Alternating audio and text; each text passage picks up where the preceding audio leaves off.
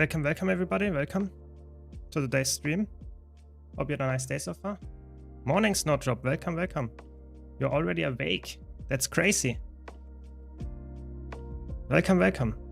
So, we continue today with some map exploration until we hopefully hit the next mastery rank so that we get some more gold out of our fractal stuff, and then we continue with some other stuff to get some more gold. So just a random mix, a random assortment of stuff to do for this new Zero to Hero account. I'm looking quite forward to this day because we have a lot of cool stuff to do and I have a lot of interesting things to explain as well because I will encounter them for the first time. But of course, if you have any other questions, always ask. Yeah, it's the stream title already tells you it's, so to say, a Q&A stream for new players and veterans alike, and just interesting conversation, hopefully. No, don't immobilize me. This isn't rather annoying quests, I don't like it. Nice, congrats, very good. Let's hope it stays like that. Because, you know, I always mention that to people that are having a very bad sleep schedule. The interesting part is, as far as I know at least, you know, it's better to sleep consistently bad than sleeping like completely irregular. Like sleeping once going to bed at 10 p.m, once going to bed at 2 p.m. That's the worst thing to actually do. But if you now reset it to normal, I mean, that's good. That's how we like it. Welcome, final one. Welcome. Yeah, just enjoying this Saturday morning and doing some new progression on my Zero to Hero account and having some fun. Because otherwise the world completion would not be that fun. But talking to you guys, that's good. Nice. House cleaning every week. That's good. I have to do that, I guess, after the stream then, if it's normal on Saturday to clean up. We can go for the full DPS build. That's good. And hopefully we get this quest done rather soon. I don't like this one.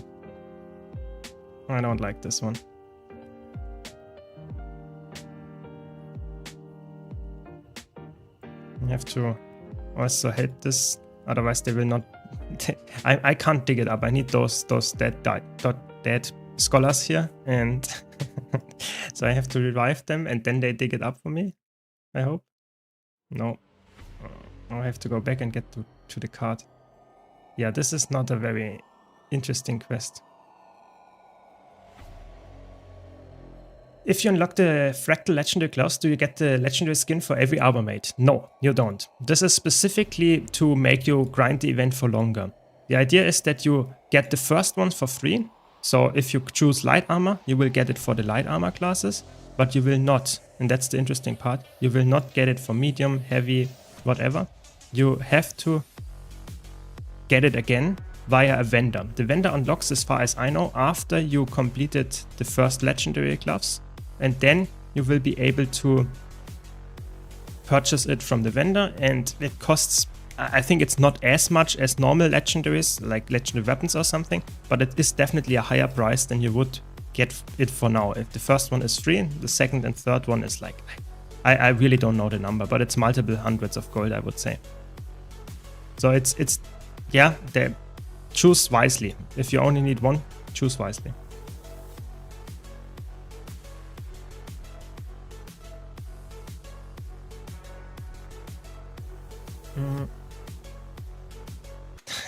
That's true. Yeah, always happy to help. I think this is, to be honest, like, some people are sad about that, but to be honest, I think it's a good thing, because if you get full legendary, like 3 different raid skins unlocked directly, I think that would also, like, people would spike in the first 1-2 weeks, 3 weeks until you get the legendary gloves, and then people would just say, okay, now I have them, I don't have to continue playing this. And I think it's a good way of them to increase this quick play feature even after people got the first legendary gloves, so that the interest is still there after that. I think it makes sense. But I can definitely see if some people are a little bit sad about that. But I think it's definitely a worthwhile thing to do. And to be honest, that's what I mentioned in last stream as well. I think one of the things that Guild Wars 2 needs is more grinds for new players and veterans alike, so that you have something to do in the game. Because a lot of people, I noticed this in my YouTube channel, in the comments of my new player videos and stuff, people say they reached level 80, people say they got, I don't know, for example, the ascended gear, they got legendary weapon or whatever they wanted to get, and then they say, I don't know what to do in the game anymore. I have no clue what to go for, and I have no enjoyment out of that because of like missing possible goals or something. And because of that, I think Guild Wars 2 needs some easy to get stuff in the beginning that incentivize you to continue playing. Good example is of course the legendary gloves now, because you get the first raid set, and then if you play a different armor class, you might get another one. I think that makes a lot of sense as well. But for example, would also be the legendary starter kit. Yeah, the legendary starter kit gives you like, I don't know, 40% of a legendary, and it, so to say, eases the introduction for new players to get a legendary, because now you're already 40% there or something like that. And that means that a new player will now say, oh, I can actually play this and continue at it, and I will get the legendary rather soon or somewhat soon. And that's definitely something that incentivizes players to stick around for longer. And not only in terms of like for ANET that they stick around longer and maybe purchase an expansion, but also for us as the players. We want more players that play the game actively. We don't want someone playing the game and leaving after a few months because they don't know what to do anymore. So I think it makes a lot of sense to introduce more stuff like that. And I hope they will do that with the expansion again, that there is something that incentivizes new players to keep grinding the game, keep coming back every day, keep coming back every few months, every few patches as well, so that you don't miss out on anything. I think that makes a lot of sense, yeah.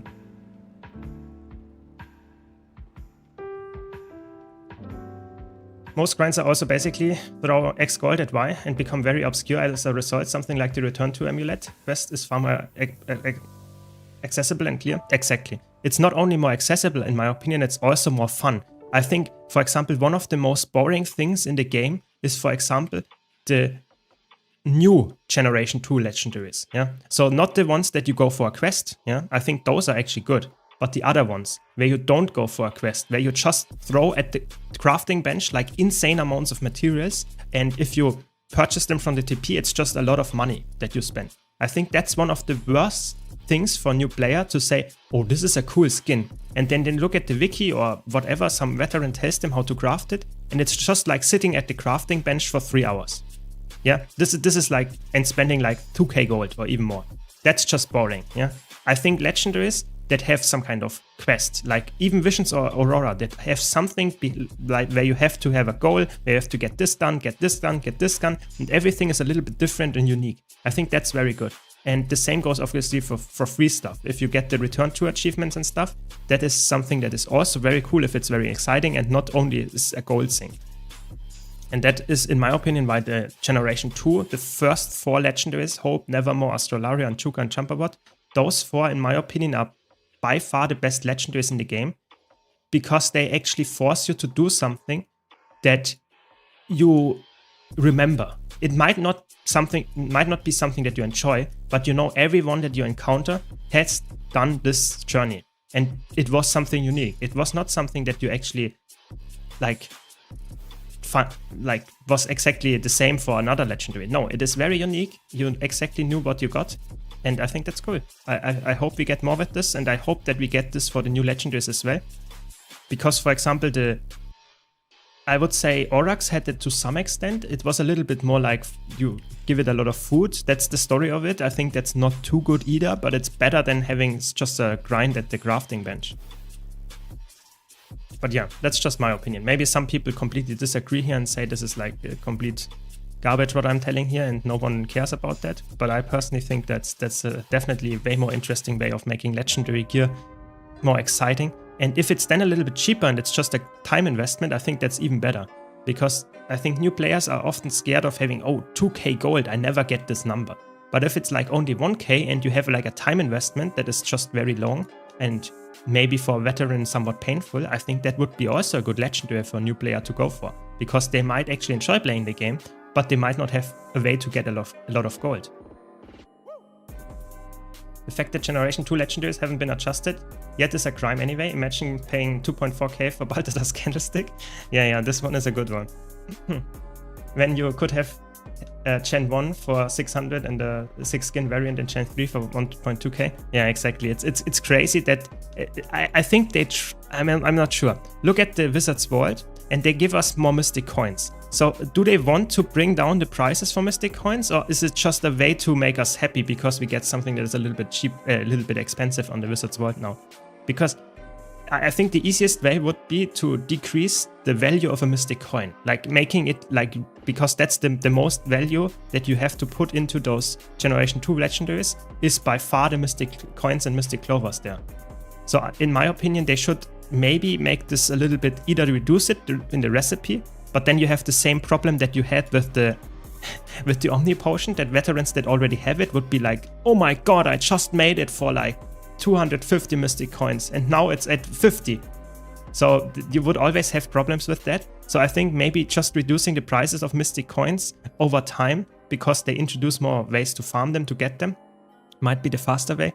But yeah, I think it's really hard, yeah, to make a way to make it happen in a way that people actually enjoy it, while also being somewhat smart about it. Because like I said earlier in another stream, I think it's one of the best ways ANET balances the game is economy-wise. I think economy-wise, they are really, really smart. There's a lot of stuff that they just balanced over the course of 10 years and it's still stable. Like the gold value and stuff, I think that's very good. So maybe they have a plan for that. I will actually give them the benefit of the doubt here. But either way, I think it's definitely quite crazy that they are so expensive, those legendaries, without having any additional benefit than just being those legendaries.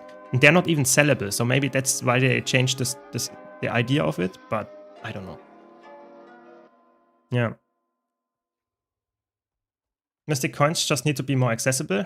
Reducing the amount doesn't do anything, since other recipes like Heart of Thorns, Elite weapons, and certain Mystic Forge weapon skins are tied to them as well.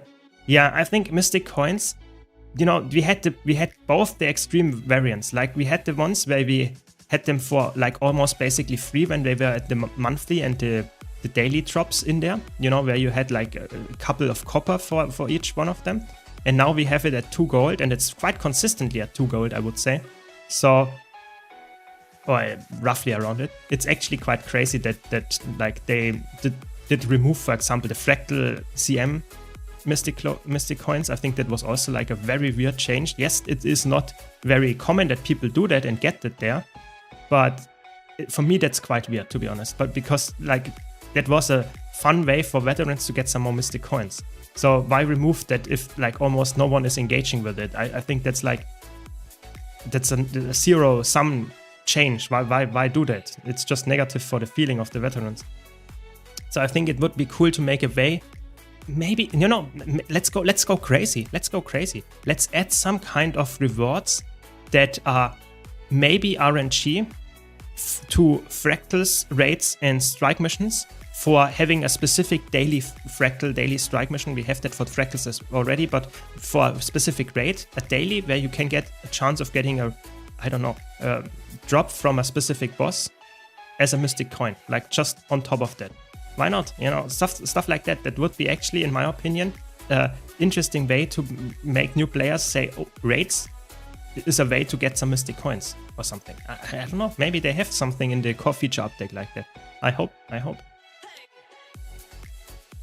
The Fractal CM change was 0 IQ. It removed yet another incentive to do them. Yeah, it's actually quite sad, because I think it's really cool for a new player to say, okay, there is a very steep, or like there is a way to increase the difficulty of the specific content. Yeah, I can easily get in with tier 1 fractals, and then I can continue playing them, because at the end it is actually quite lucrative, because there are some things in there that I can get that I will not get that much any other way. Yeah, so in my opinion, that is a really cool way to introduce players to a new content and make them stick with it, because it's actually increasing in reward as well. The problem is they did not like listen to us. They just removed it. Really sad. Welcome, Omar. Welcome. Hope you had a nice day. I'm good. Just enjoying here some map completion and talking about some random stuff. If you have any questions, just let me know. Always happy to answer. Do you think they will do some kind of group finder for raids as well? That is my hope. I think it's way harder to implement it for raids and higher tier fractals or something, where you have to have a specific group composition, specific roles, because in quick play with this easy fractals, like everyone can join. You know, you can run a 5-person party of just people that are completely like new to the game and run full booster gear, and you will clear it. But as soon as you go to higher level fractals or raids, you need to have people that have healing stats. You need to have healing that you need to have people that actually have DPS, or at least know what they are doing to some extent. And you can't really control that in a feature where you just press and you get randomly queued with other people. So I think, in my opinion, they have to find a way to make this somewhat like reasonable balanced and not toxic in either direction, while also making it like very still quick. You know, you don't want to have something where you have to queue up for 15 minutes or even longer to get in one fractal that takes then 5 minutes. So I think that is definitely something they have to address, and I'm not sure how fast and if they even can do that. But if they can do that, oh my god, it's a hard jump. If they can do that, then I will definitely like say it's one of the best features they have ever introduced, like guaranteed. But I'm not sure. I just hope. I have no guarantee that they will do that though. It's probably quite a lot of work. You know, now it's like without any UI feature, but they have to have any UI on top of that. They just can't give us just something on top of that. They need to make more checkboxes. They need to make some kind of clean UI on top of that. I have no clue if that's possible. I hope. The items should not be the problem. They should just go hard on metas and strike with raids. If the endgame is awesome and accessible, then everything is fine. Exactly. I think if the combat and the gameplay is good, people like it. With the Visions of Eternity expansion, I think one of the things that they have to really nail is not only, I think, to be honest, let's think about it. Chante Wilds had not really had some kind of big meta events. I think that would be really important if they did that. Yes, they had the world bosses there, but they are not that crazy. Other than that, they are not that good. So they have to go back to their roots and make a really good meta event. For example, like Heart of Thorns, like, I don't know, Chuck Garand or Dragon Stand or something like that. And then, I think that's not the only part. If the event is like dead on arrival because the rewards are bad, that's also not good. So they have to tie it, in my opinion, they have to tie it to all the good stuff that you get, legendaries, maybe long-term achievements, whatever. Everything should be tied to those maps, and you have to do them very repeatedly. That is, in my opinion, what Soto did very well, because there are still people doing Amnitas, doing Skywatch, all that stuff, because you need that for the legendary armor. That is a little bit lackluster in Chante Wilds because we don't even have a good meta event there in the first place. But yeah, I think that's definitely, if they make a really good expansion, new maps, hopefully new raid bosses or something, and people like them, while, and that's the important part, while they also are rewarding in the long run, then we are talking. Then this is probably the best, it's probably already the best expansion of those new model, of the ones in the new model, because they have elite specs. But in either way, I'm actually very excited for them, and I'm probably quite likely to enjoy it. Yeah. I don't think an actual raid LFG will happen, but it would be the perfect point to actually introduce easy mode. Yeah, I agree. I think that if they could make that, I don't know how much easy mode they have to go to make this work, but if that's really like exactly the quick play feature that they have for fractals in easy mode raids, yeah, that could be such a good way to introduce people to raids and actually, yeah, ease the fear of raids, because people hear the words raids and in the open world community says, I never touch this. But if you see that in easy modes, it's actually very like accessible and it's not bad at all. You know, even nowadays, the normal mode, so to say, for especially Wing 1 to Wing 4, they are so face roll. Yeah, you don't have to understand what you're doing. There's like one player in there that maybe the tank, and you will get it done. It's really like quite easy nowadays. But if some people like never touch it because of the name raids, and the quick play feature would help, especially if it's some kind of easy mode on top of that, yeah, I would definitely like enjoy that for sure. Yeah, exactly. If you can do it in a random group, that would be like a big plus, big plus. But I think Guild Wars 2 needs more features like that. I think that is something that was missing at the start of the game, and they have to slowly go and back and add those features, like some kind of quick play, even for dungeons. I think dungeons, I always bring it up, I think dungeons are underrated. I think dungeons are fun content to this day. And if they would have some quick play feature there as well, where you're not forced to find your own groups, where you just click a button and then you are in a group that actually is able to somewhat clear this instance because it's not too hard anymore, that would be really good as well. Like the new player experience with the dungeons and stuff is a little bit confusing, you know? There are dungeons, they are not really made for your level when you're leveling. And then when you reach level 80, you don't go back typically because they are also like not really incentivized to go there. I have no clue, like really. But I think stuff like that could actually give me a disguise. Very good. I just want a rework of the LFG UI. Keep quick play for easy generic content. MMOs usually run LFG statics for high-end groups anyway. Yeah, I think that is true. I think in LFG rework, I mentioned that in my core feature video where I speculate about it. And I'm definitely with you. Like an LFG rework, I'm not sure how big of a rework they need to do, but at least do some kind of UI rework, make it a little bit less like convoluted, because if you look, first of all, it's quite hidden. You know, you have to go to context in LFG and then go for looking for group, and then you have to press all the other buttons. Yeah, and I think making this like a little bit more streamlined, and then making it so that a new player or veteran as well can mark something as a favorite thing, and then you can queue up for multiple things or something. That would also be very good. Or you can at least look for something in multiple things. I think there are multiple ways to improve this UI. I'm not sure how much in time investment they want to do for this if they don't do a full rework. If they do a full rework, like completely say we make some kind of match finder or make some kind of kill proof or experience meta, I have no clue how they would do that. But if they would, probably they won't. Let me also tell you that. But if they would do that, I think that would also improve the LFG for sure. You could even ramp people into raids, which strikes fail to provide. Yeah. I mean, that is like why other MMOs never do that. There is no difficulty ramp with playing different content. You have to have different difficulties for the same content. That's how you have to do it. Any other way doesn't make sense. So ANet realized this now after 10 years. I guess better late than never. Yeah, quick play easy mode into choosing a bold mode for every ring, actual raid, and then CMs. Exactly. That's what we need for every single raid. And we need more, for this reason, we also need more CMs. I think like adding CMs to older fights so that veterans are also interested in them again would also be a nice thing to do.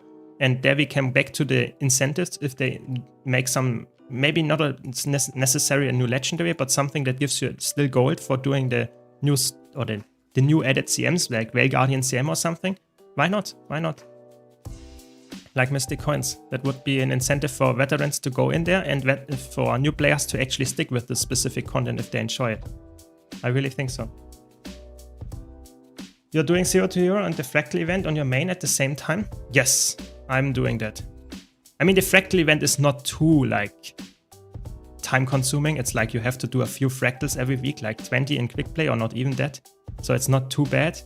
But I'm mostly playing right now on my 0 to Hero account, as you can see, because it's like a very, very good time for a new player, for a veteran playing on the 0 to Hero challenge to actually get stuff done. It's really good. Like getting a free legendary, getting another starter kit for free, while also getting like immense other upgrades like back slot expansions, 20 slot backs. It's just everything is in this event. So why would I not do it on this account? It's amazing. And it's really good for a new player to get into it right now.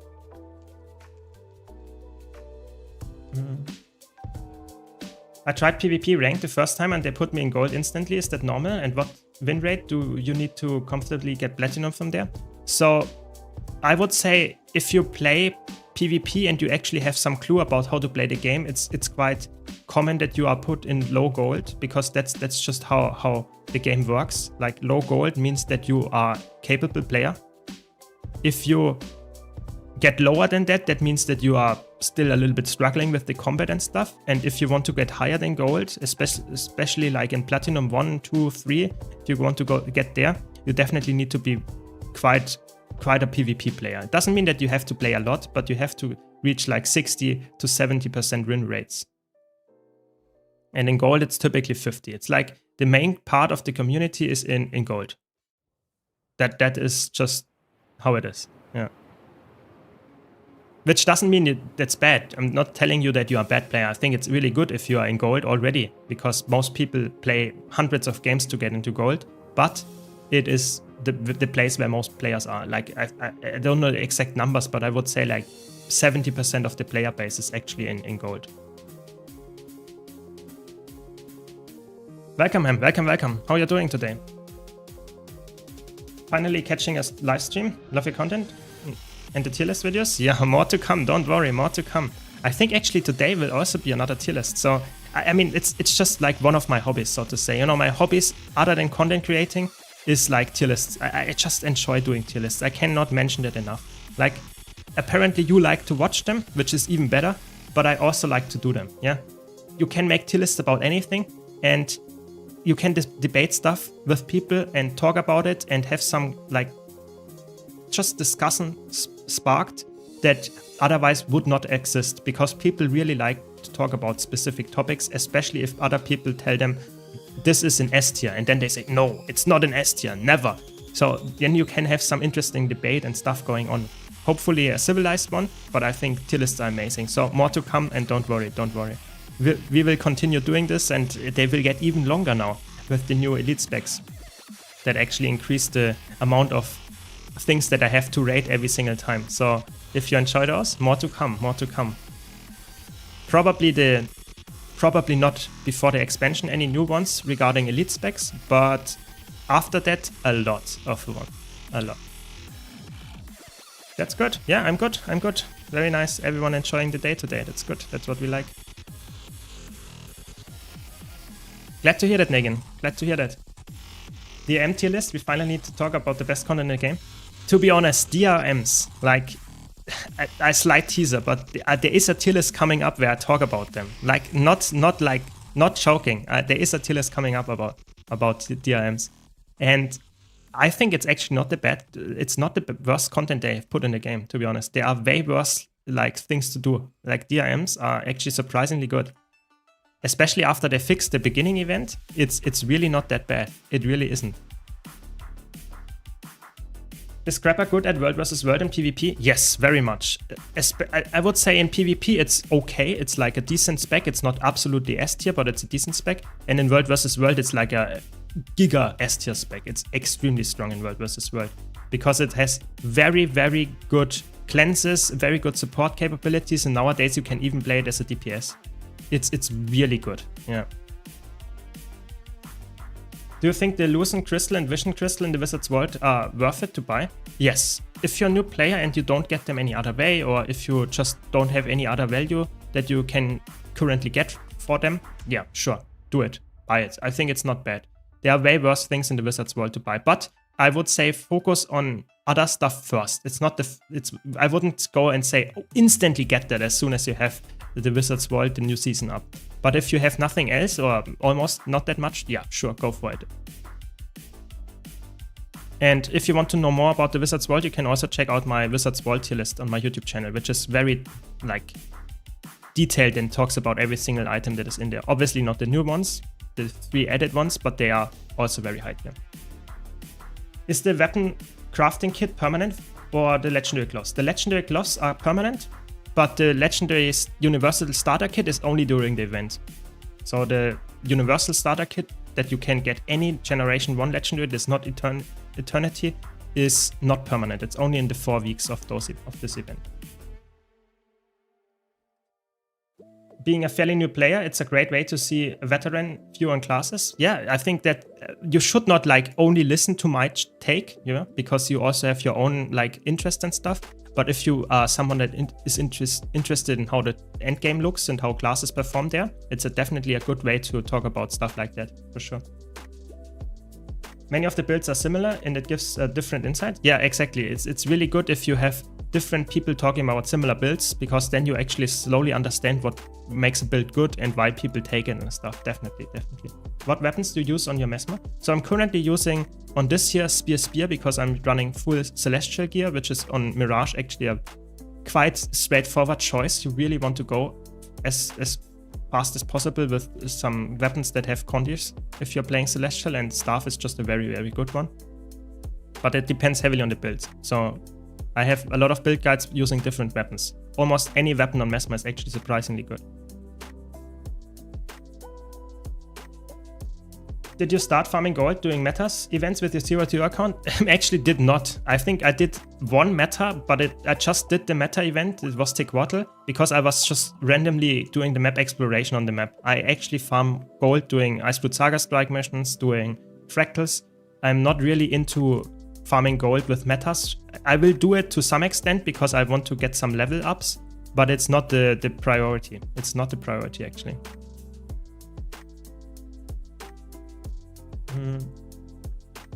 I'm a new player, so I can follow you now. I only follow basing every 2 hours. That is really good. That is a good one. I will do more stuff on meta events as well. You can also check out my YouTube channel. I have a tier list already about meta events where you can check them out, and some of them are actually really lucrative and you should do them as well. Auric Basin is one of the ones that is really fun to do. I like it. It is not the best in terms of gold value anymore, but there are a lot of metas that you can do that are very worthwhile doing. But yeah, I will do some of them on the 0-2 account as well. Don't get me wrong, I'm just not focused on it, because a lot of people said in the comments about my 0-2 challenge, don't do the normal way that like every other content creator was doing and getting gold is like farming meta events 24/7. This is not necessarily the fastest or most efficient way, especially with the fractal event going on. I think if you're a new player and you really want to get some gold, I think the fractal event is a very good place to start. We will do that later as well. I just want to get some map exploration and hopefully the mastery here unlocked. That's my goal for this specific part of the stream. Welcome, Doppelganger. Welcome. I have not finished the fractal event. I will go back to it. I will take it slowly. I'm done for, so to say, the achievements for this week. Yes, of course. That's not too bad. But I'm not done with the 500 stuff yet, because it doesn't make sense to do it day one. It's really not necessary. You get way faster progress if you do it every single week after that, because you get the weeklies and the dailies done. It's just like the most efficient way in terms of like how many times you have to do the fractals is doing it very slowly and not doing it running like 100 at the first day. That is possible, don't get me wrong. I'm just too efficient. I don't want to waste, so to say, time that I would have easily been able to play less and get the same result just by spreading it out a bit more. But if you are someone like that, sure, go for it. I'm good. I'm very good. Hopefully you're doing well as well, and let's have some fun during the stream. If you have any questions, just let me know. Other than that, we will continue here the map exploration for now.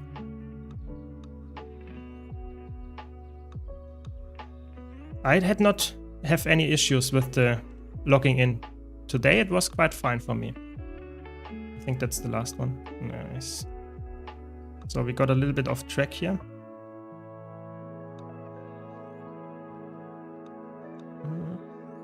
I love Necro. Quick question about Harbinger. I would love to use swords in the build. Is it possible to have Condi build with swords or power more efficient?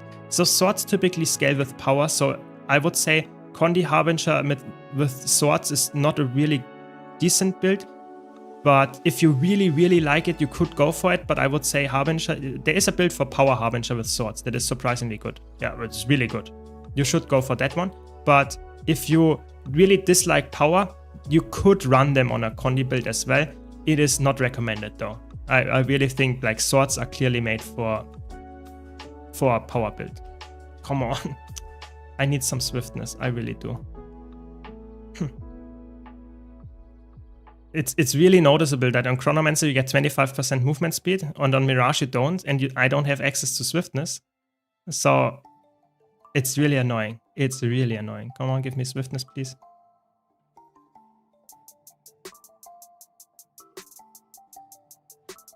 There we go. It's really noticeable. That's why I really want to get the map exploration done on top of that, because I want to unlock Chronomancer and I get a lot of hero points just from doing the map exploration, which I need anyway for my legendary. also do the Fractal event if you need Corteria Mastery. Yes, that is true. But now let's take a look. This is why I want to finish it, because I will get more loot. I will get more loot if I continue, like if I finish this. So this is the only one that I will do before I will continue with the Fractal event here, because I really want to get it done with the Mastery. Yeah, getting more loot from Fractals is obviously in the long run way smarter, and I need to do map completion anyway, so I get a little bit more for doing my Fractals. That's the whole idea.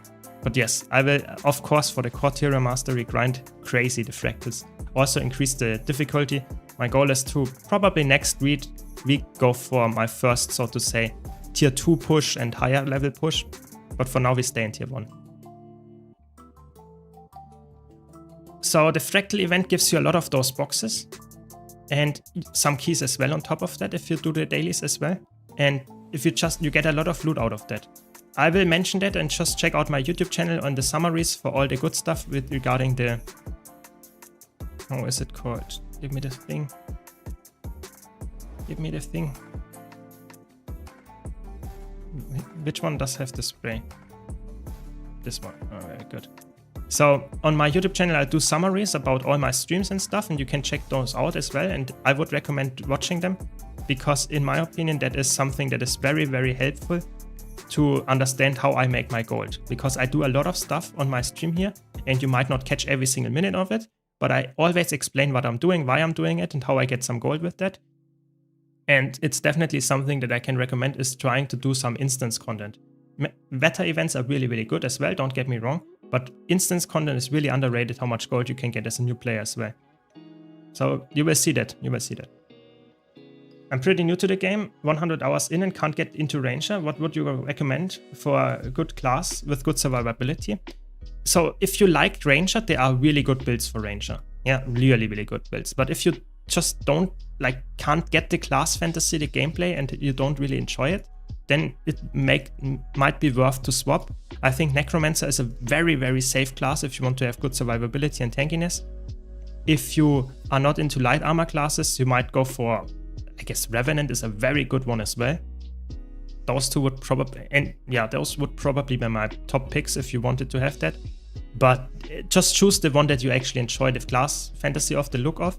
If you think Ranger is not for you, go to a different one. But if you in general like the design of Ranger, I would stick with it. There are so many good elite specs that you can get. Untamed is extremely safe. Even Druid and Soul Beast can be really good, and Gale Shot will be a little bit more squishy when it comes out, but all of them can be good. Yeah. Do you think Spectre is better as a Alacrity heal or Alacrity DPS? I think both of them are fine. It depends a bit on the content that you want to do. I would say in most easy fights, I would probably either go for full healer, or I would say don't play Spectre because it's Condi focused, and in easy fights you typically don't want to have Condis. But if you like it, I think both builds are completely fine. I think it's really, really good in Fractals, for example. Like, people completely underestimate how good Alacrity Spectre is. But in strike missions and easy raids and stuff, I think Heal Spectre might be a bit better. Yeah.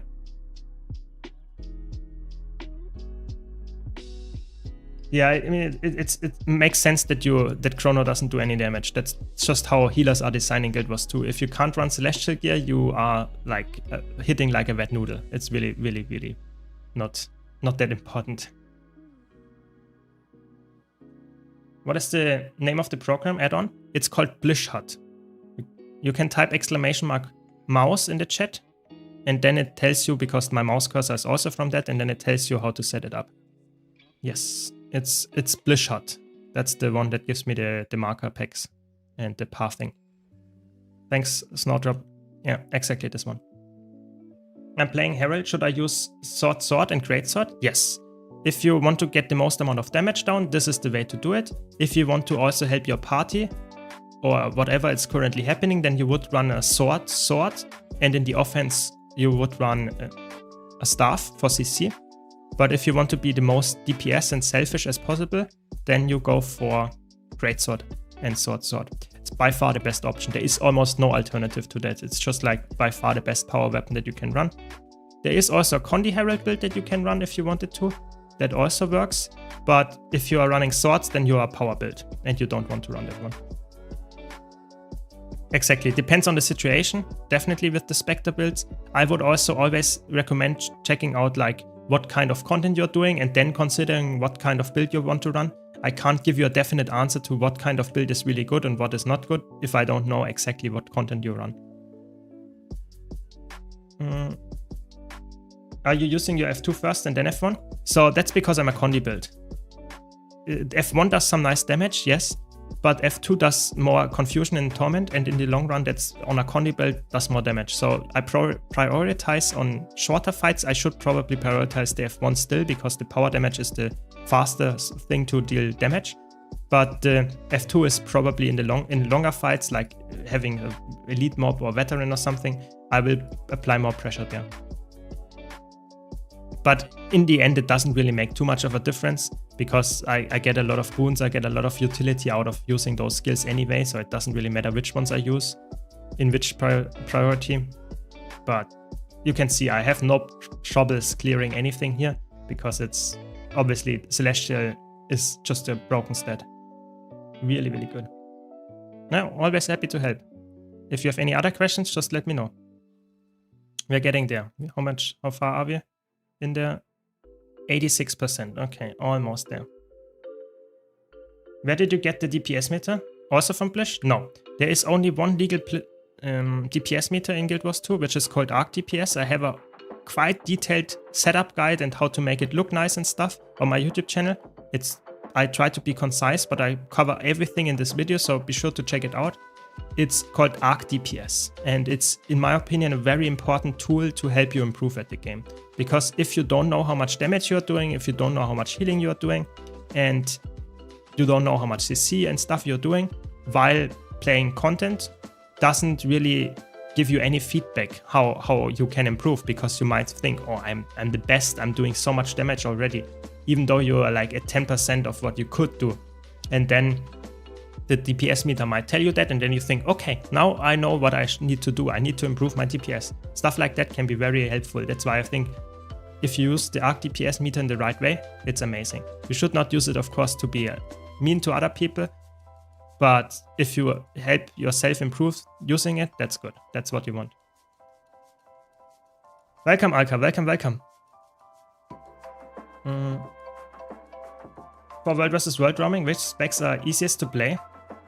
That's a really tough question, because like roaming is always about like you fight other opponents, and if they are better than you, then you will lose. If they are worse than you, you will win. What kind of spec is easy to play? I don't know. It depends a bit what kind of player you are. I personally would say all of them can be really good.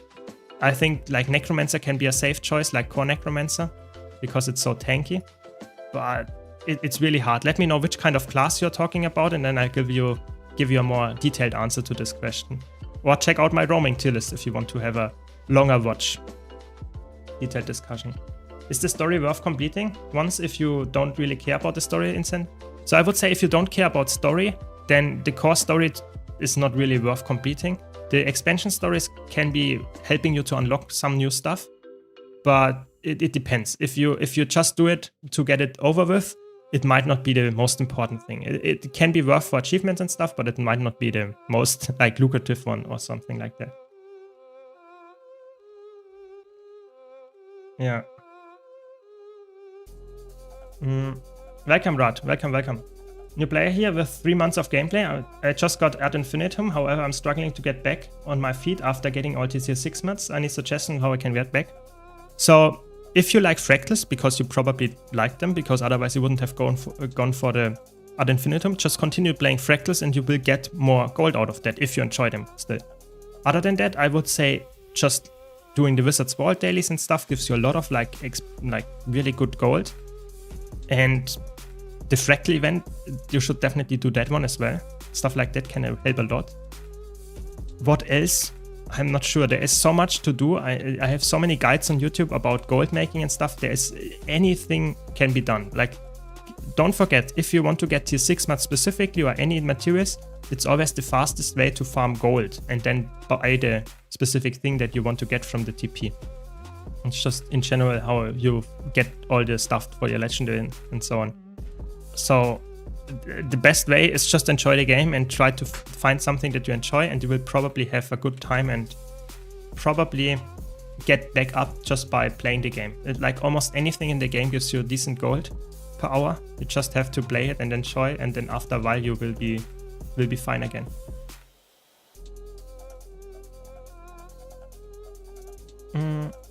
What would you personally rather play, Soul Beast, Spellbreaker, or Weaver? I would play Weaver. I think Weaver is one of the most like interesting and fun specs in the entire game, but it's also a little bit like not a lot of people can play it, and it's also not like the best anymore. It's like, I don't know, Weaver is in a weird spot because it's just not as good as it once was, and it's a little bit power crept by other elite specs. But I would personally say it's just such a fun design. It's so well done. What can I say? I'm a big Weaver fan. Yeah.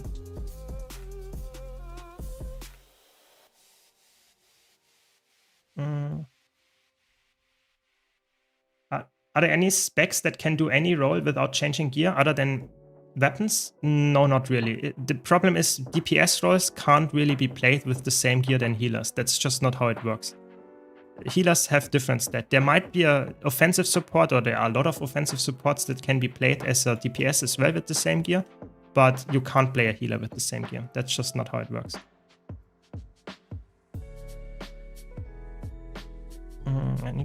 He's taking all of them, that's good. They don't kill them as fast. Very good. Very good, very good. It's fine, King. Don't worry, don't worry. Keep up the good content. Thanks for sharing a low intensity thief build. I so love the class now. That's good, very good. More to come, more to come. Especially with the expansion, I will be pushing out, of course, way more build guides as well. Now it's like a little bit like there is no balance patch, there's nothing happening, so my output in terms of builds might be a little bit lower than when there's a balance patch or when there's something happening. But don't worry, more to come for sure. Is Legendary Essence of Luck used for everything, for anything? Yes, there is this event coming up in, I don't know, it's called Lunar New Year. There luck is quite important, and there you can buy some minis or some stuff with that. But it's not, if you don't care about collecting stuff, then it's not important. So you can use it to get some more, just a little bit more magic find on your account.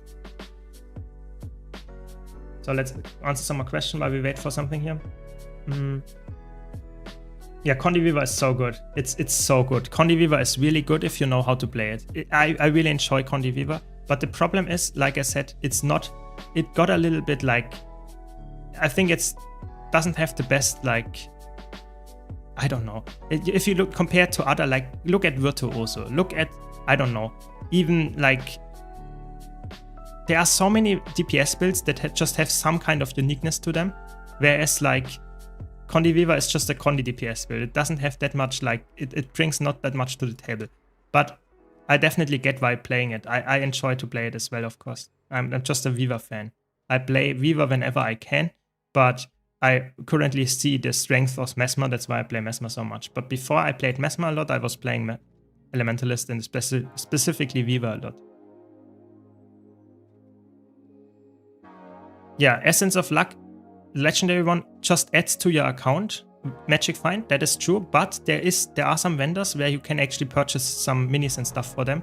So if you really want to collect some stuff, you should keep them, because you cannot get them that fast. It's really like one of the rare items that you can just save over time. You will not get that regularly. I'm finding it difficult to get Ascended Armor. Do you just have to craft it? No, I would say crafting it is not the smartest way.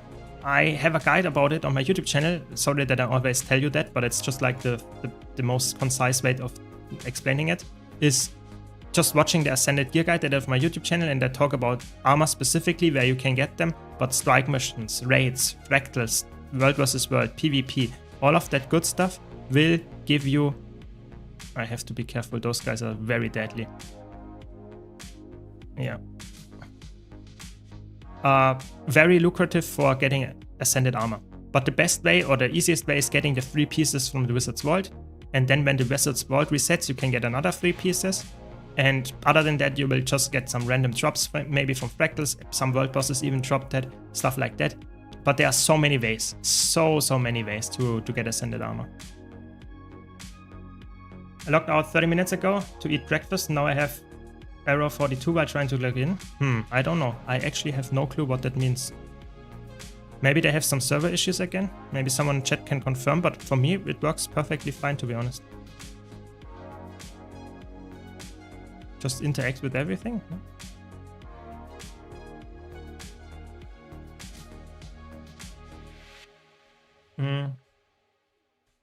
What do you suggest for Boon DPS for Fractal CMs? Any profession?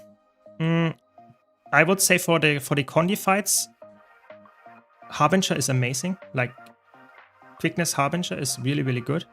For the power fights, I would say Alacrity Renegade is really good if you can blade it. Those two would be my go-to option, but Alacrity Spectre is also very good in the Condi fights. There are currently a lot of good like Boon DPS. You just have to play them well. I would say overall probably the best, or one of the best one is Renegade if you can play it, because you have a Condi and a power build. Both of them are really good. But every profession actually has good ones. I would say even, yeah, you want to have something that can pre-stack if possible. That's why Renegade is so good. But you can also go, of course, for Chronomancer as a very flexible DPS, offensive support. There are so many choices nowadays. It's actually crazy, even in Fractals, especially in Fractals, where in easy Fractals it doesn't matter too much what you are playing. But in CMs, I agree, there are some better ones for sure. So cannot decide between Guardian and Necromancer. Please help me. I want SPVP, Open World, Fractals, and World vs. World. For an example, how is Dragon Hunter for all game modes? So I would say Dragon Hunter is surprisingly good in all game modes nowadays. There was a time in like 2 years ago or something where it wasn't that good, but now it's actually surprisingly good. I would say Dragon Hunter, if you enjoy the class fantasy of it, it's really good in all game modes, yeah. In competitive modes, it's a little bit more. In general, Dragon Hunter is always a DPS build. Like, Dragon Hunter is like, because of its nature and the traits and stuff, it's really hard to fit it anywhere else than full DPS. But if you like this kind of playstyle, it's a very, very good class in all game modes, actually. One of the higher rated ones. But you can also check out my tier list again. I have a tier list about which class, overall tier list, which you should try if you want to have a class that is playable in all game modes. But all classes are decently playable in all game modes, with some exceptions, like Mechanist is not good in World vs. World in PvP, but most other classes are actually playable in all game modes, and there is just a specific build that you have to pick. But it doesn't really matter. Choose the class that you enjoy the most. But Dragon Hunter is definitely a good choice. Yeah, Scepter Weaver is surprisingly good. I agree. That is true. You can go for full Trailblazer gear. I tried that myself, and it's actually really surprising how much damage you still do, because the Trailblazer makes you really tanky. Of course, be careful with the tanking, but Trailblazer can be a solid choice if you might die too often otherwise.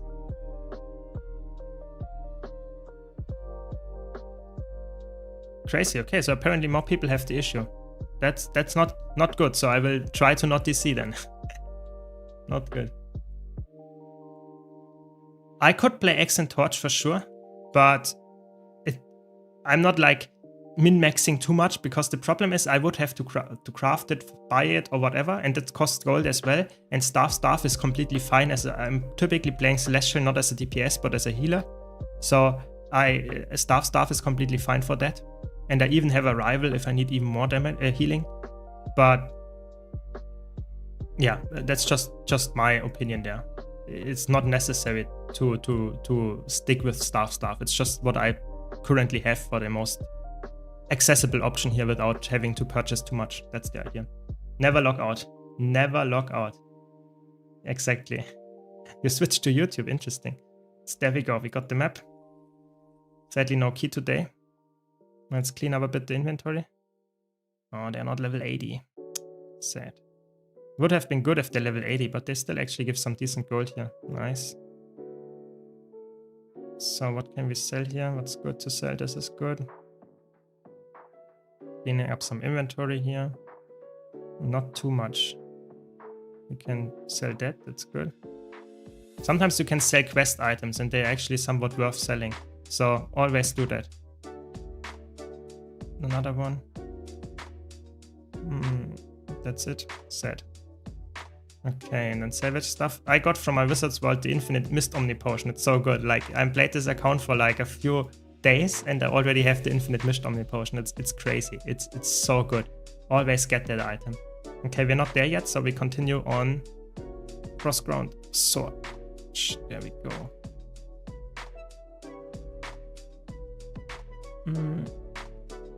I try to fix the servers, yes. I will try. Where did the trail start? Oh, there. Okay, I wasn't there yet, so we'll just continue, I guess, from this road. Yes, I'm doing that at some point. Don't worry, Ham. We'll do that. There's a really good side noting, the H build. Yes, the H is in PvP right now. It's probably the best Guardian build, to be honest. At least if you ask Naru, it's currently the best side noting build. Or the best Guardian build for sure.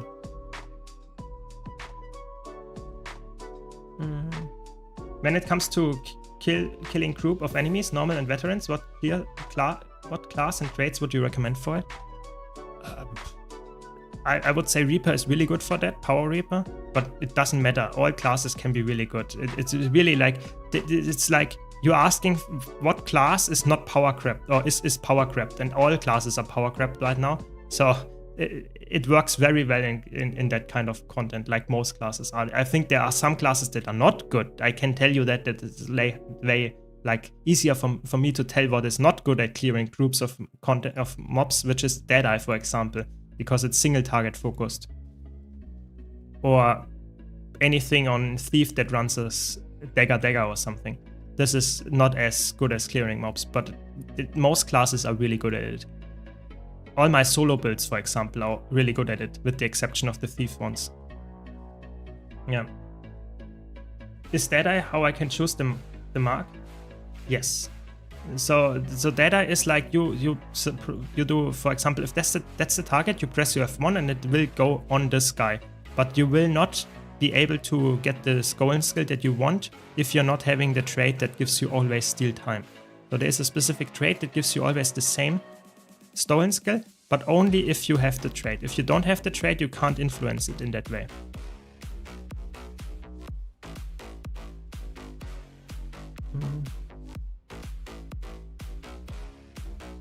Okay. I see, Snowdrop, I see.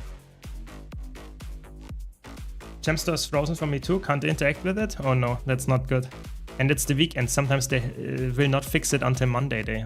Hopefully they will do it. That's too bad actually, I have not any problems for now. I'm sorry, I can't fix it, I'm not a developer for them, so. Almost there. We're at 73% map completion, so we are getting somewhere there as well. That will take a while. I mean, the fastest with not so big amounts of button presses. Ooh, what's the fastest with I don't know. It's quite specific, to be honest. I would say all my low intensity builds are probably quite good at that, with not that many high amounts of button presses. Probably like Hammer Dragon Hunter is not too bad for that, because it's just auto-attacking for the most part, and you have a symbol there that's also good at the AoE clear. What else is good that has not high amount of button presses? Yeah, maybe check out my low intensity playlist on YouTube. They have really good builds in there that are really surprisingly good at like clearing AoE mobs as well. Yeah. Would you have believed it? You were told you'd become a streamer? No, not at all. Not at all. That's definitely something that I would not have believed like 5 years ago as well. So I'm definitely happy that it turned out to be like that, but I did not expect it. Did not expect that.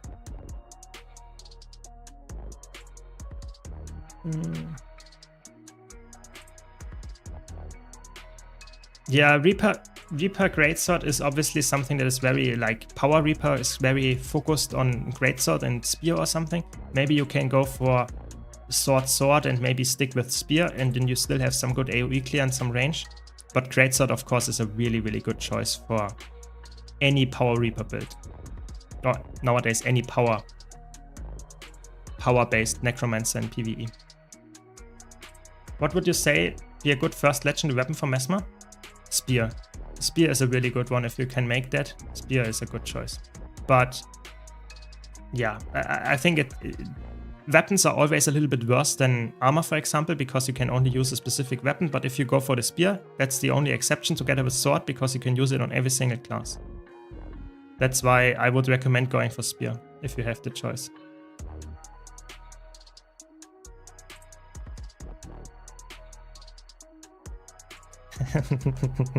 I got it. Very good one, Aika. Wasn't Harvey kinda nerfed in the past? They nerfed it to some extent, but it's not like... It's still a very, very good build. And they buffed it again as well. It's like they don't really know what to do with Harbinger. Harbinger is right now in all game modes a really good build. Like, if you want to play one Necro spec, I think Harbinger might be one of the ones that is actually right now really top notch. Yeah. In all game modes, that is.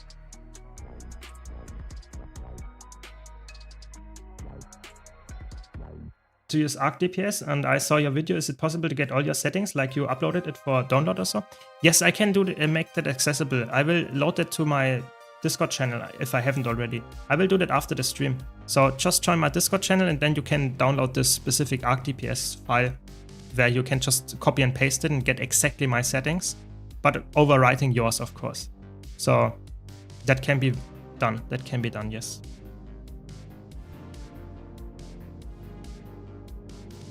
If I ever become a streamer in the future, maybe would you do a co-op stream? Of course, of course.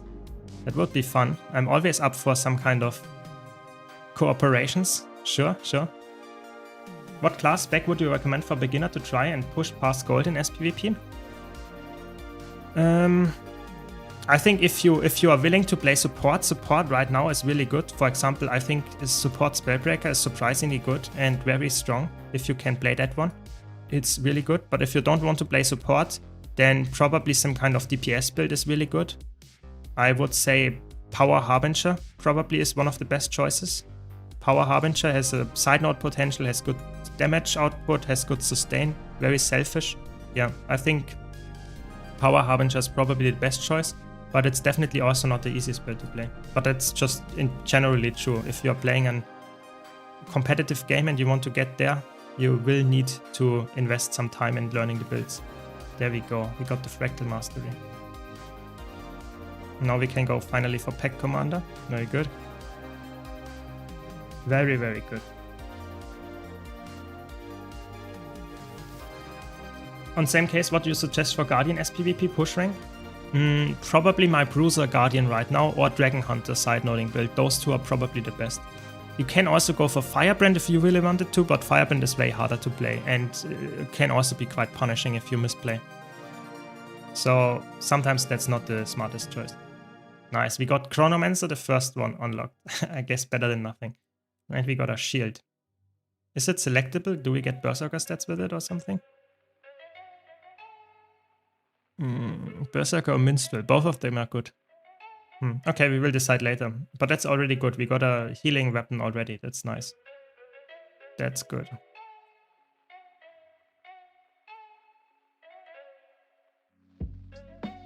Yeah, that's good. That's good. I can't fix the login issue, but at least you can watch my stream. That's a good one. Yeah.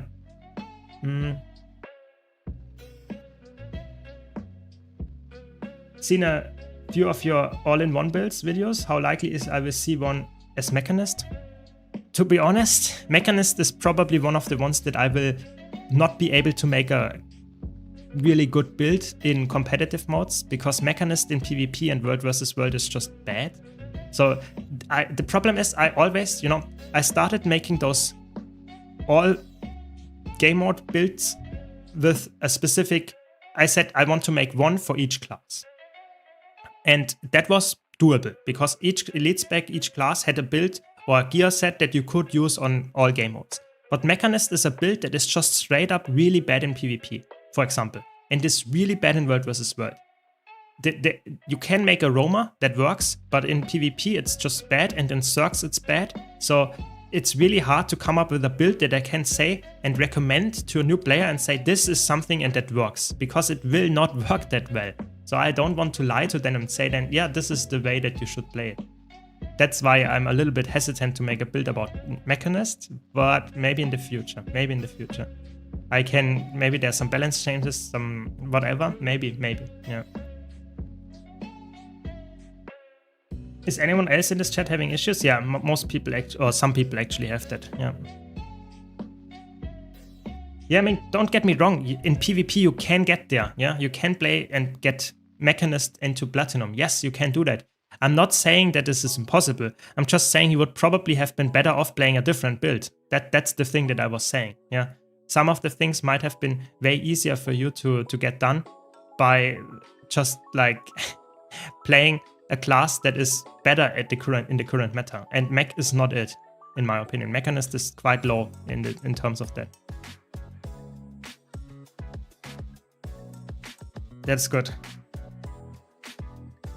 Yeah, it's crazy that a lot of people have the issue with the logging in. Hopefully they will fix it soon.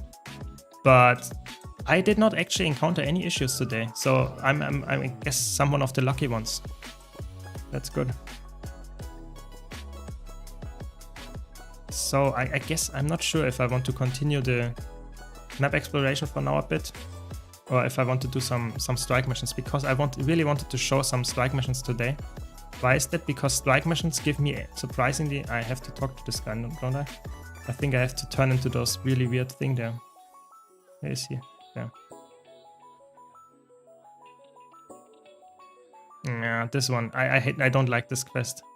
This is annoying. Because you are getting turned into this guy and then you have to do some things for them. It's really annoying and you can't deal that much damage. Oh, that's not a nice quest. Not good. But what can you do? You have to do it for the map completion.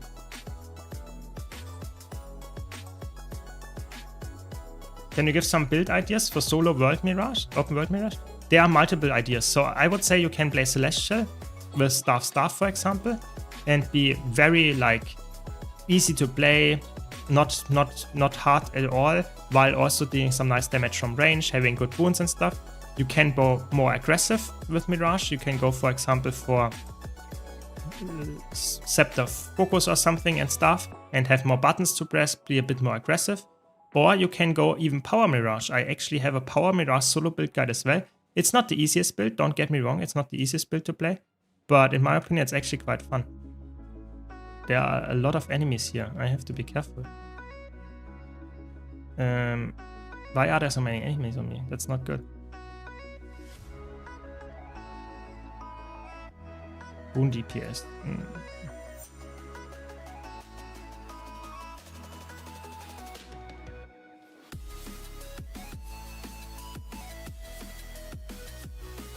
Nice. Very good. I got a group, a strike mission group. That's what we want. Because then I can show you that the weekly chest is very lucrative for a new player. Because I need one more profit chart and then I'm done. That's very good. Stop it. But there, like I said, there are 3 solo builds from Mirage. I actually have guides about all of them on my YouTube channel. So if you need a specific guide and stuff about that, be sure to check it out. But I would say the best one is definitely some kind of Celestial Conde Mirage. Mirage works very well with Celestial, so be sure to give it a try. Yeah, a lot of people actually have problems, but not all of them here in chat. I, for one, I don't have any issues, and it's not because I'm an ArenaNet partner, because I'm not even on my account there. So don't bring that argument, please. So very slowly we get there.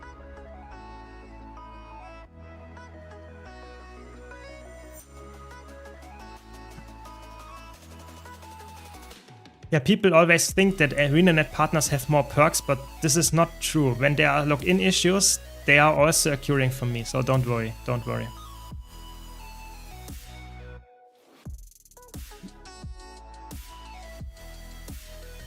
Yeah, might be server related. Some of them might be EU, some of them NA. I'm not sure completely, but I have no clue. You know, sometimes it fixes itself. Sometimes they take hours to fix it. I know when a new patch releases, that can happen quite often, but I'm not sure. There was no patch as far as I know today, so not sure what's the problem. You should prove it by logging out. But, you know, people already noticed that the best part about it is that you can watch my stream. And if I also had the issue, that would also not help you to watch anything about Guild Wars 2. Oh no, we are already ready. That's crazy. You have to port fast without getting into combat. There we go.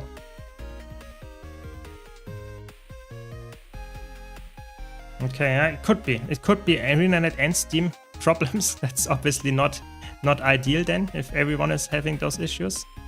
So I'm not going heal, I'm going DPS, Alacrity DPS Mirage. Okay. Guess we take Moa for the CC. And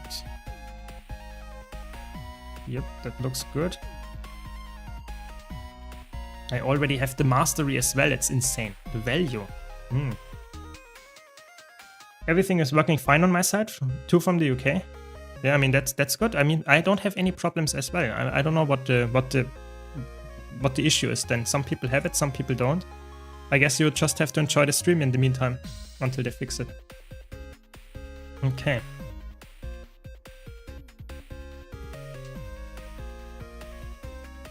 To be a bit careful with my positioning of the 2 here. You don't want to go out of the stack.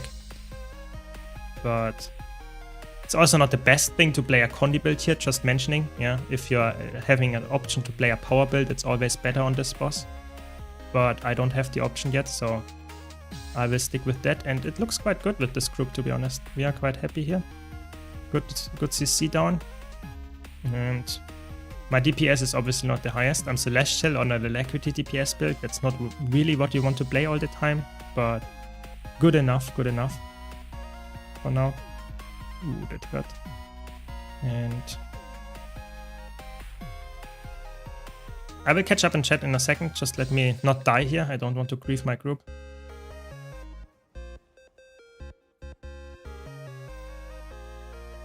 And I mentioned it in last stream as well. If you want to get gold and like doing instance content, those Iceblood Saga strike missions are a really good way of getting gold and getting Ascended gear as well. The reason for that is you can even start them if you have not, and I'm not joking here, you can even do them if you have not the masteries for opening the chests. The chests is nice, of course, they give decent gold on top of that, but it's not required. You will see that here I have the chest, some of them I can open, some of them I can't, and I still have a decent time here of getting good gold here with this. So, not bad. Actually a decent group, no one died. It's not you can't say that to every group. So can I open this one? No, I can't open this one. No, I can't. I can open this one and I can open this one. Very good. You see, 2 of 3 and I got like still a lot of good gold. And you can even do it. I did it on the first time. I was level 80. I was doing it without having any mastery there.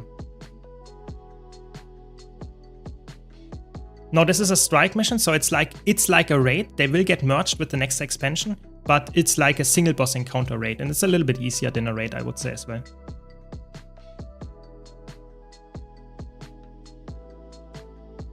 I'm playing a lot of PvP actually, yeah. That is actually true. One of my most played game modes is PvP. I play a lot of PvP, yeah. Or I did in the past. Nowadays I'm playing like one match a day or something like that. Something around that. So I know what I'm doing and stuff, but I'm not like AT winner or something, monthly AT winner. But if you have any questions, I hope I can still answer them, of course. How about a guide on how to find a good players in LFG? Oh, Coco, that's a difficult one. That is like a topic on its own. So like using kill proof, not using it, like finding players, experienced players, it's somewhat challenging in LFG. It's sometimes you get players that are really experienced in groups without any KP. Sometimes you get really bad players in groups with KP. That's like a topic for itself. Like kill proof, ooh. It's a long discussion. Yeah. I think they should make quick play for dungeons. I agree, they should. I think dungeons are easy enough to make this directly added on top. I think that would be really cool. Yeah. I'm never cared for PvP sometimes. Lobby is toxic. Yeah, that happens in competitive games. I would say just ignore those people. Like, just try to have fun and you will, in the long run, probably enjoy the game. Way more. Yeah, I do that at least. I completely ignore anyone that is flaming or toxic or something. I never do that, and I never engage with people that do that. So just ignore them. That should be the best. Yeah.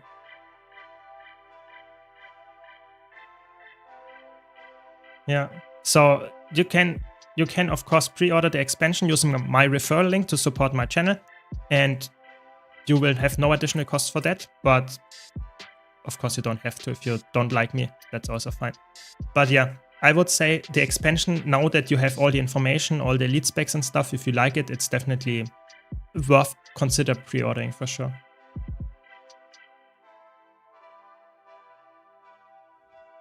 So yeah, sometimes people ask for boots so that they actually know that someone actually can read, and they actually are also able to have the correct gear stat for their build.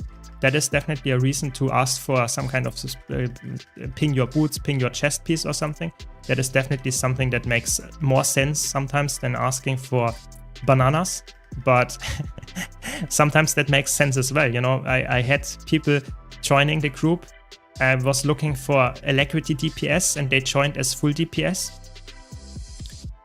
Or I looked for a healer and they joined as a full DPS. That is not a good sign. They just want to go in without like reading. That's not good, not a good sign. But yeah, I think there are ways to engage and try to get better groups, but I'm not sure if it's like possible to guarantee that you get high level groups. It's just like LFG is to some extent a little bit a random experience. And I can tell you, I'm like pugging almost every day. I have not done a static run in years. So pressing F like crazy to get all the loot, because otherwise I might forget. Nice, very good snowdrop. That's how you do it. That's how you do it. Yeah, I mean, PvP is not for everyone. I would say if you don't like it, don't play it. That's the important part. And you don't miss out on anything, I would say. It can be fun if you like it and you get some nice rewards there, but you don't have to do it. There's nothing that keeps you in PvP or forces you to play it. Do you think the devs will heavily rework the Ritualist? No, I don't think so. I think Ritualist was people liked it, and I think it's actually quite liked it that they will stick with how the design currently is. I think so, yeah. It might not be like exactly the same, but not heavily. I think they will just change a few traits or something.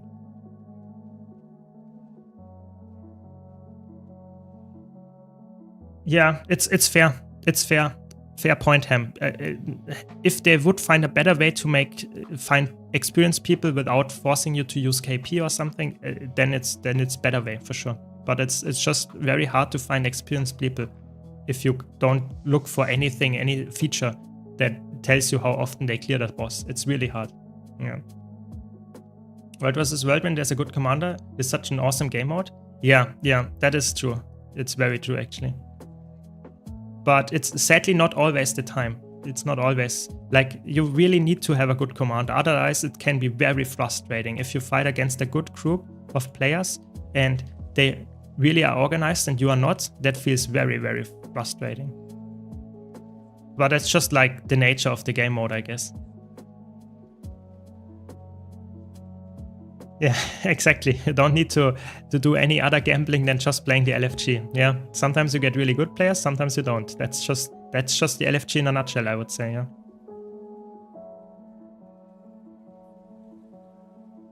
Yeah, Ritualist, I would say people that like to play Ritualist are probably happy with it. I'm not the biggest fan of minions, so I was already, like, before they announced it, before they like told us how it looked, I was already quite sure that it will not be my most favorite spec, just from the class idea. But the people that like those specific class fantasies with minions and stuff, I think those people are very happy with how Ritualist worked out. At least as far as I understood it. So I think they will leave it as it is because of that reason. Yeah, they might make some balance adjustments, but they will not change the gameplay loop, I would say. Pretty sure about that one.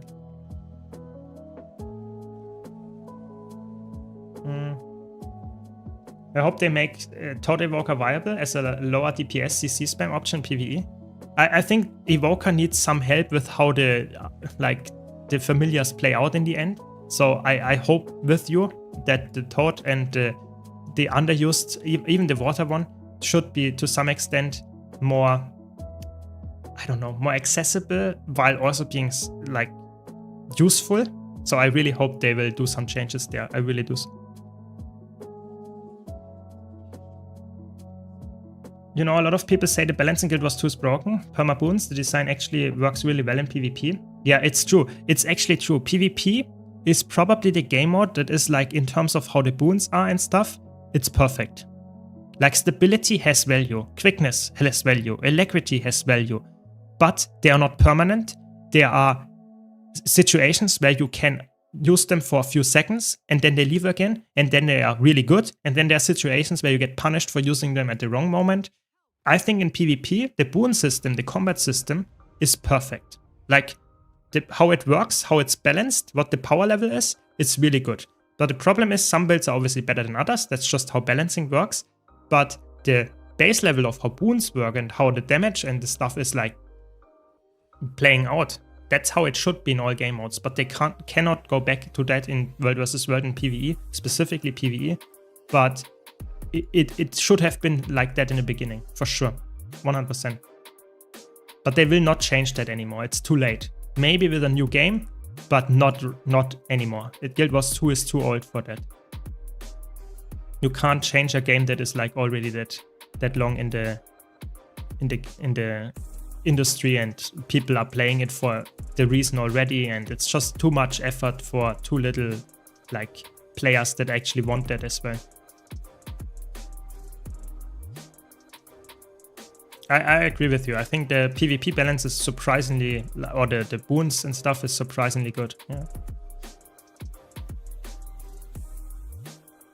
Yeah, Evoker is weird. Evoker is weird because the Evoker is strong, but the traits and how it works, it's like they need some interactions to make it more interesting to build craft around other familiars. Because like the specialized elements trait is like, again, weird. Some people like it, but it's in like all game modes other than PvE, it's complete garbage. So they have to look at some stuff and make it more interesting. I don't know. I really think Evoker needs some help. Nice, we did the mastery here. Is it this one now? No, it's the wrong one.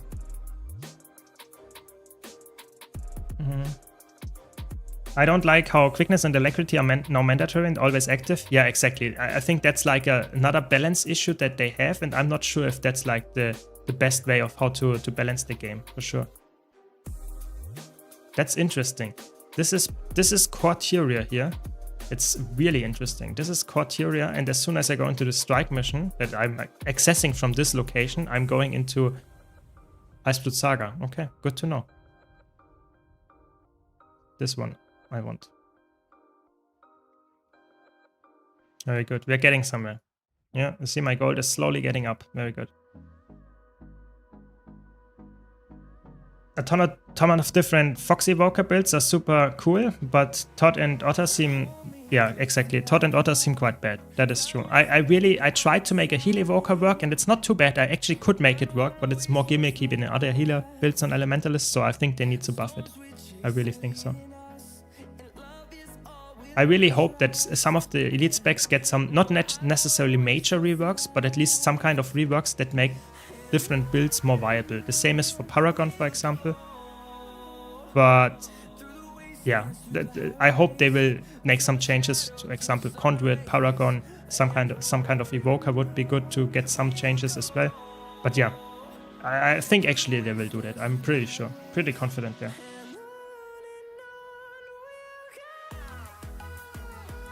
Yeah, this is true. Catalyst is one of the offenders that is really, really good in the game, but it's somewhat like boring in terms of design. I think the most important trait on Catalyst is the one that you actually get, how is it called? That you get the aura when you use a combo finisher.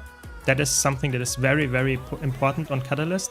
I think that makes Catalyst somewhat interesting in competitive modes, but in PvE it's not really a key feature of Catalyst. That's why in PvE Catalyst seems like you get a core elementalist with another F skill. That's it. So yeah, there are some problems with some of the specs already, even the ones that are not coming with the expansion that are already out. Yeah, that's just the nature of it, I guess. They need to balance some more, not only the new stuff. No, don't get me wrong, the boons are fun. I like to have boons, yeah. I'm not someone that doesn't want to have boons. I'm just saying in an ideal world, they should have designed the game around having boons, not permanently, but having boons in specific scenarios. So if there's a really hard-hitting attack incoming, your healer gives you protection. You don't want to have permanent protection on you because that's in the end just more stats that you have. That's like not a very interesting design. You want to have a build that provides protection regularly or something. And that's a really good build then, and not a healer has to have this like all the time. Stuff like that. But they will never go back to that. It's not gonna happen, so don't worry about that.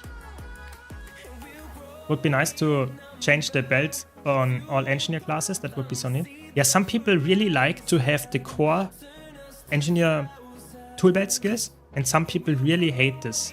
So to have that on the elite spec. So some people criticized Amalgam a lot for not having the core tool belt skills. Some people loved it. So I think it's really hard to please everyone with that. So I'm not sure what the best solution there is, to be honest. I'm not sure.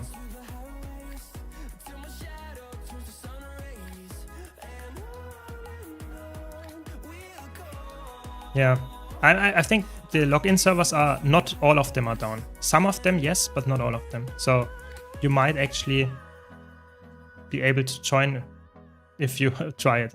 No, I can't open this one, but I can open this one. I don't know why I can't open the middle ones, to be honest. I have no clue.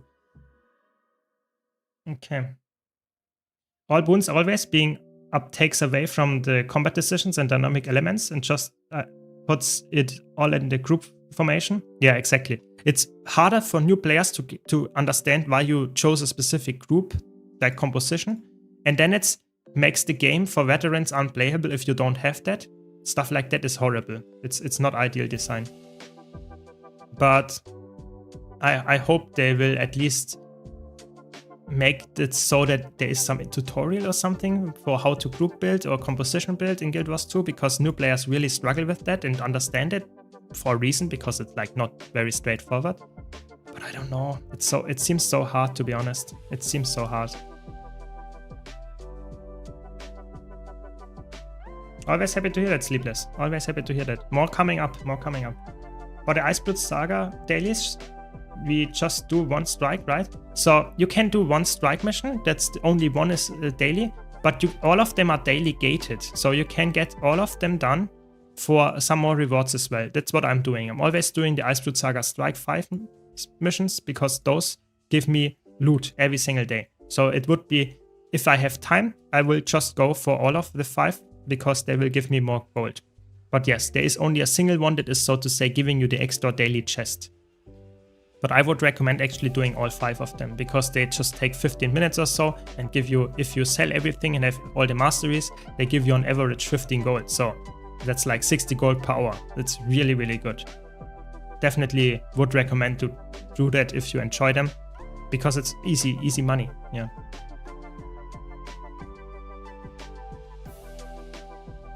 I think many can't log in, but not all of them. I think it's not specifically region related, as far as I understood. Some people from NA, some people from EU cannot log in. Some people can.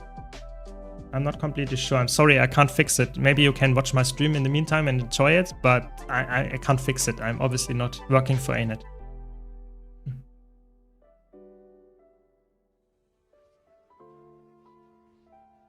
I mean, of course, if you don't have the time, then it's better to do one than none at all. But if you are having the time, I would say it's a very, very worthwhile thing to do, to go for all 5 of them. And I think they are quite fun because I think it's fast-paced content. It's quite easy to get into. And because of the ease of getting into, a lot of people are doing them. And you can actually find groups very, very fast. And I just think overall it's a very good mix of content.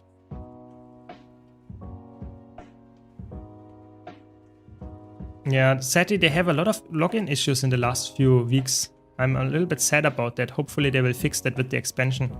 because that's not something that is enjoyable for anyone. So hopefully they will fix that.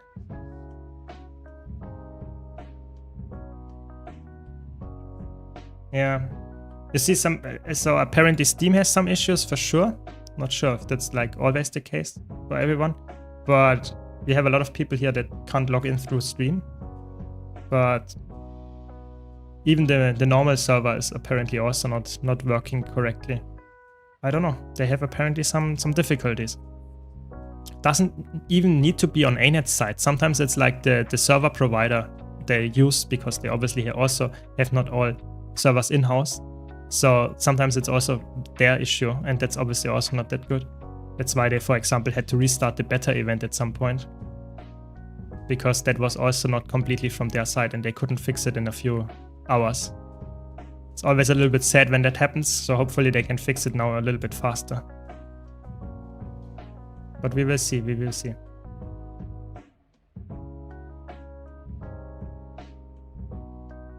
Yeah, I agree. I think it would be good if they could fix that stuff faster, because in the long run, that's like people not getting the game to play is a very, very big issue for sure. It's not a good thing here. Oh no, I got out DPS by the other healer. Not good. It's okay. Can you show your current build in a break? Yes, of course. It's a full Celestial build, booster gear, and those traits I'm just going for some Alacrity DPS for spamming my ambushes skills and get some nice damage output. It's not the highest damage, but it's more damage than if I would go for full healing. And I'm using, like I said, full Celestial with Staff, Energy Sigil.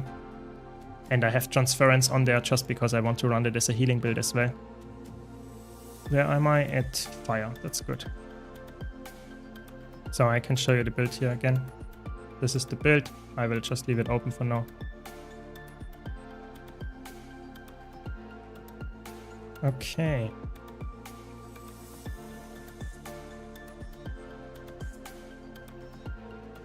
Yeah, I personally think, to be honest, the servers of ArenaNet are one of the best servers in the game, or in the industry. Why is that? Because I think actually they are able to upkeep them almost indefinitely. Like, there is no like maintenance ever. You can play the game 24/7, and I think that's a very, very unique feature. Not a lot of companies actually are able to do that. So I'm happy with that, but in the last few months they had actually surprisingly often some issues with logging in, sometimes with some, for example, when Push was released, not last week, but the months before that, we had some big issues with Push getting into the PvP matches and stuff. So yeah, I think they need to fix some of the back end there. But other than that, I think I'm actually quite happy with how often and how well they are doing it. I really am. Yeah. Is Arc DPS approved by ANET? Yes. Blishard Arc DPS, if you use the original features, so to say, not add-ons for the add-ons that are, like, say, Gray Zone or something like that, then you are completely fine. And Arc DPS, the base Arc DPS is approved. That's the only DPS meter that is approved by ANET. So you have to, if you want to use an DPS meter, you have to use this one. And you should also be careful if you have any add-ons that are on top of that. Also for Nexus, which is also allowed. You can use Nexus to use other things to improve the quality UI of your game. You should be careful because there are also some unofficial add-ons that you should like use at your own risk and probably in that regard not use at all. Stuff like that. But Arc DPS, Blishard are completely fine. Yes.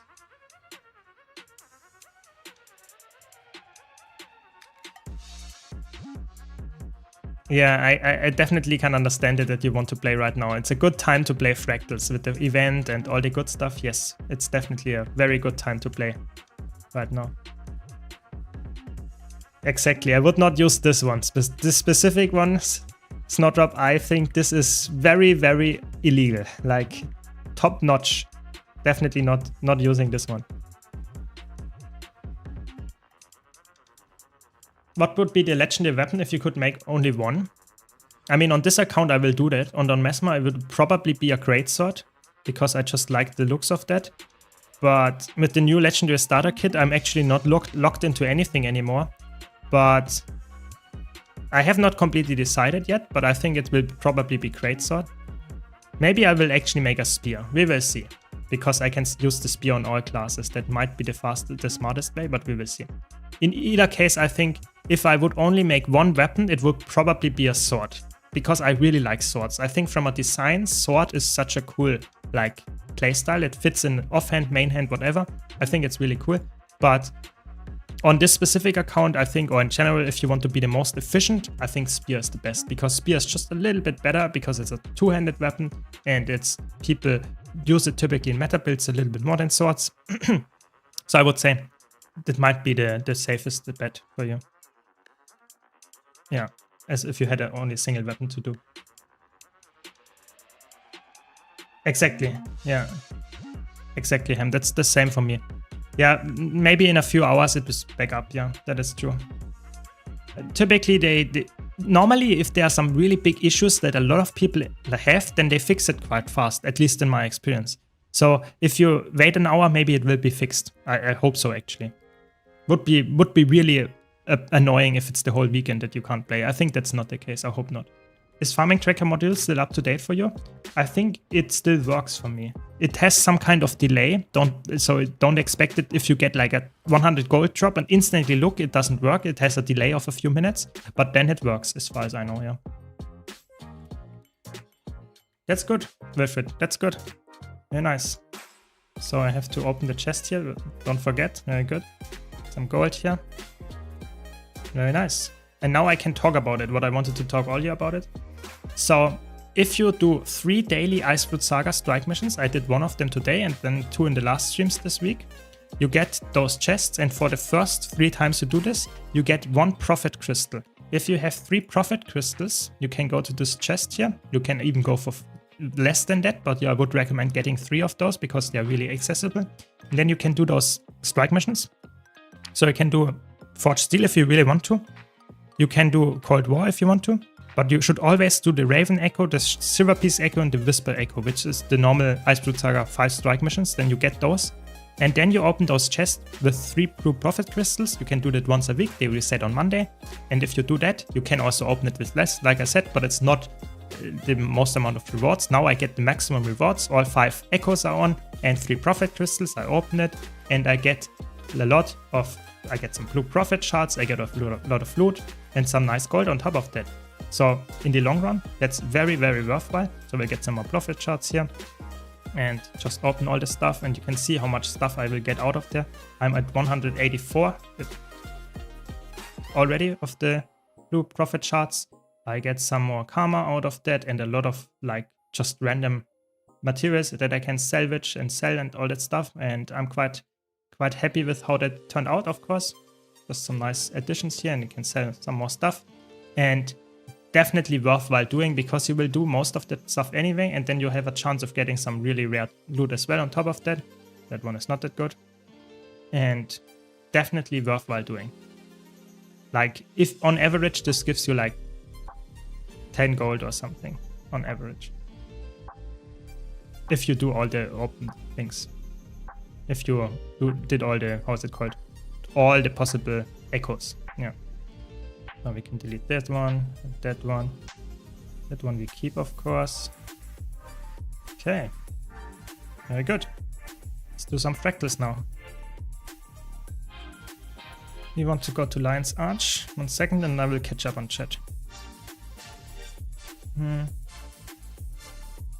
Which spear is easier? Which legendary spear is easier to build? I would say the Generation 1 one is very easy, because you can now get the legendary starter kit for it as well. In the bonus events here, just from farming fractals, you can get this legendary starter kit universal key, and in there you can get the Kamuroto Tali, or how it's pronounced, spear starter kit, and then you can make it very easily. Maybe that's even the one that I will go for now, because it's obviously very good on this account for using multiple characters and stuff. So maybe that's a good one for me here as well. But yeah, this starter kit, by doing the event in the next 3.5 weeks, you can do this, and you will get access to the legendary weapon starter kit. And then you can use, if you are doing that like me, for example, you can use another legendary starter kit that we currently have in the Wizard's Vault. And if you combine those together, you have like, I don't know, 50 to 60% of the gold already for the legendary. So it's really, really lucrative. Yeah.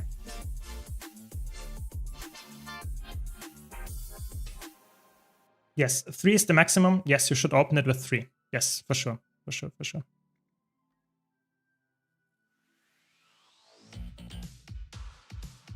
I'm not sure, Snowdrop. I'm not sure if the community would like that. Do you know what legendary will you craft? Probably for now, I'm either Greatsword or Spear. I'm not completely decided yet. It's not like completely necessary that I decide right now, because obviously it, yeah, I will have some time to grind until then. But for now, I'm looking at Spear or Greatsword, I would say. What is your favorite class in PvE and PvE solo open world, and why is that so? So in PvE, I like to play Mesmer, Chronomancer, if I play in groups, because it's just the best carry build for me, Healed Chronomancer specifically. But if I play open world, my go-to build is currently Renegade. Like Condition Renegade for solo open world content, it's really good because it is high damage output, good sustain, very skillful build, very fun build to play for me. So I would say overall, just a perfect mix because of the high aggressive damage output for a solo build. It's just very like gets things done while also being somewhat like safe as well. It's not too aggressive. So I think it's a very, very good solo build. Those two builds would be my answer to your question. Yeah, the Spear is insane value, I would say so, yeah. That's why I might actually... I was always saying, oh, I want to craft Sunrise, but now when I think about it, maybe Spear is the better choice now, just because of how strong that actually might be here with the value of the new starter kit as well. What are the numbers on the top left for? Top left. Yes, those numbers mean the agony resistance those players have. So I will currently have 0 there, yes, because I have 0 agony resistance. I don't need that for this fractal scale anyway, but those players have 131, 18, 18, 166. So if you want to get the highest fractal done here, fractal 100, you need 150 agony resistance. But for those fractal level 1, you don't need those. There, okay. How much gold will you need to make with the starter kit? New player, I have no idea. So the starter kit, so typically a legendary, if you want to craft the legendary for yourself, it would cost like 1.2 to 1.5k depending on how much you value all this stuff and the current market value. So let's say 1.5k gold. And if you now get the starter kit, you will get a lot of the materials that you need for that. And if you get 2 starter kits, you get obviously more materials. So I would say for most players, it's like a value around like 500 gold, one starter kit, roughly. It's a little bit harder to rate. It depends a bit, but I would say 500 gold, something around that, yeah. So definitely a high value item to get. Probably the best in terms of value if you want to craft the legendary in the future from the Wizard's Vault. Yeah.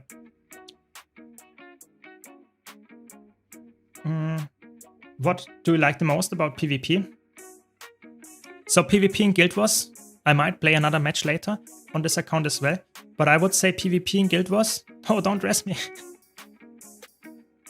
Don't dress me. Just wanted to go fast. But yeah, PvP in Guild Wars is fast-paced, it's very responsive, so I can outplay the opponent because I played faster, I played smarter. I have very many ways to theory craft. It's not only there is one thing that I can play and that's it. No, there is a theory crafting. If I play Reaper, there are 5 different builds that I could play. Yes, there might be one that's the best, but still. And I think it's quite fast. Wait, there's not this? Yes. Yeah. So, and other than that, I think it's very like, it's just fun. It's responsive. It's snappy. It's a very good combat. It's just designed for Guild Wars 2. The PvP is just the best part about the game in terms of like how it's designed. Guild Wars 2 was always designed as a PvP game, if you believe it or not. So I would say because of that, it's just, you feel it. You feel that PvP is just very, very fun. I can get why people don't like it, yeah? Because people play an MMO after all, and PvP is not necessarily something that you would expect or want in an MMO, but it's very, very good in my opinion. That's why I like it. because it feels just very, very fluid, and it's just a good like mix between tap target and action combat. That's why I think it's just so good. Do you have low intensity builds for World vs. World? Not really, not really. World vs. World, maybe I will do some of them, but not right now, I think. No, sorry. Yeah, it's still quite expensive. That's why my goal is to get this done before the... Nice. We did it. Very good. Another more. Very good. Oh, some food service. Nice. What do we get? 2% to all attributes. Okay, I mean, I guess that's fine, I guess. 100 toughness while the health is above 90%. Interesting. Okay. So let's catch up on some questions. Thanks, Colin. Thanks a lot for the Prime. Really appreciate the support. Thank you very much. Hope you're enjoying the stream. Yeah, legendaries are expensive. They are a grind, and that's okay. You know, you don't want to have your big ticket item be able to be gotten in 2 days. That would be boring. You know, you want to have something that you can work towards. It's after all an MMO. You want to have something that you can work on. Really, yeah.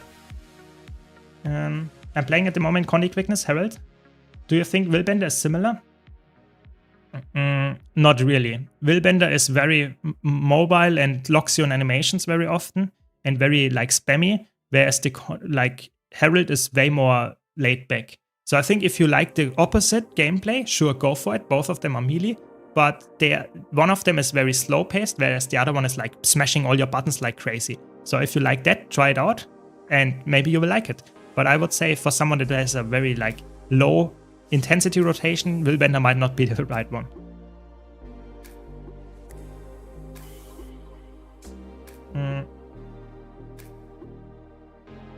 And yet I bet only 20% of the players play PvP and World vs. World, especially if you exclude people just doing it for legendary mats. Yeah, I think like the biggest part of the Guild Wars 2 community is playing open world only.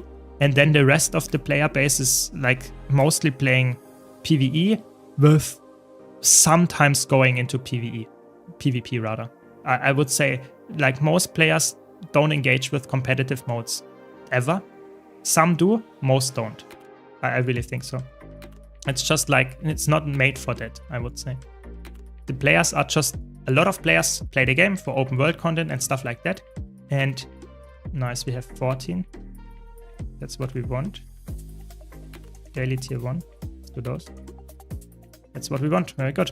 But yeah, I agree. It's definitely not something that a lot of players actually engage with all the time. But it's fun. You should give it a try because maybe you will be someone that enjoys it. And I think just trying it will not hurt you, definitely. Watching all your stuff at the moment, I'm really enjoying. Keep up the good work. Yeah, don't worry, Colin. More to come. I will do. Yes, I agree. It's really enjoyable. The unranked matches give you some interesting people sometimes, though. Yeah, that is true. Unranked is like not for everyone. But try it out. Unranked is like nothing to lose.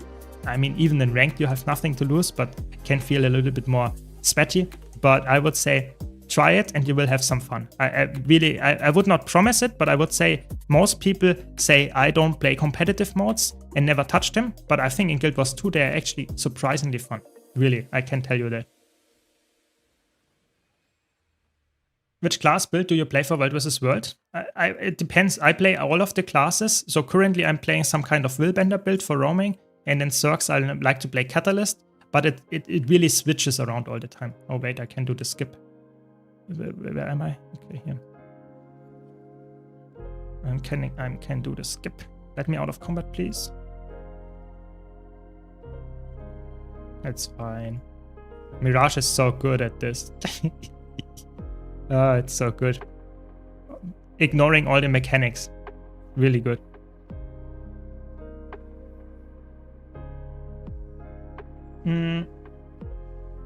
Personally play Guild Wars 2 for the open world content? Yeah, I mean, it makes sense. You know, everyone should play the game how they enjoy it. That doesn't mean I will tell you this is the only way to do it. You should change the gameplay and play it how you like it. Sometimes this means that you play only open world. Sometimes that means that you play all the game modes like I do.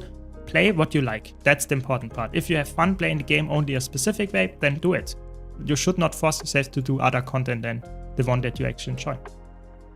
I have difficulties changing characters now that I'm full ascended. I can't do it again for another character, so I'm just farming for legendary. I mean, that's also a goal. If you enjoy your character, you don't have to switch it up. I think why would you change your running system? If you like your character, then stick with it until you have legendaries, and then you can try out some new stuff. But don't be too sad about it, because legendaries are obviously quite expensive, and ascended gear, when you play the game more on a specific character and you don't need it, you actually get quite a lot of ascended gear. I have a question about, does pistol Deadeye can be used on higher tier Freckles? Yes.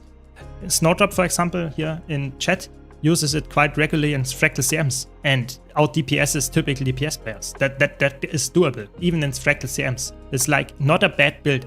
I would say in Freckle tier 4s, be careful though, because oftentimes you want to cleave, and cleaving with pistol data is a little bit challenging, but in single boss encounters, it's actually surprisingly good. Like, really. Does unranked give any rewards? Yes. I'm playing on this account because I can't play ranked yet. I play only unranked, and it gives decent rewards. Like, a lot of my gold that I have on this account here is just from playing random PvP matches. Exactly, Final One, exactly. You just have to try it. You can't say I don't like PvP or don't like World vs. World without having tried it. Yes, you might not like the mindset of competitive modes, but maybe you enjoy it in this game, you know? So just give it a try. It will not hurt you. Welcome. My mate tried PvP a while back and enjoyed it. He's not good at it, but he said it's fun. But because he's not good, he used to get like messages, you are bad. Yeah, I mean, it's like competitive modes always have that issue. So any game that is competitive, if you have anyone that wants to be really high rated and fights with someone that just wants to have fun, that will lead to some toxicity at some point, which is not good. I will not say that it's good, but I will say that this is very commonly the case. That's the problem. You can't change that, sadly, not really. So just ignore those players. That's my tip there.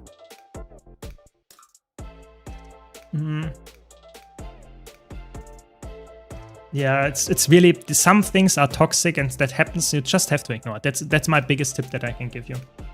Yeah. Now you can choose from formats in unranked games, which I think is cool. I agree, I think that's really cool. I was actually surprised that they just did that, 4 maps, and I was seeing, since when is that? But yeah, I'm actually quite happy with that one.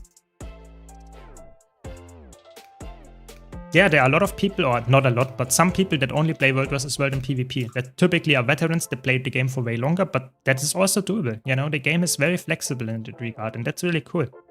You have so many different communities, and that's I think a good thing. Yeah. Yeah, game is having some login issues, yeah, sadly.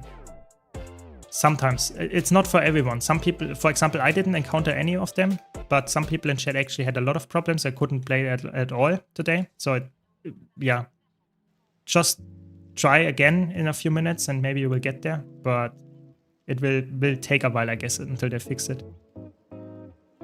If your cheat guild was 2 as a sandbox MMO, you will enjoy it too. Yeah, exactly. I think always if I would like categorize Guild Wars 2 as a game where you have to set yourself your own goals. As soon as you reach level 80, there is not a real goal, not a real carrot to chase anymore. It's more about like you have to find yourself your own goals. And I think there are so many that you could consider. You just have to find the ones that are fun to you. Yeah.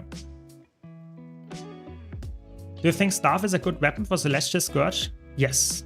It is a decent weapon. I would say it's especially with the transfusion trait, it's a decent weapon as Celestial. Yeah. What do you suggest? Pistol data or power revival mechanist? I would say it depends what you enjoy the class fantasy of more. Pistol data is a little bit less button presses, but also a little bit less DPS, whereas the mechanist has more button presses and has more DPS. So if you are willing to trade a little bit more complexity, then you will get more damage out of that. But it obviously depends a bit what kind of player you are. I would also go for the one, if you really dislike having a pet with you, then don't play Mechanist. But I would say choose what you like, yeah. Yeah, I mean, it's fair, you know, some people really like PvP, like World vs. World and really hate PvP. I think you should play what you like, you know. Some people say it completely other way around. PvP is amazing, but World vs. World is very boring. Yeah, everyone has a different opinion and it's completely fine. Completely fine. How many event dust are you at so far? So I'm on this account, let's check. I think I'm at like almost 200, yeah, on this specific account. On my main account, I'm like a little bit lower, but still, I will get there. I'm not like grinding crazy because I know I will have to do it next week again, and it will be more like, how can I say, more effective to just do every single week and weekly and daily, because I will get something on top of that. So I'm just like doing it more efficiently, but you could actually have it done already if you wanted to. But you obviously don't get the legendary yet, but you could at least have the achievements done for it. Yeah, exactly. You can close the chat, or you can just ignore those players, always block players that are toxic, stuff like that. It works. Do you think there's more people playing Guild Wars 2 now than ever at any point before? That's really hard. I have no numbers to prove that, but at least for me as a content creator over the last few months, I really noticed some big influx in terms of new players and stuff. So I would say, at least in the last 5 years, I actually would expect yes. In the last 5 years, I would say so. In ever, I'm not completely sure if it's like ever, but maybe. Maybe. Sadly, we don't have any numbers there. I really don't know. But I think it's definitely in one of the highest like played MMOs out there. Like top 5, I would say, player numbers in terms of MMOs. It's really, really active right now, which is really good. Really, really good. Would you recommend pushing fractal levels or grind fast queue for a legendary starter kit? I would say depends on your playtime. I would say doing the dailies is always a good thing, and then going for the fast queue after that if you have more time. That is probably the preferred way, I would say. Yeah. I will do it somewhat similar as well, to be honest. I can heal those guys, I guess.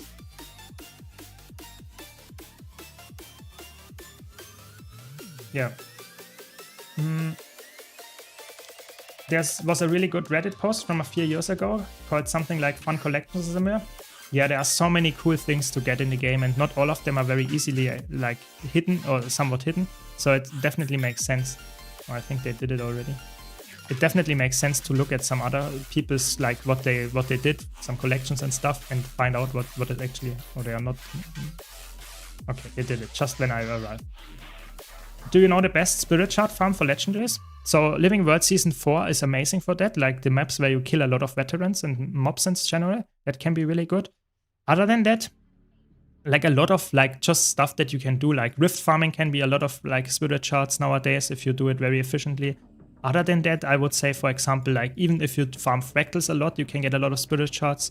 It depends on the game mode that you enjoy, and you will find something for you. But I would say probably the most accessible one is definitely rift farming. Like farming rifts over and over, just killing the mobs very, very fast is very, very like easy to do and gives you a lot. And this guy just jumped down.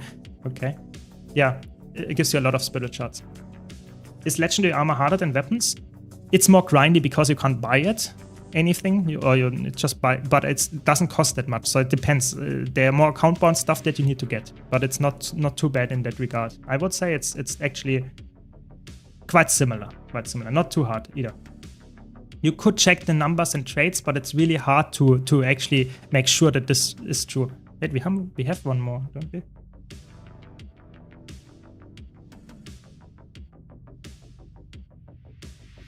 No, they just skipped one.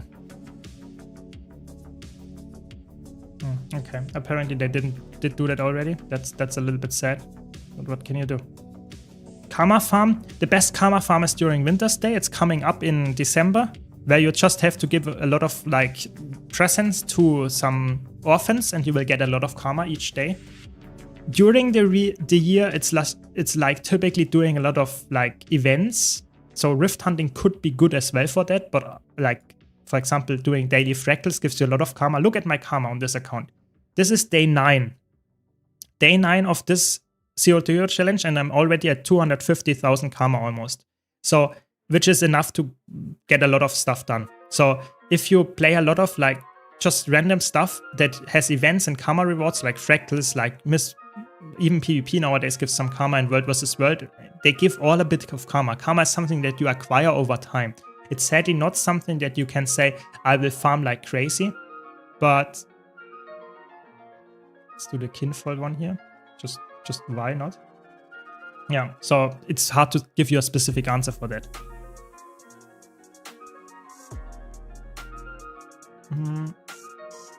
I tried to watch all your content. As a veteran player, I have learned many new things by your content approach the game. That's very good. If I can help veterans, even better. Yeah, but if you have any other comments, let me know as well. Always happy to improve my content even further.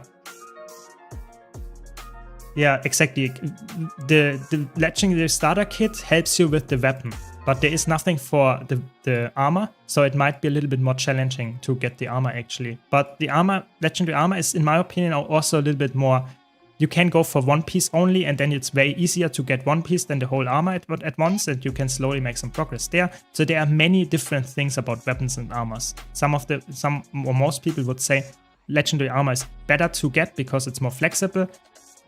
Yeah, choose for yourself. I would say both of them are definitely worthwhile goals in Guild Wars 2 to have.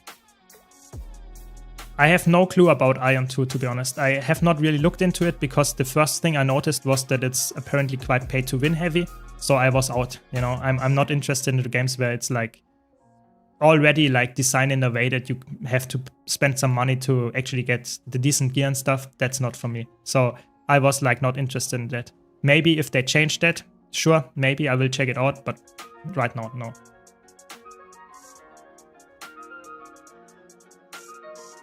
There is, if you want to get to the heating chamber in Taumanova reactor fractal, you can get those cooling rods and you place them in the left and right side of the chamber, and you get some safety bubbles, and then you will not get burnt.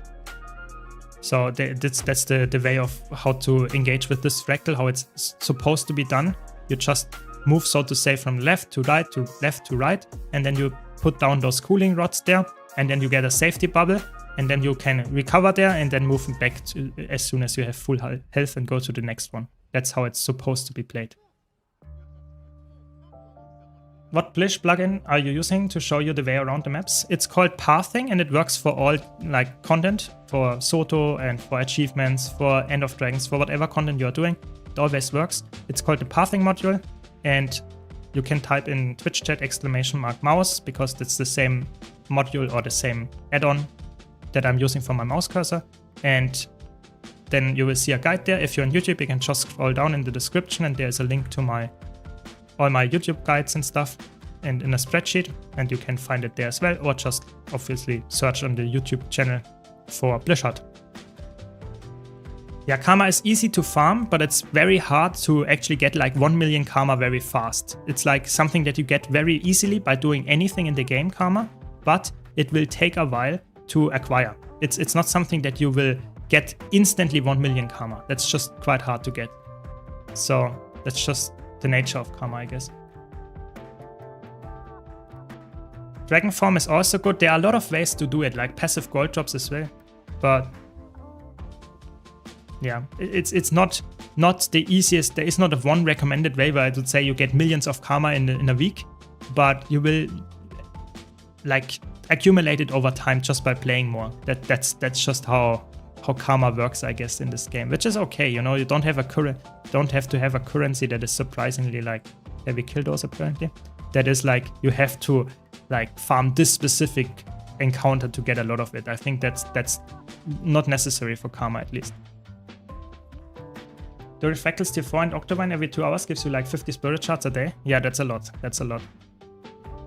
But it's fine, you know, a spirit shard, some people have really crave spirit shards, and other people like me have like way too many of them lying around even after doing all the legendaries. So it's like everyone is a little bit different, and I think that's the nature of the game as well. If you have such a big game like Guild Wars 2, there is always someone that has crazy amounts of that because they like doing the specific thing that gives a lot of it.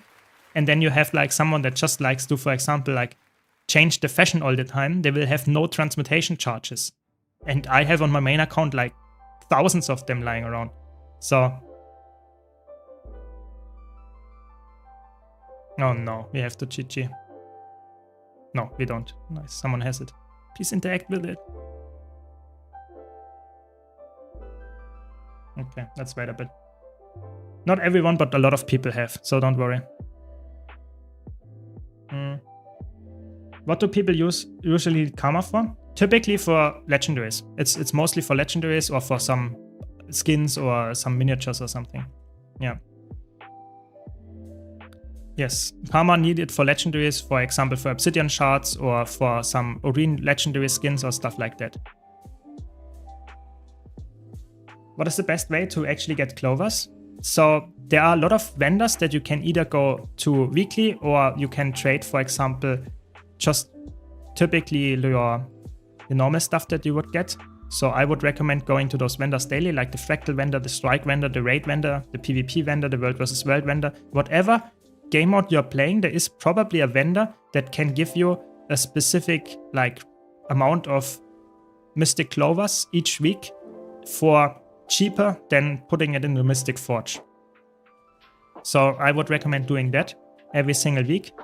But other than that, it's like doing PvP and World vs. World reward tracks to get Mystic Clovers. The correct ones, not all of them give you that, but most of them do. And if you still don't have enough, you have to actually engage with the Mystic Forge. That's just how it's designed. Yeah. I mean Warrior, but I feel like it's too much sweating as a Power Berserker for average DPS. Yeah, Power Berserker is quite spammy, so you need to play quite a lot of different button presses. Tell me what other class you might want to play, and I will give you a really good answer to that. What you could also play on top of that. I started a new character, another engineer of course, and by doing map completion and story missions, I gathered around 600 spirit shards alone. Yeah, I mean, spirit shards, you know, I think Alka mentioned it at some point in the stream. You need like 5k spirit shards or something for getting all the Oreen legendary weapon skins or something. So it's like quite grindy. But if you like this kind of like farms, then you have probably enough for that. It always depends, obviously. It always depends. Some players never engage with that and don't have enough spirit shards then. Makes sense.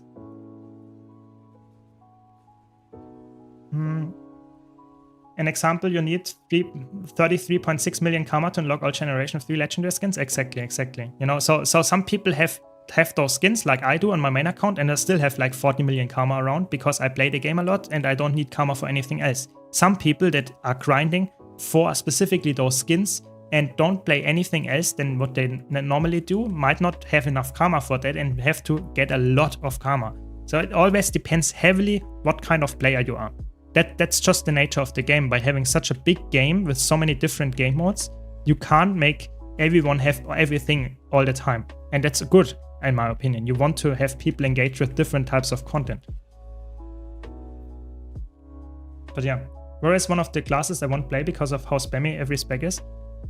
Yeah, Warrior is like not for everyone. And I think that's okay. Not every spec has to be for everyone. But I think Warrior needs some kind of like a little bit of adjustment. I really hope we get more Warrior adjustments in the future as well. Because like, don't get me wrong, I think Warrior is quite fun and stuff, but it's not like, not the best. The Mystic Toilet gives you a 33% chance to craft clovers. Yeah, I mean, it's obviously in the long run, you will always have the 33% chance on average, but if you're just putting in 10, then it might be good or not good for you, yeah. I should prefer to stick with one class, choose it and master it. That makes sense, Tony. Just let me know which kind of class fantasy you like, and then I can tell you which build is really good for that. Because you should always choose a class that you actually enjoy the look of, the gameplay, how it looks, or the class fantasy. And then in the end, there are so many builds for each class. You can just find a specific class that is interesting to you, and you will enjoy it with a good build. Yeah. Yesterday I saw a video of you playing this Mirage Condi build. I liked it. That thing is, I came for Virtuoso power DPS, so it's hard to not see big numbers. That is true. It's definitely, Condi builds don't have big numbers. You know, you have some big Condi ticks maybe, but you don't have big numbers. So definitely something that you might be a little bit sad to miss from a power Virtuoso build, but this build is also quite fun. I like it because it's very flexible. You know, I can play a healer, I can be an electricity DPS with the same gear. It's not perfect, but better than nothing, I guess. They don't have any announcement on the official website. Yeah, they don't do that regularly, typically, those announcements, as far as I know. Nice, that's good. At least some people can log back in now. That's good, that's very good.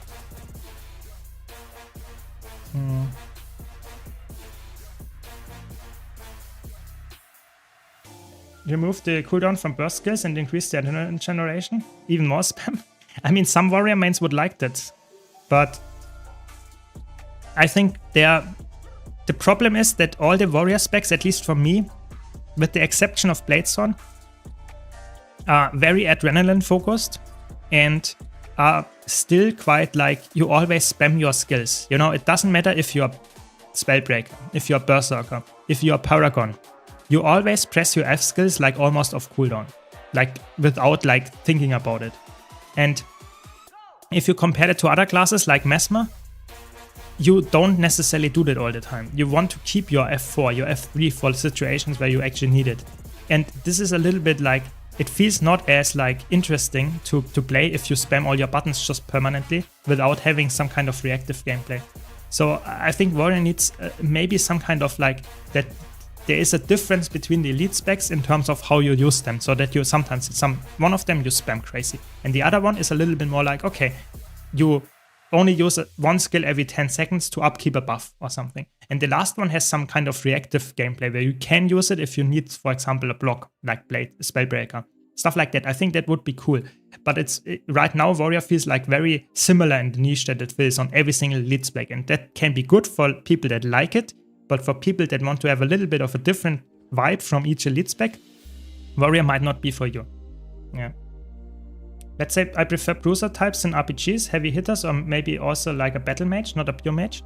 And maybe you could try out Guardian then, to be honest. Guardian is like some kind of like holy warrior, and Guardian is really good right now. And what is a good build right now for Guardian to play? I think Dragon Hunter. Dragon Hunter is a very good build to play. You can play Dragon Hunter in all game modes. Dragon Hunter has very good power DPS. It's not as spammy as Berserker is, and it's more combo driven. So you want to get your big burst during your specific attacks when you have the spear on the enemy. Stuff like that. I think maybe you should give it a try. Other than that, I would say you could play Power Vindicator. It dodges on enemies. That's also somewhat like a warrior with a little bit of a different, like a lancer, like Paragon, or how is it called? Not. There is this how is it called? In Final Fantasy XIV, there's this like Dragoon. That's how it's called. That one, it feels a little bit like that in Guild Wars 2. That can also be for you. I think that makes sense. That's quite similar to what you describe. Would you enjoy, Tony? I heard Spear Warrior helps with that, but requires Chantervals. Yeah, Spear Warrior is not as spammy, but you need Chantervals. That is true. And it's also not the best DPS build right now. It's a good one, don't get me wrong, it reaches high numbers, but if you want the absolute highest numbers for Warrior, you would probably go with a more spammy main hand, offhand mix, like Mace, Axe, Dagger, and stuff like that. I've always liked Chain Lightning in games, any long-range chaining build. Not really in Guild Wars 2, that doesn't really exist in that regard, and maybe we get that, yeah, maybe with Evoker you get some Chain Lightning there, but in the other things, not really, to be honest. Not really. 40 fractals completed on this account. Not bad. And I'm done with the mastery. Very good. Can you explain how to use F5 on Boon Chrono in World vs. World? So, in World vs. World, you can't get like a lot of clones up. So you will typically use it on a short duration. So you want to use it and really don't waste it when you need a lot of like instant cast. When you have, for example, all your shatters up, you want to go into F5, press all your shatters and come instantly back out because it only lasts a second. So stuff like that can be really helpful if you have a push coming or if you want to double up on a specific skill. So for example, if you take, for whatever reason, you take Veil, yeah, which is a glamour skill that we can cast. And if you cast it and at the end of the cast you go into F5 and then back out, you can double cast it.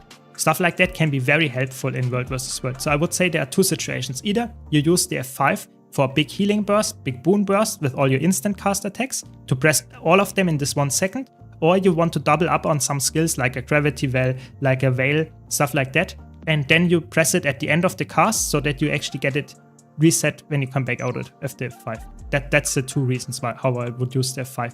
Other than that, you just have to be careful with the positioning. You know, in 1 second, you might not move that far, but you can still move. So if I start my F5 here, then I move here, and then I move back into the where I came from, and my enemy team is here, and my allied team is now here, I might die here. So be really careful when to use the F5.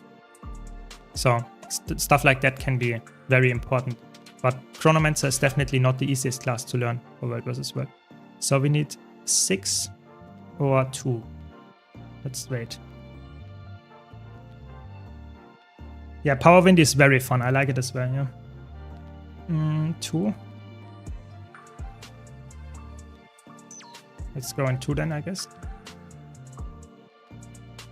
Yeah, there are some problems with the connection. That is true. Some people have problems.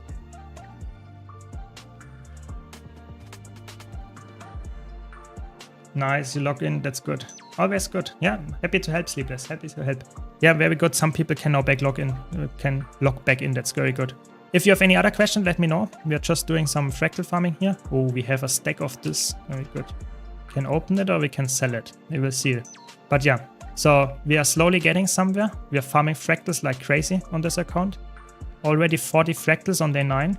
Ah, I have my mastery. Almost forgot my mastery. Very good.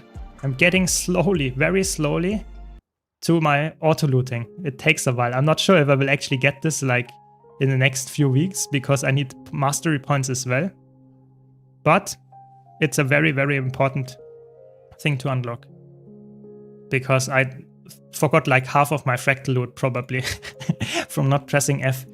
It's just so against what I'm normally doing, you know, moving fast without pressing F all the time. But here on this account, I have to press F like crazy.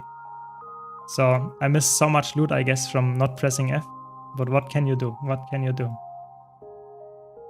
Okay.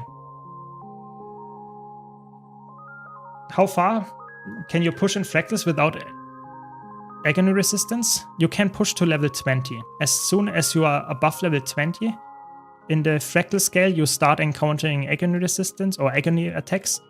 But before that, you have no problem. So that's why I'm playing like level 20 or lower.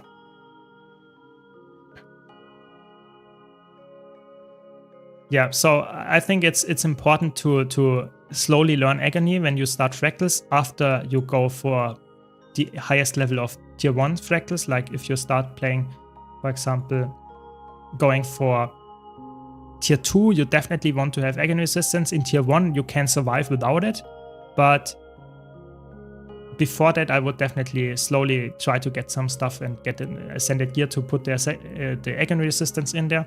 But after that, wait.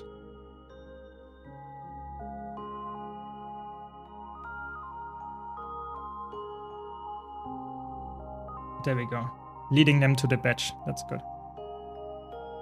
I noticed that on Mesmer stats is now 3rd most amount of characters, so I assume lots of people are now making one. Yeah, Mesmer is really good, and I think a lot of people, the class is very unique, you know, especially like, I know that a lot of content creators that tried out the game recently. For example, Sepla played also Mesmer, and I think that's like heavily influencing new players as well to try it, because it's obviously, it seems very unique. Not a lot of people actually have Mesmer in other games as well.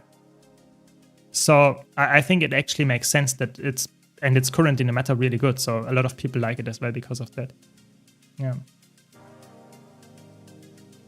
Is there any way to move agony resistance to another character? Yes, you can remove your infusions and then you can, for example, just equip it on the other character and then you can, so to say, move your agony resistance. That's one way, but it can be a little bit annoying because obviously it's not that easy. You need an extraction device for that. Can be a little bit annoying to do. Other than that, there is only one real way to get just get account bound agony. Some of the agony stuff is account bound. If you go into fractals, like for example, fractal god, so getting very high amount of like fractal relics and stuff and spend it on a vendor, you get account bound agony resistance. That's not something that I would say a new player has access to, but this will make you, when you play a lot of fractals, way more easy to swap between the different characters. So on my main account, I have like almost 50 agony resistance, almost, just from like achievements and stuff. So that means I just need 100, not a little bit more, but almost just 100 of agony resistance to equip a new character. That can also help. But of course, the most important way is just equipping infusions. You can't change that, sadly. That's always infusions. That's just how it is. Yeah, Bard or Troubadour, oh my god, will be definitely an elite spec that is quite liked. People will like it. No, don't rest me, just let me resurrect. Very good. I think that's the biggest reason why one gets so many Ascended Ring jobs. You can start with that from AR. Yeah, exactly. The rings is something that is very easy to acquire a lot of AR from, because you can infuse them, attune them, and then you have like 3 times 2 slots for Agony, and then you have like potentially like 60 Agony already in there. So it can definitely be something that is very easy to get to tier 3 actually, almost, with the Agony resistance. Yeah.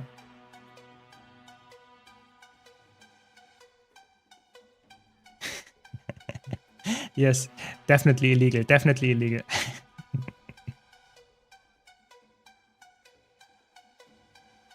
Yeah, Virtuoso is very different from Core Mesmer, and because of that, it is, some people like it more, some people like it less. I personally like it in PvE, but as soon as I go into competitive modes, I really dislike it, like really. Because I think in competitive modes, I want to have a fast-paced Mesmer instant cast attacks, and in competitive modes, the slow cast can be really painful, but that's just me. I definitely understand why some people like it. So, yeah, now 2 stacks already. Crazy. So we need one more daily recommended 6 for the recommended fractals, and we are done with dailies. Very good.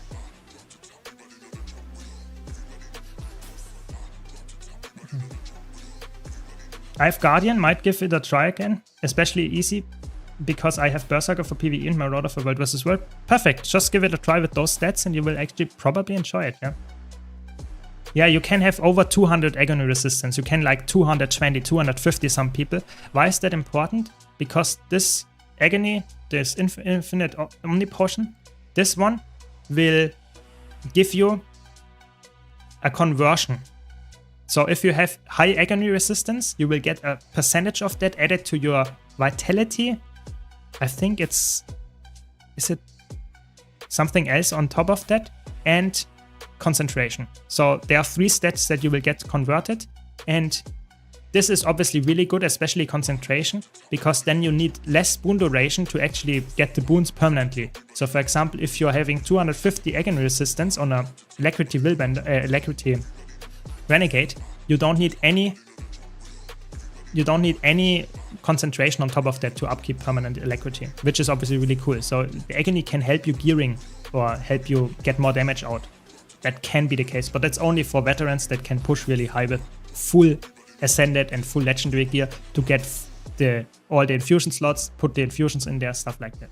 But yeah, that can be definitely something worth doing. What do you think about the boon DPS meta at the moment? Seems like Quickness Herald taking a big hit. Yeah, I think Quickness Herald is, if you want to have some decent DPS, don't go for Quickness Herald. But Quickness Herald is very safe in the quickness uptime, and sometimes that can be way better than having something that does more DPS, but the quickness is lackluster. So I think the quickness meta is actually surprisingly fine. There are so many different things that you can do. Like, really just play what you want, and you will probably have for each class a very decent quickness DPS. I think it's quite good. Yeah. Please, next time you create a new build for certain classes specs, please provide an alternative build as well. For example, if the build uses Rune of the Trapper, you should provide another alternative runes. So the problem is, like, I create a lot of builds, yeah? And I try to make it so that new players have an exotic version in the description down below always. Like Ascended and exotic in the description. But if I then also put like an alternative version and another alternative version, because some people don't have that either, it's actually getting quite like crowded there, and I think that's not what I want. I want to have a build where I can say this is the build that you should play. If you don't have a specific piece, just ask in the comments. If you have a specific like question, I don't have this, I don't have that, then just ask. I will give you an answer then.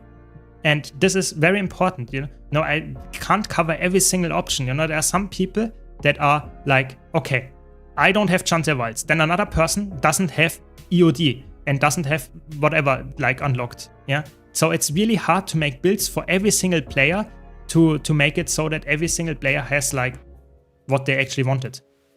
So I will make a guide, put the link to the videos or to the builds in the description that is exactly the build that I play or would recommend. And if you have a question because you can't get a specific part of this build, just ask and you will get the answer. That's my tip. Would you recommend Mesmer over Elementalist for World vs. World in PvP? No, I think Elementalist is actually better right now. I would say Elementalist for competitive modes, it's easier to get into and it's probably more flexible. Really, I think so. I think Mirage is really good in PvP right now, but it's so hard, or it's quite hard to play.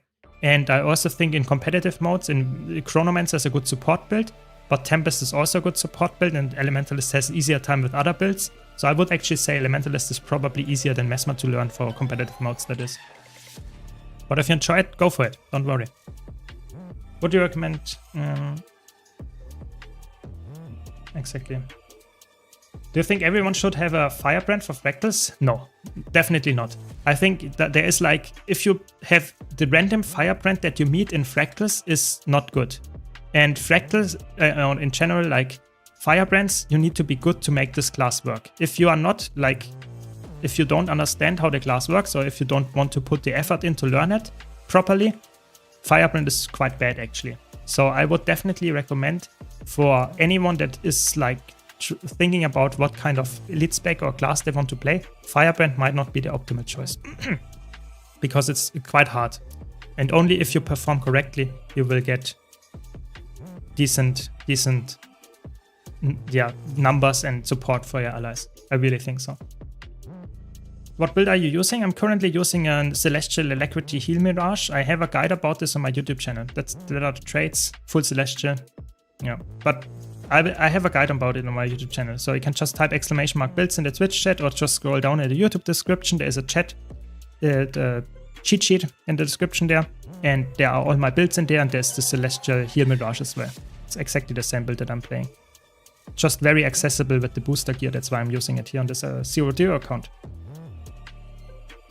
Exactly, yeah. So you get 15% wound duration, which is obviously really good if you have 150 AR. That's like very, very good. Just stats on top for wound DPS for sure. I still use your open world solo Necromancer build.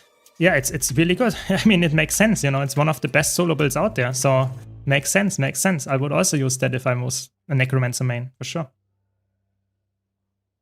Welcome, Likely. Welcome. Very good. Yeah, the auto loot mastery is amazing. I'm working on it. I have like the first part done, but I got the fractal mastery first, so now I get finally more loot from fractals. That's very good. But yeah, definitely a good thing. Auto loot. I forgot like maybe not half, but quite a bit of my fractal runs I forgot to loot the end chest. So I'm happy when it's not, when I don't forget it anymore because it's automatically looted. Yeah. Can you inspect the fashion of the purple looking person real quick? Yes. Just for you. Swaggering hat, patent racing scarf, Kabbalist coat, Aurora gloves, aristocrat pants, and blissful boots with flowing silk scarves backpack. Looks quite cool. Bloodstone Indigo and Permafrost.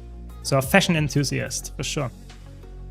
If you missed something, you can also go back to the VOD. I always upload my streams on YouTube, so you can just watch the VOD as well. That goes not only if you like this fashion, but also in general if you want to have like any replay of what I did, what I said, or you missed something, you can always watch all my stream VODs, not only the 0-0 challenge VODs, but all of them on my YouTube channel as well. Just want to mention that here. But this is a really cool feature. I'm really happy that they introduced this. Like right-clicking on someone and then inspecting the cosmetics, and you can actually see what they have equipped, what skins, what dyes. It's really good. I think it's one of the best features they actually made happen, and I hope they make more of that happen in the future as well. So I will, I guess, when they open the portal, I will leave a portal and go back. That's what I will do. Very good. There we have the... Yes, very good. Another one. Very good. Maybe we can actually get it done. No, I don't think so. No. Sad. Almost. Is the Omni Potion the only potion I need from Fractals? Yes, it is the only one. Normally you would have to have multiple ones, like 3 different ones that you then can combine, but with this release of this Wizard's Vault update, you don't need that anymore. So now you are completely lucky and can change that. No, they died. You can just get the one from the Wizard's Vault and you will be good to go. It's really good. It's amazing update for new players for sure in that regard.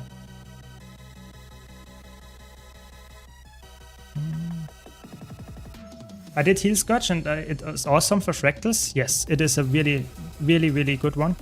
It is, in some Fractal CMs, it might not be the absolute best choice, but in like normal tier 4s, it's amazing. You can carry your group very, very hard with it. Yeah, it's a good one for sure. No, I lost it in the last second. Okay, that's fine. Can do this. No, don't rest me. People don't know this GG strat at this level, I guess. That's fine. That's fine.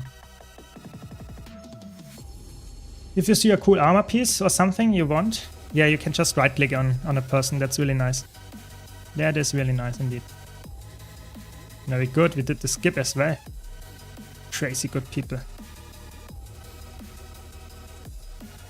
Next goal with the Fractal Relics would be the backpack if you haven't that. Yeah, the Fractal backpack is actually one of the best or most accessible legendary backpacks, I would say. If you want to play Fractals, it's actually, you don't have to do any challenge modes for them. You can just farm normal tier 4s and the other recommended and stuff for it.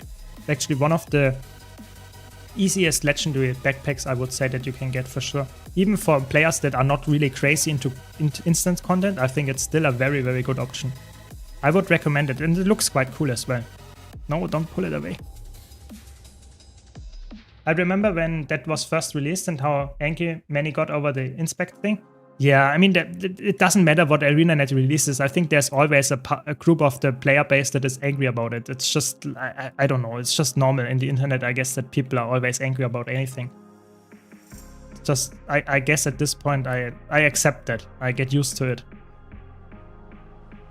Is there a place or website I can see which weapon skins, armor skins are most popular by each player? I'm not sure. I'm not a fashion player, so maybe someone here in chat has an answer to it, but I'm not sure. I don't think so actually. You can go to efficiency. That might be true. You can see how many are unlocked, and that can give you some kind of tell what kind of things are actually people like to have, because a lot of them have it unlocked, but it's not too easy in terms of to see what actually is getting used a lot. I don't know. Okay, there we go. I haven't played any hammer builds, any good builds for Warrior, Guardian, Revenant, or Necrom. So Revenant, don't play with hammer. That's straight up in PvE. If you play with hammer, you are trolling. For Necromancer doesn't have any hammer. Guardian has a very good hammer camping DH build, where you just press your auto attack. So let me hydrate for a second.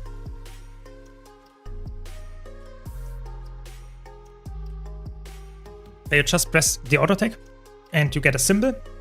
And with this symbol, you can get a lot of damage out and protection and stuff. That's very easy to play. And for Spellbreaker, there is a very good hammer build as a DPS build in PvE. So I would say either Spellbreaker or Dragon Hunter for hammer. Yeah, they're quite good. Scrapper is obviously also good, but that was not in the list of classes they want to play. Yeah. At least make an effort to just put one alternative runes that works with your recommended build, forcing in to use Rune of the Trapper for new players unhinged. Is it unhinged? Just saying that the Rune of the Trapper is very, very easy accessible. It's just you can't buy it from the TP, but it's very real. You can get that very, very fast. You can craft it yourself. It doesn't cost that much either. But yeah, okay. I will now, from now on, try to say what kind of alternative rune you can put in there. I will try to do that. But it's just Rune of the Trapper is by far the best option. That's like the sad answer to all of your questions. Rune of the Trapper is by far the best. And just always in a Conny build, you go for Rune of the Trapper. But yeah, I get your concern. Yeah, I will try to implement it.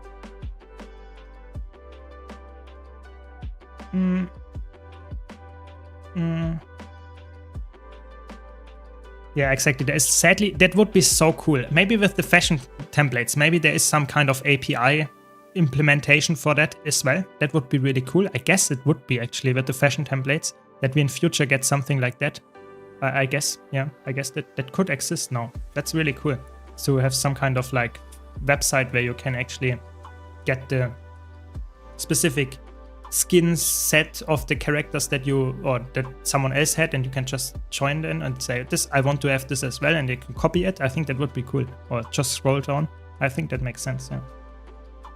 I was asking about skins because I'm looking for a nice top for my warrior, if you know what I mean. Ah, okay. Yeah, I mean, probably one of the most like played ones is probably the bikini one, like the bikini top. That is like one of the most like swimsuit, or how is it called? Oh, you can't get it right now, I think. But yeah, there are really a lot of players use that one, I think. Yeah.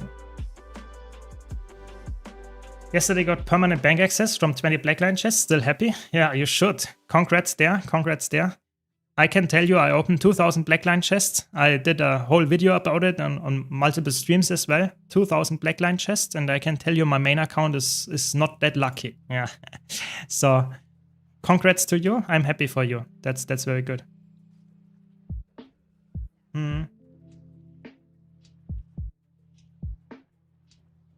Is Virtuoso, Mesmer, or Revenant like Herald or Vindicator easier and better for PvE general? I would say Virtuoso is probably one of the easiest builds for PvE for Mesmer to play. And Herald is probably, depends what you want to do. For solo open world, I would say the easiest build is probably either Vindicator or Herald. I would say if you want to solo stuff specifically, then I would say probably the unkillable one is the Vindicator one, and if you want the absolute like brain AFK version, then you have less DPS and a little bit less sustain, but very, very easy to play, then you would probably go for Herald. Herald is, I would say, if you are more advanced, Herald is worse than Vindicator, but if you are a new player, then Herald is the better option. Hope that answers your question. Virtuoso is not bad, but it's not coming close. Not coming close.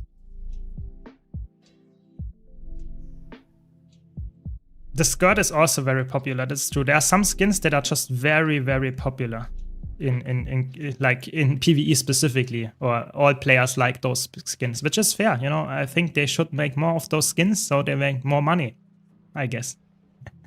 Yeah.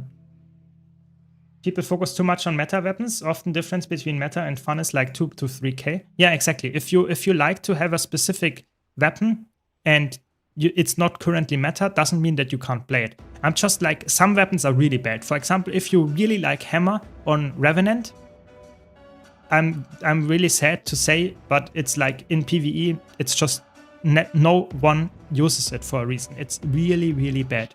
But if you're, for example, a Spellbreaker fan and you don't like to use Dagger, but want to use Hammer, even though the Dagger variant might have a little bit more damage, go for Hammer, because Hammer is like almost the same DPS, like very, very close.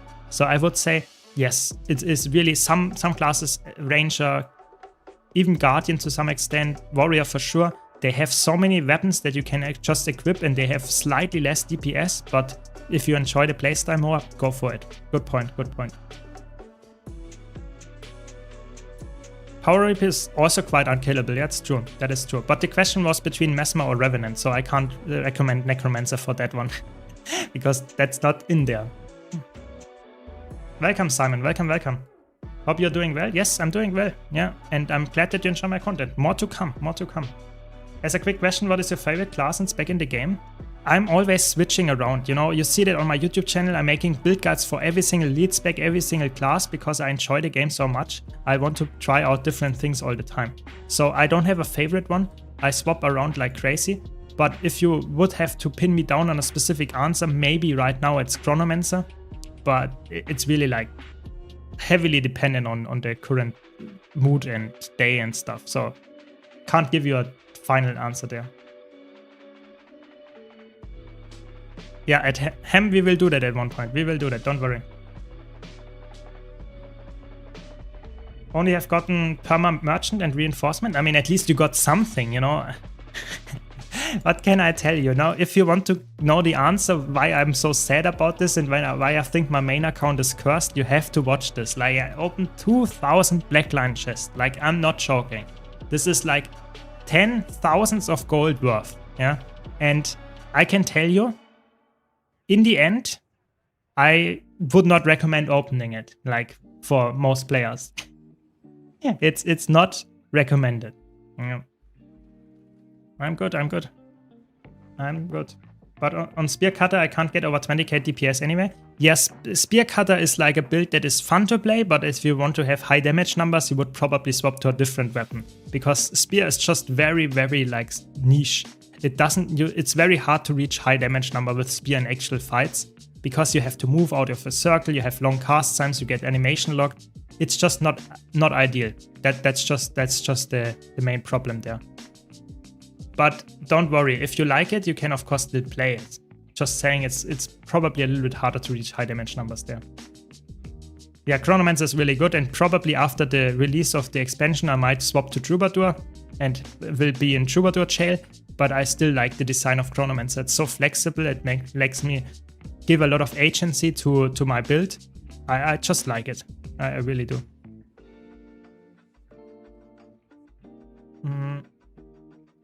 At least you can open Blackline chest. I can't even buy keys. Oh no, that is too bad. That is too bad, yeah. I got a Venom skin on my ult yesterday. Easy 40 gold in the TP. Congrats, very good, very good. Eventually we'll have all 9 classes. Exactly. I think Guild Wars 2 is like designed in a way that you can really easily get all the 9 classes and have fun with them. So I think as a new player you will start out with one class and then you can try out another one and you slowly get to play all the classes. I think that's just how most people play the game. At least I hope that they will, because that will increase the replayability of the game quite a bit. Yeah, they have to. I think that's because of the law of the specific country that you are in, that you are not allowed to use the Blackline chests because it's gambling or something. Yeah, that is crazy.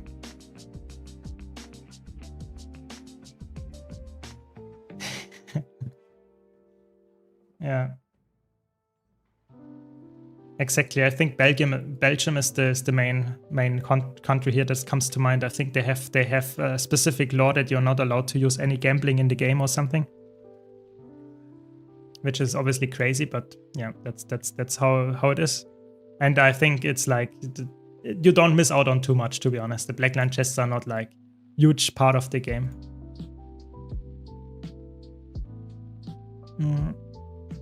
Netherlands as well? Okay, so they have multiple countries. Okay, I mean, it makes sense.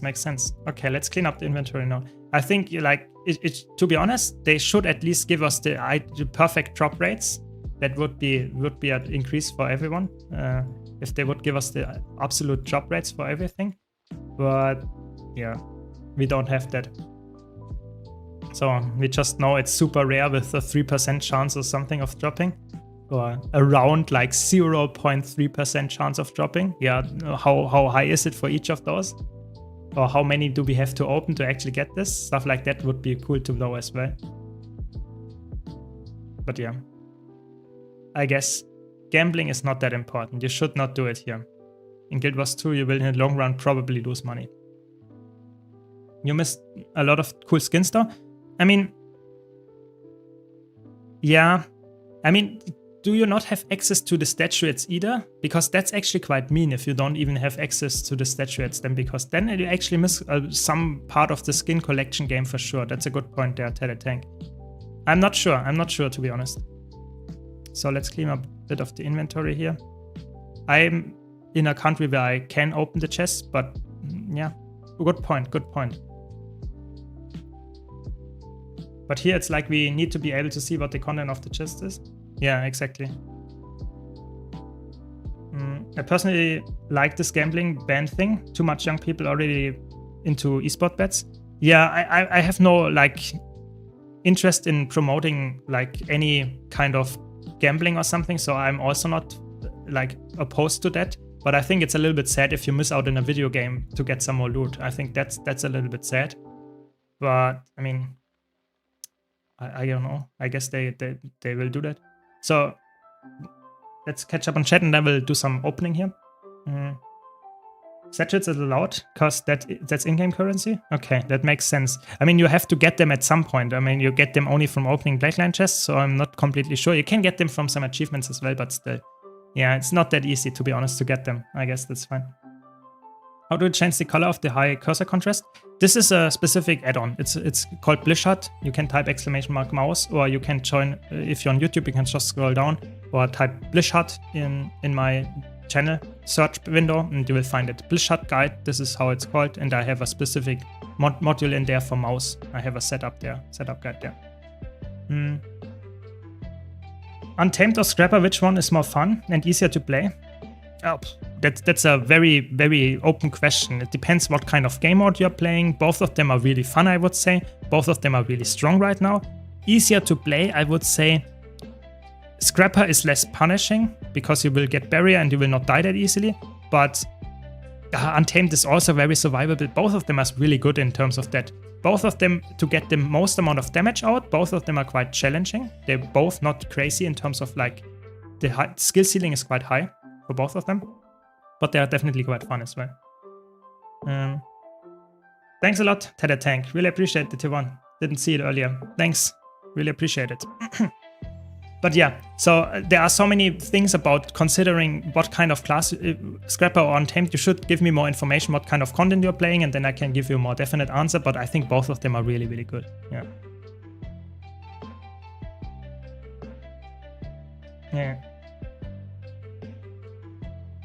Okay, so you can open with keys that you can get from, you can't buy the keys from the gem store, but you can open with keys that you get in the game. That makes sense, but it's obviously way harder to get because you only get one key from Mapcom or something like that, and then you get one key per week from the weekly farm. So it will be taking a while to open 2000 Blackline keys. Yeah, I guess that makes sense. Yeah, they're both the same. They're quite similar, I would say. Did you become better in PvP after learning other classes and builds? Yes, for sure. Like, one of the best things about getting better in the game is playing all the classes, because then you understand how they work, especially in competitive modes. You understand how to play against them because you played them before. So that helps a lot, for sure, for sure. Which of the heavy armor classes would you choose to focus on fractals, strikes, and maybe raids? Depends if you are willing, if you're up for a challenge. I would say Guardian is very good, very flexible with Firebrand. If you want to be safe, then I would say Revenant is the better choice. Revenant is very flexible in all kinds of PvE content. So I would say Revenant is probably the safer pick there. Yeah.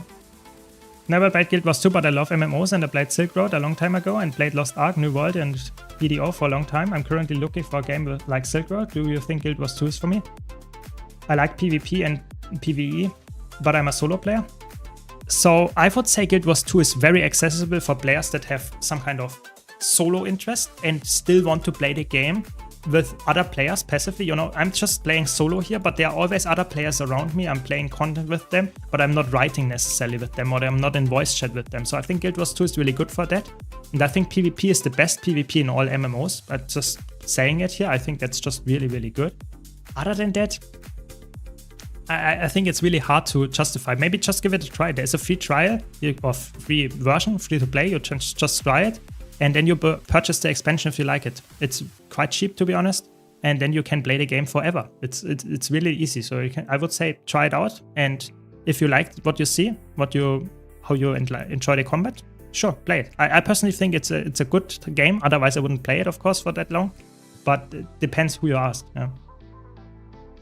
Yeah. Can you say what sort of person should play Elementalist? So I would say this: if you play PvE specifically, you want to play Elementalist, then you want to play a class that is very like active. You don't want to have a class that just uses auto tech. That is not, you want to play if you're an Elementalist player, you typically want to play different buttons. You want to press a lot of buttons. You want to have different gameplay. You want to have like reactive content, so you can heal, for example. Or you want to play a class that is able to be DPS while also having the option to bring some CC, be able to deal a lot of burst damage, or has a lot of viable builds. All that stuff is true for Elementalist. Thanks a lot, Gratis Sharf. Thanks a lot for the sub. Really appreciate it. Hope you're enjoying the stream. But yeah, so Elementalist is for players that want to be flexible. Like, flexibility is like one of the biggest strengths of Elementalist, because you always bring 20 weapon skills. No other class has that many weapon skills. So it's really, really good. Even more if you're playing a Weaver. But it's very important to understand that a new player might struggle with learning all the skills, because that's obviously you have more skills to learn. So I would say it's not necessarily harder than other classes, but it has probably more buttons that you will press in a normal playstyle. So I would say yes, try it out. It's probably most people think it's not for them because it's supposedly hard, but I think Elementalist is actually quite fun and really, really like a lot of people miss out on the opportunity on Elementalist, I would say. Doing World vs. World for Gift of Battles and Clovers currently, playing Core Warrior with Spear and Greatsword. Yeah, I mean, that seems like a decent build to play. Yeah. I mean, I will also do some Gift of Battles at some point. Let's, this is not available. Why not? I have to set it up here. Okay, I guess we joined that team. And now we can also go there. That's really cool. Now I can go into World vs. World as well. We have to get some Gift of Battle as well. We have to set it up here. Where is it? There we go. That's what we want. Gift of Battle reward track. At some point we have to do that as well. But for now I think we'll go into World PvP for now for a PvP daily match. For the Wizards Vault daily. And then we continue from there. One thing I've never regretted, purchasing Guild Wars 2. Yeah, I think Guild Wars 2 is very, very high value for the amount of money that you spend on it. It's really, really good. It's one-time purchase and then you have the expansion and you can play the game forever. It's really good. Guild Wars 2 is mostly horizontal progression, while Silk Road is vertical progression. That doesn't mean you can't like both. Yeah, exactly. I think for me, if you PvP has open world or instance. So you will see it here. I play now some PvP that is like very like focused on specific conquests. So you capture some nodes and you hold them and stuff. Or you can play open world, which is called World vs. World PvP. And this is more focused towards players that want to have like big 50 versus 50 fights. Stuff like that. Or running around like aimlessly and trying to find other players to kill them. Stuff like that. That's also existing. Both of that exist. But it's not the focus of the game. A lot of players play Guild Wars 2 in open world PvE mostly. Or instance content PvE. Not like I would say there is a big chunk of players that plays competitive modes, but the biggest by far chunk is the open world community. Is Hammer good on Elementalist? Yes, it is. It is. If you can learn an actual rotation, you can play Elementalist. Just has weak auto attacks. Yeah, mostly. Yeah. An Elementalist have to take advantage of combo fields and finishers. In competitive modes, yes. In PvE, not necessarily. You will just spam your buttons in the rotation and it will work out. But in competitive modes, you have to understand how the rotations and stuff work. That is true. And the combo fields, yeah. A lot of people don't like Elementalist because of the high APM that it necessarily has. Even with the low intensity builds, you have to press some amount of buttons, yeah. But if you don't mind that, it's actually a really good class, I think, really. There's both SPVP and World vs. World. Exactly. I'm not a full-time streamer. I'm not. I'm not sure. Some people still have some issues with the logging in, but some people already have it resolved already. So it depends. I didn't even have them in the first place. So maybe it's resolved for you in a few minutes. We don't know. I needed 3 Gift of Battles. I will do the Oreen Rending and sell it for a nice gold start and do the thing with Twilight and Sunrise, selling Eternity. After that, I'll continue selling Legendary Trees and some nice gold to get Legendary Armor. Maybe runes, then trinkets. Yeah, that sounds like a good plan. Sounds like a very good plan. What would you say would be a good class to pick as a starter to learn roaming better? Probably Celestial Harbinger. Celestial Harbinger is really, really strong and is quite forgiving as well. That would be my choice there.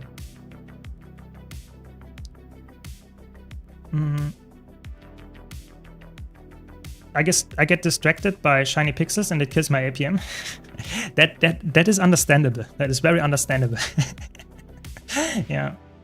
What setup do you play on this PvP Necromancer? It's just a normal condition Necromancer build. Like Reaper Relic, Carrion Amulet, Staff, Scepter, Torch.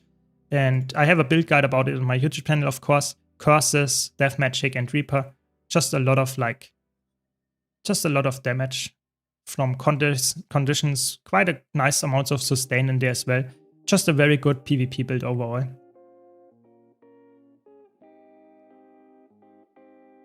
I would suggest Warrior for new players. It will teach you to react, not just spam. Yes and no. I think Warrior is very good in competitive modes to learn how to play, but in PvE it's very spammy. So it's very different. In competitive modes, Warrior is very good for new players because it's very reactive. You can understand how to play against specific classes and stuff. Whereas in PvE, it's really like you just spam your F skills and your burst skills off cooldown. It's like very boring in that regard. So I think it depends what kind of player you are. Some people think Warrior is way too like boring because it doesn't have any crazy animations. But I think it's actually a decent class to learn for sure. Just choose the class that you like. Every single class has a good build in every game mode. You just have to find the class that you enjoy the class fantasy of. Sounds good.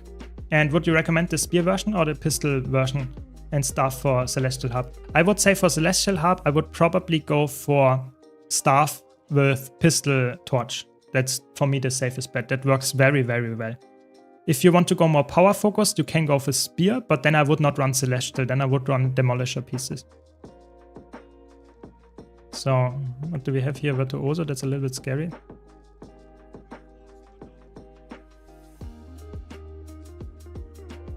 This is a power. Is it a power necromancer? It doesn't matter, they are dead. This is a power virtuoso, I guess. Yeah, that's what I meant, it's scary. Oh my god, everyone is dead. How did they die here? It's actually insane. Did they lose against this guy? 2 people died and I get what? It's just like, that's insane. That's insane. Classic unranked match.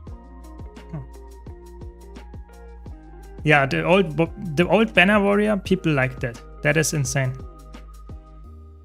The old banner warrior people, like, they were split about this, but yeah, old banner warrior people had some different opinions about it. But I liked it back then. Instant rampage. So.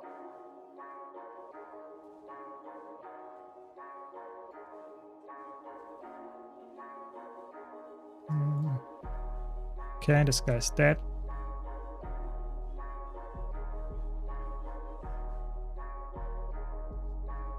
Okay, just have to concentrate here a bit because I'm not sure if we can win this match though. The team is apparently really, really new to the game. That's fine.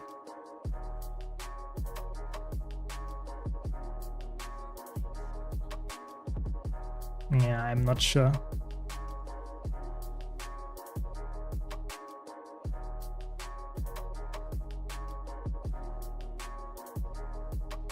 Okay, I denied the rest. That's already something, but my team is obviously not really. They lost in the outnumbered situation. Okay. Ooh. It's really scary. When they get the rest here, the rally, then yep, they get the rally. Of course, they get the rally. Oh no, no, no. Not good. Maybe get some corrupt here.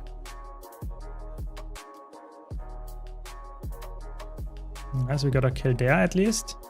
Can we get this guy? No, I'm blinded. I mean, it's not lost yet. It's not lost yet. This guy is actually resting here. They self-rest. Oh my god. That's okay. I get the other kill though. There's another one coming. Oh my god. That's insane.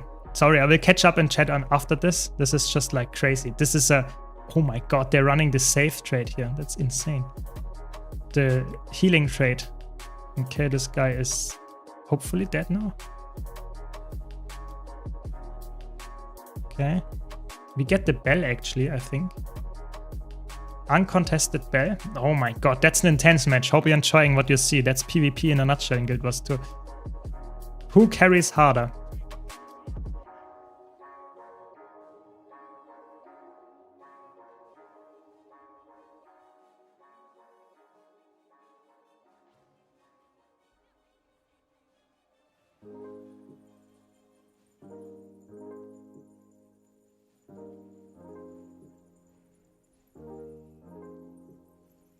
Okay.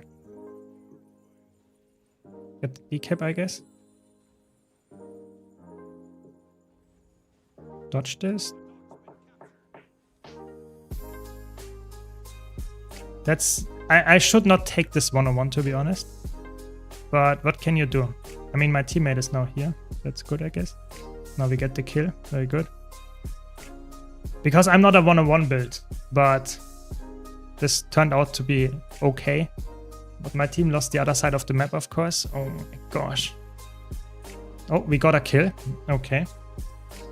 But they will get the rally. Yes, who would have thought?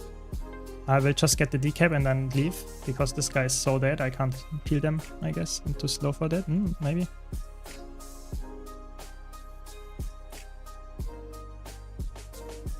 Well, they will rally from that. That's a little bit unlucky. I will get the kill again. Very good. I have to go on this guy. Ooh, this is a berserker again. That's painful.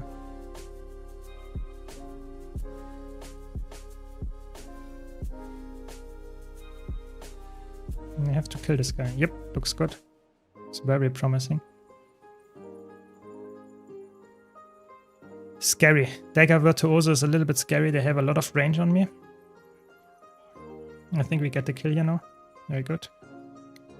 We come back from this. We come back from this. When we get the next spell, we are actually in a really good spot right now. My teammate is again dying. Not good. I have to kill this guy, I guess. Get the corrupt. Nice. It's good. The guy's dead here. Maybe I can get the rest. I don't have any CC though. A little bit scary. Yeah, I can't go this. Can't go for the rest here. Get some damage. Get some CC. Nice. Nice, nice, nice. I think we get this. Should get this kill here.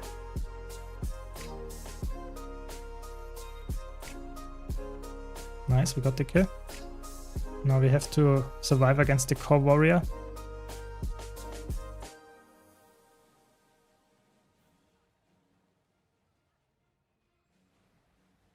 Okay, I mean we are slowly getting there. Yeah. Okay.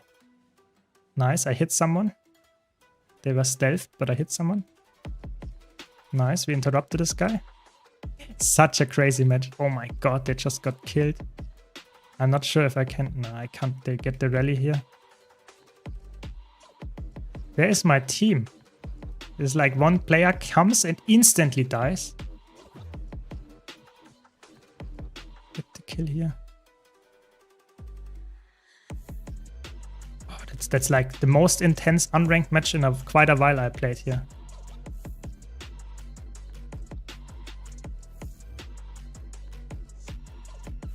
It's like I'm so pressured. There was really bad CC chaining from the enemy team there. Because if you overlay CC, that means that in the end you will get, so to say, the shorter CC. So if the CC in CC, and then one of the CC that came after the first one is shorter than the second one, that means that you will get lower in total CC than you would have if you would just have waited a little bit longer. That's what the enemy team did. That's why I was like surviving there. Okay. Okay, get some nice. Now we are 60 points ahead. It's very good. Very good. I think we win this match. Crazy. That was a close one. I will catch up in a second. But this was a match. That much is for sure. Not a stomp in unranked. Close one. We could have lost it at any point. It's still not won, but it looks quite decent because we are in a very, very commanding position. And there's another bell coming up, which is obviously favoring us. And get some CC down. Focus the Holosmith. Nice. We get the crazy corrupt. And a lot of CC now. Very good. No more corrupts. Oh my god. It's disgusting. Get this CC here. No, we don't. Dodge this. More corrupt. Get some CC. Now this guy's dead. Don't have any dodges anymore. If you count the dodges, it's always easy to see if an enemy player is killed. No, good. We did it. We did it. You see, get some gold there. And had some nice damage. A lot of kills. It was a good match. Good match. Okay, let's now catch up. Do you know how I can cancel transformation at Reckless like Urban Battleground? You can't. You can only cancel it right now in Kinfall. It's the only one that works right now. All the others, you have to stay like that. That's the sad part. That's just how it goes. They have not implemented that yet for the other fractals.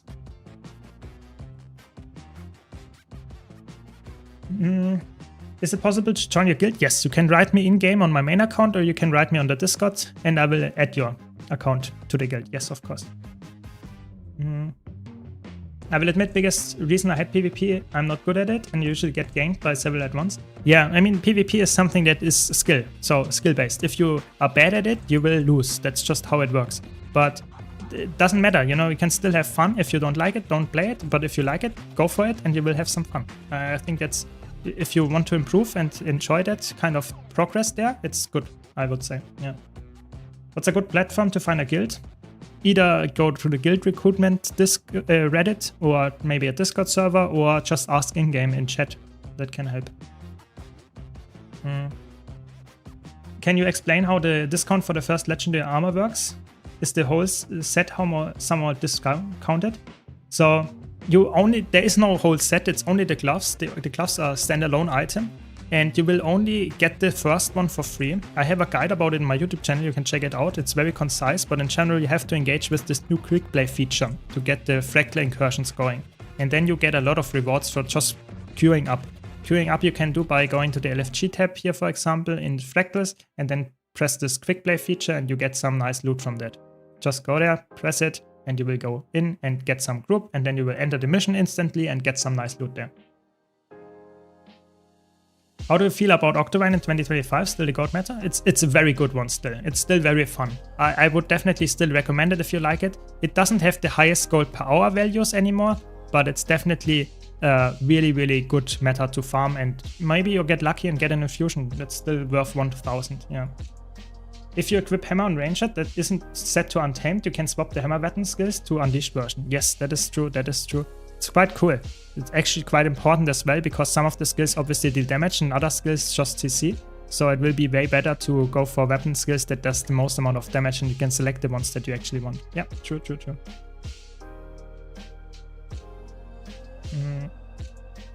My favorite class in PvP? That's a tough one, Alka. That's a tough one. I would say in the current meta, I think Necromancer. In the current meta, I think Necromancer is really fun. But sometimes, like I would say like half a year ago, my favorite class was Willbender, because it was really strong, fast-paced. I like this kind of fast mobile playstyle, and it's really fun and ranked. But I changed my favorite class in PvP all the time, because, you know, the meta changes, and I don't want to play a class. I don't want to necessarily play the most broken class. I just don't want to play a class that is like completely countered by a broken class that everyone plays. Hope that makes sense. Because like if currently the meta is like everyone plays Willbender, and then I play Condi Necro into that, and I'm slow, and the Willbenders are just like engaging from left and right, teleporting on me from everywhere. That's just very, very not fun to play. And that's why I would say sometimes I'm just like playing the class that is fun to me, but most of the time I play a class that is fun in the current meta. And that's currently Necromancer, yeah. Jenny, back to normal character levels versus bear chat. Yeah, you should be able to do that. Yeah, it's only doable in Kinfall right now, but in the others, it's sadly you have to be Asura or Char. Yes. My guild is on a U, but I will do an A guild very soon for him and you guys there. Yes, don't worry. We'll do that at some point. That's something that you could trade a second Omni Potion for a pair of legendary gloves. So it's like you get a second Omni Potion from the Wizard's Vault, but you can't trade them for a second glove, but you can trade them for some new infusions that you can get. So that's what it's all about. So it's not necessarily something nice. It's not for the second gloves that you can get. No, it's not. But it's you can trade it for the infusion effect. The gloves have a special infusion effect, and the infusion effect is, so to say,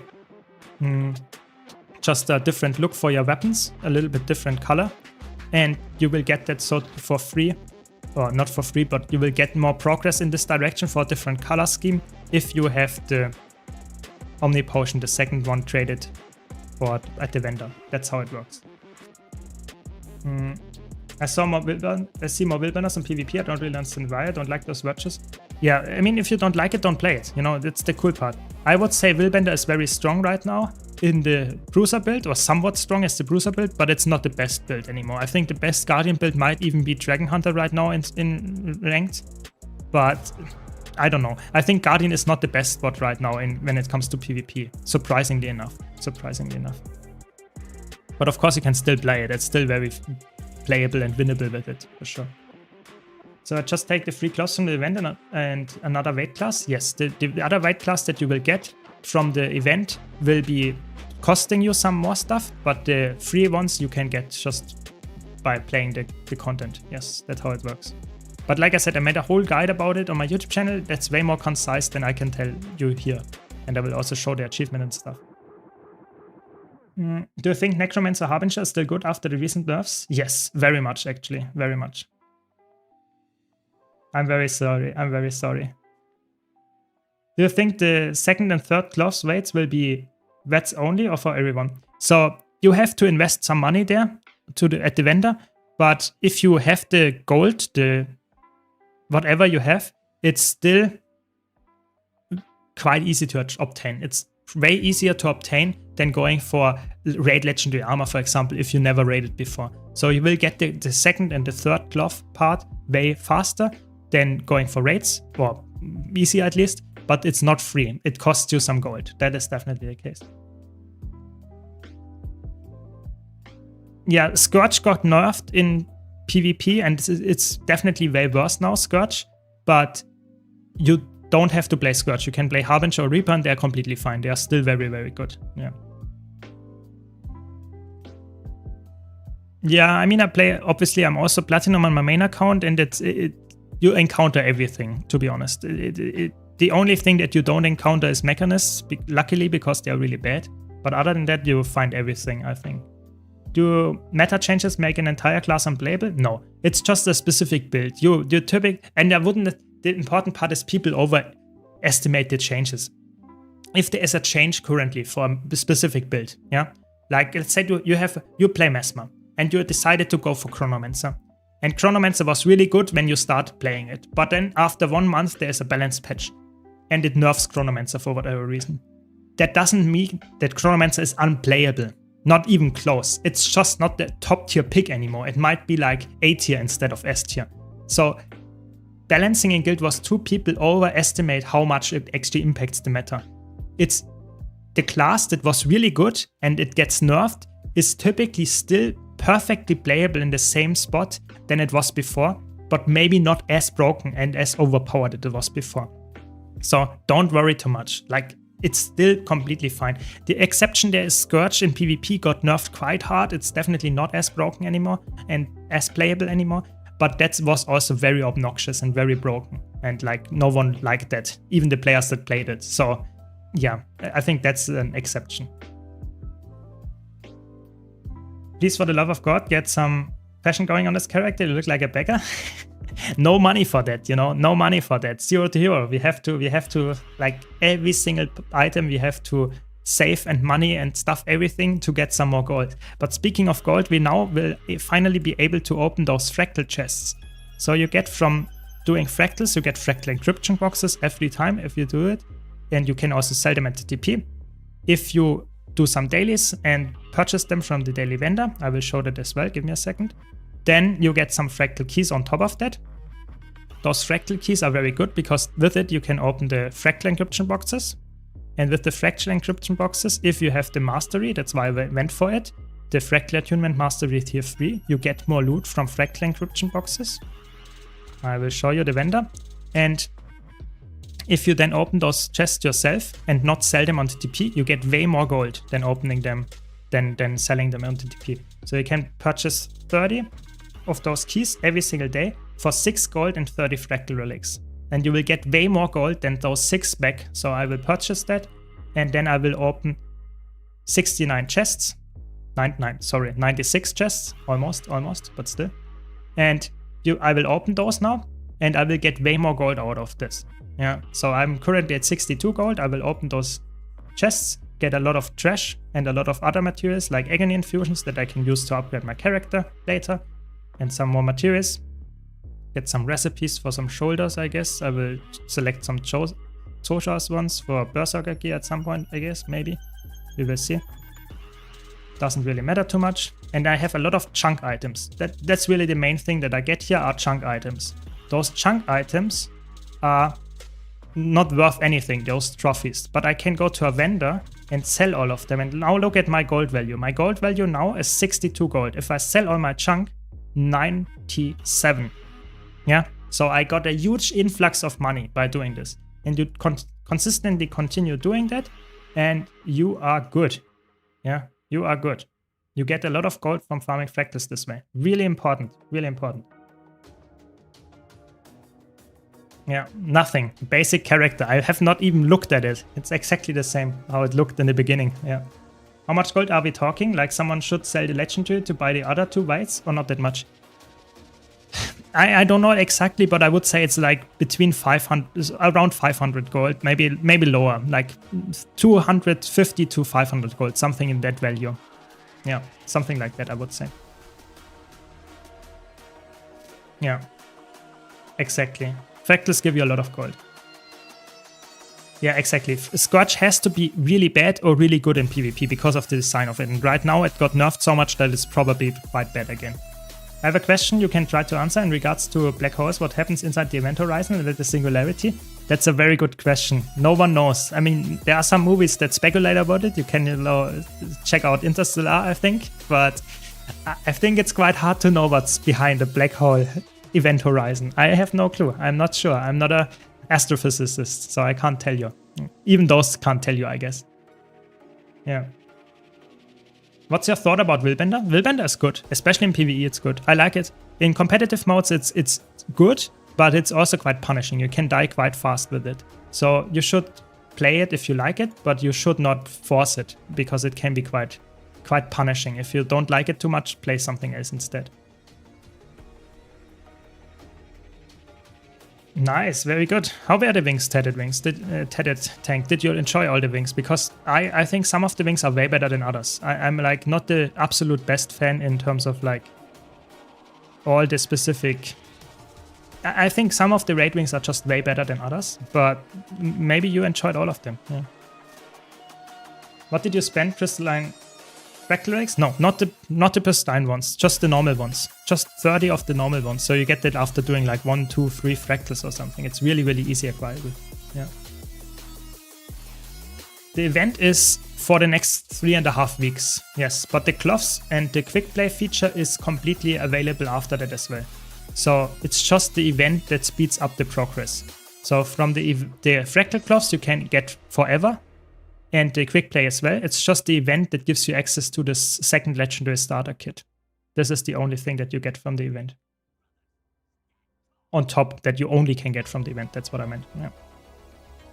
Which generation 1 would be worth to choose if I only play light armor class and mainly world versus world? I would guess letting the spear for then maybe. Yeah, I think the spear is probably the best choice, because you can use it on all characters. Other than that, I would probably say maybe bolt because of the sword. Swords are really good because you can use it on all characters as well. But it depends a bit on what kind of build you are mostly playing. I'm not sure. I would say spear is probably the safest choice overall. The event is better currently. Exactly. It's like they want you to beta test it for them, which makes sense. What is your opinion on Renegade without the spear expansion? It's quite good actually. You can play shortbow and mace spear, mace X, and you will be completely fine as well. You don't need to have the. You really don't need to have the spear. It's obviously a damage increase if you have it, but it's not necessary. It's not too bad of a build without it. It's actually quite fun to have two different there. I got into a nice guild that I stay on Discord with. Perfect. That's what we like. Very good. Yeah, it's after an MMO. If you find community in MMO, typically the game gets better with that. Yeah, makes sense. So was I up there? Let's double check. No, I wasn't. Very good that I checked. I thought I was not. Very good. Maybe let's get the blink to teleport to ceilings. That was nasty. That was a nasty knock, to be honest. Stop it! Oh my god. Sorry for shouting. Two of them are world record holders. Nice. With both Zeros and Euros LCM titles. Very good. So I guess you actually have very decent players with you. Very good, very good.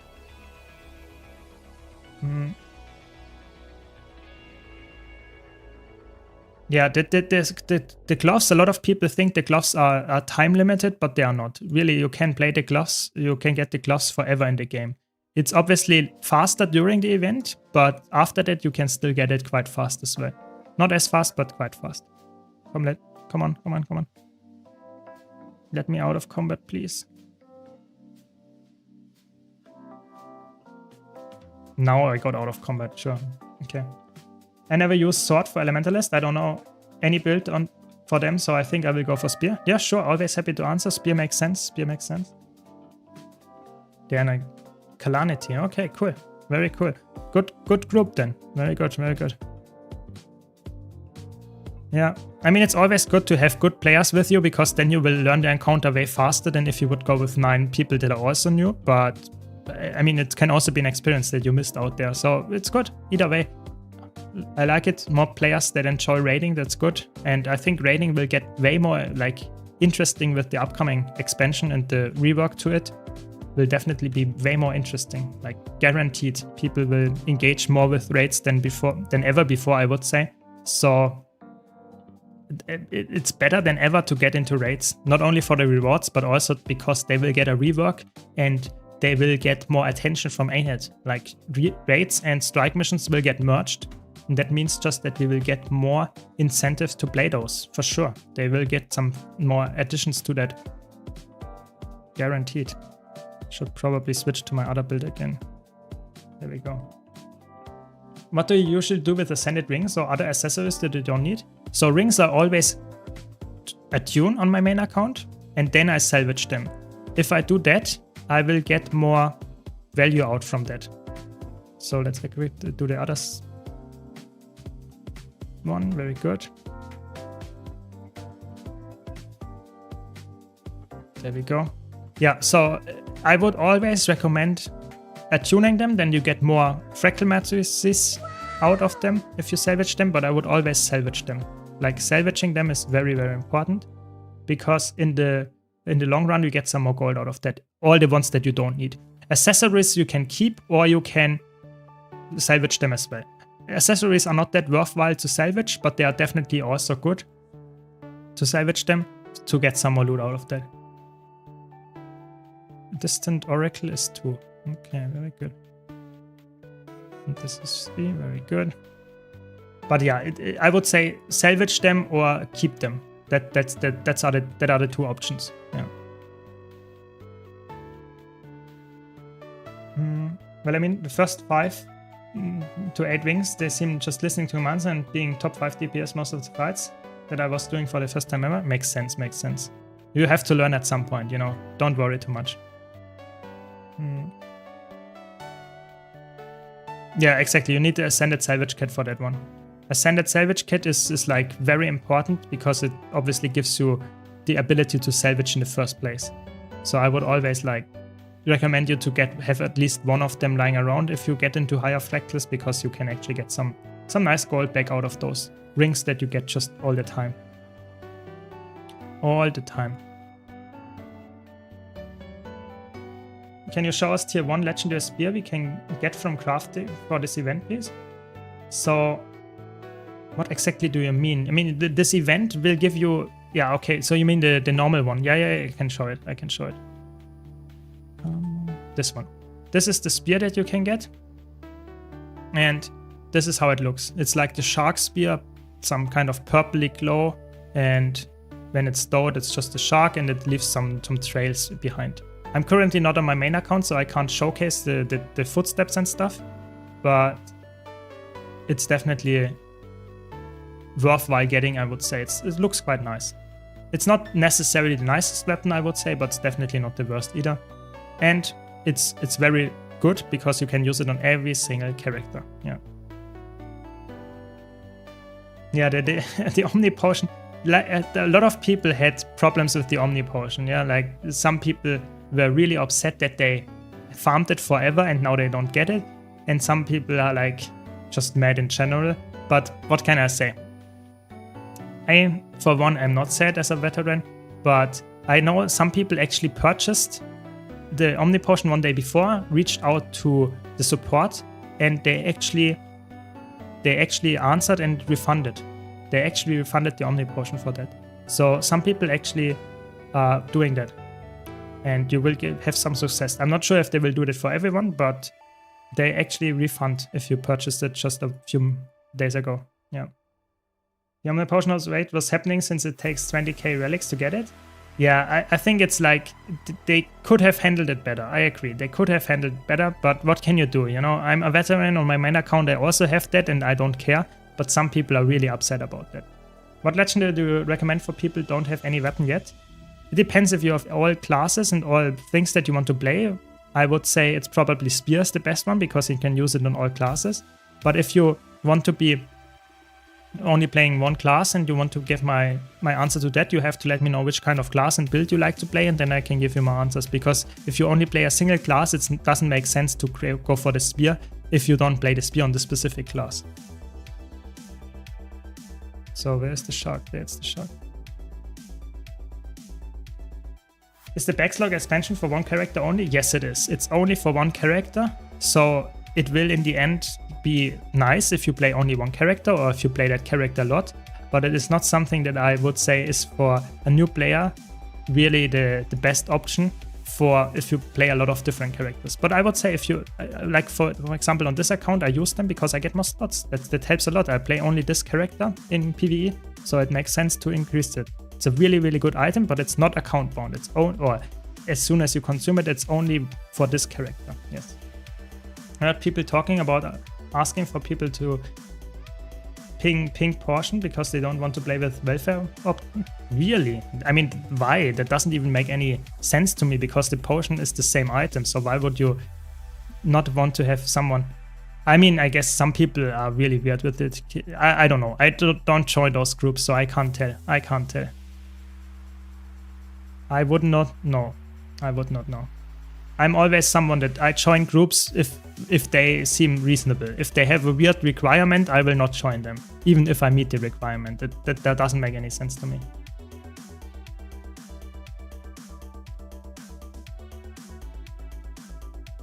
Okay, interesting, Tova. I'm not sure what that one is. The answer is Greatsword. Yeah, I guess Greatsword is a good choice as well if you like Greatsword. Greatsword has really good legendary skins, that much is for sure. So we have to interact with all those shark baits, I guess. I used the back slots from Necro, but tried Elementalist. I'm not going back to Magnomancer. Yeah, that's a little bit sad, but don't worry. You know, there are more options. I think there are coming some drops next week as well for Twitch, so you can watch my stream and get some drops there. Maybe there are back slots in there. Other than that, you can also get other cool things, or sometimes you get them from events as well. So back slots, or you purchase them. It's not the most expensive item on the gem store. So I would say, yes, it's sad that you swapped your character after that, but you will get more opportunities to get them again. I wasn't interested in the cookbook until I saw it comes out with an exclusive skin. It's actually quite fun that they do stuff like that, to be honest, with the cookbook as well. I'm not interested in that either, but it's quite fun, to be honest. It's definitely quite fun. I split Saga 5, 10k LI, 250 KP. Yeah, that seems like a group that I would not join. That's like, okay, that's disgusting.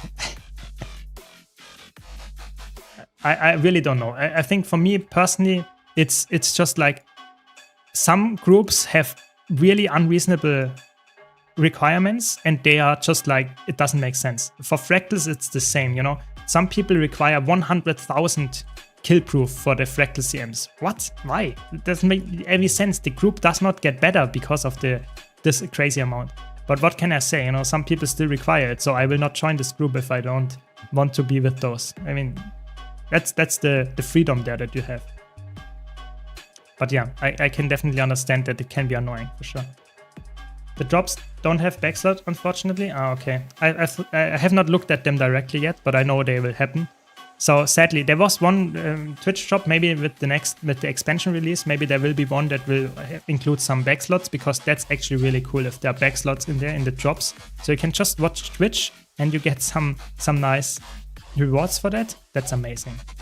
Absolutely amazing. But sadly, this time apparently it's not the case.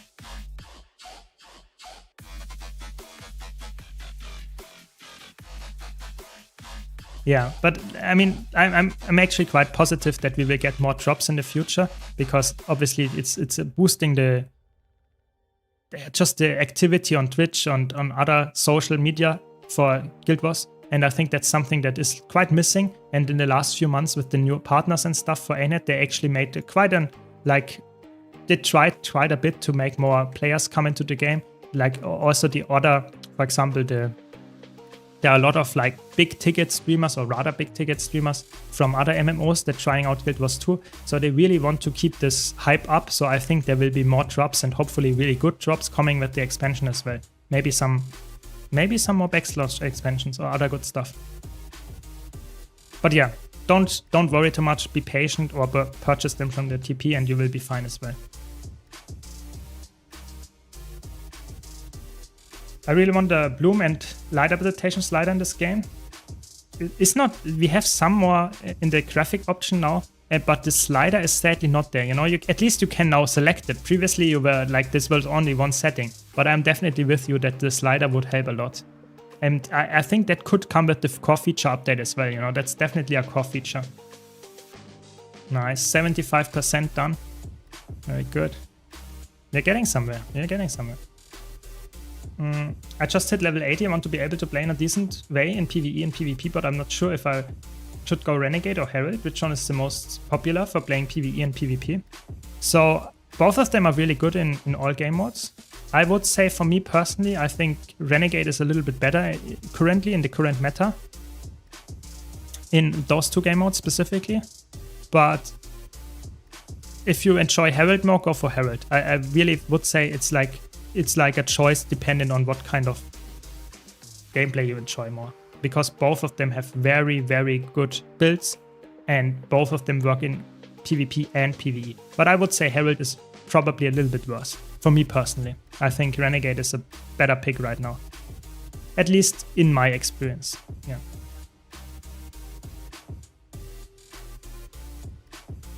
Yeah, as always, if you have any other questions, new player, whatever, just ask. You know, I'm always happy to answer, and I will try to answer all your questions. Of course, I can't promise you that I will actually know the answer. Sometimes you might have a question that I actually don't even know the answer to, but I try my best. And there are no stupid questions, at least I have not encountered any. So just let me know, and I will try to answer it. Thanks you, by the way. Didn't see it earlier, was too busy in the debate. Thanks you for the tier 1, really appreciate it. Thanks a lot. Hope you're enjoying the stream still. So, some more quests. I like this map, to be honest. I think this is a nice map. It's an icy map, it's a level 80 map almost. I'm a big fan of this map. It's not as nice as Timberline Forest, but it's definitely a map that is not too bad, not too bad. One of the nicer core maps. So after this, I have to tell you the sad truth. We are only going to fire maps, like those like Ascalon maps.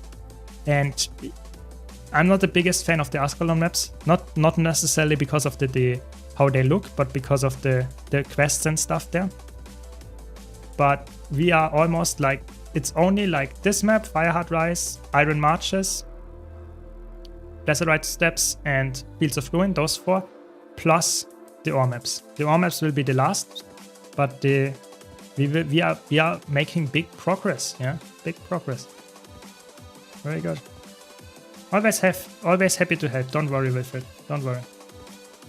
Since the Venosupin's question, yet do you think female chars do their nails? That is not necessarily a stupid question, but it's a question that I have no clue about.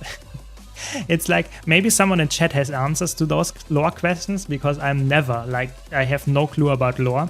And specifically not about char lore. I am not playing any char, like, I have, like, 18 char on my main account, but I never play them. So, I'm sadly not able to answer this, but I guess they do. I guess they do. That's just, they have to. It's just, it's growing. They have to do it at some point. I'm a new player, love your content, picked Thief and now level 70. I noticed that I don't see many Thieves going around, so my question is, are they undesirable class in higher end game? No. Actually, that's the interesting part here. Thief is, I would say, a class that is just a lot of people don't play it, even though it's not that bad. It's actually one of the good class. I mean, there are only good classes in Guild Wars 2 in PvE, but it's one of the classes that's just like people don't play because they don't like the class design or something like that. But it's not because it's bad. It's really not. It has good power DPS, it has good Conny DPS, it has good support. It might not be as flexible as a Mesmer or as an Elementalist, but that doesn't really make it worse in like the builds that you can play. So I would say it's definitely a good class. Don't worry. If you like it and if you still enjoy it at level 70, you will have fun at endgame as well, for sure.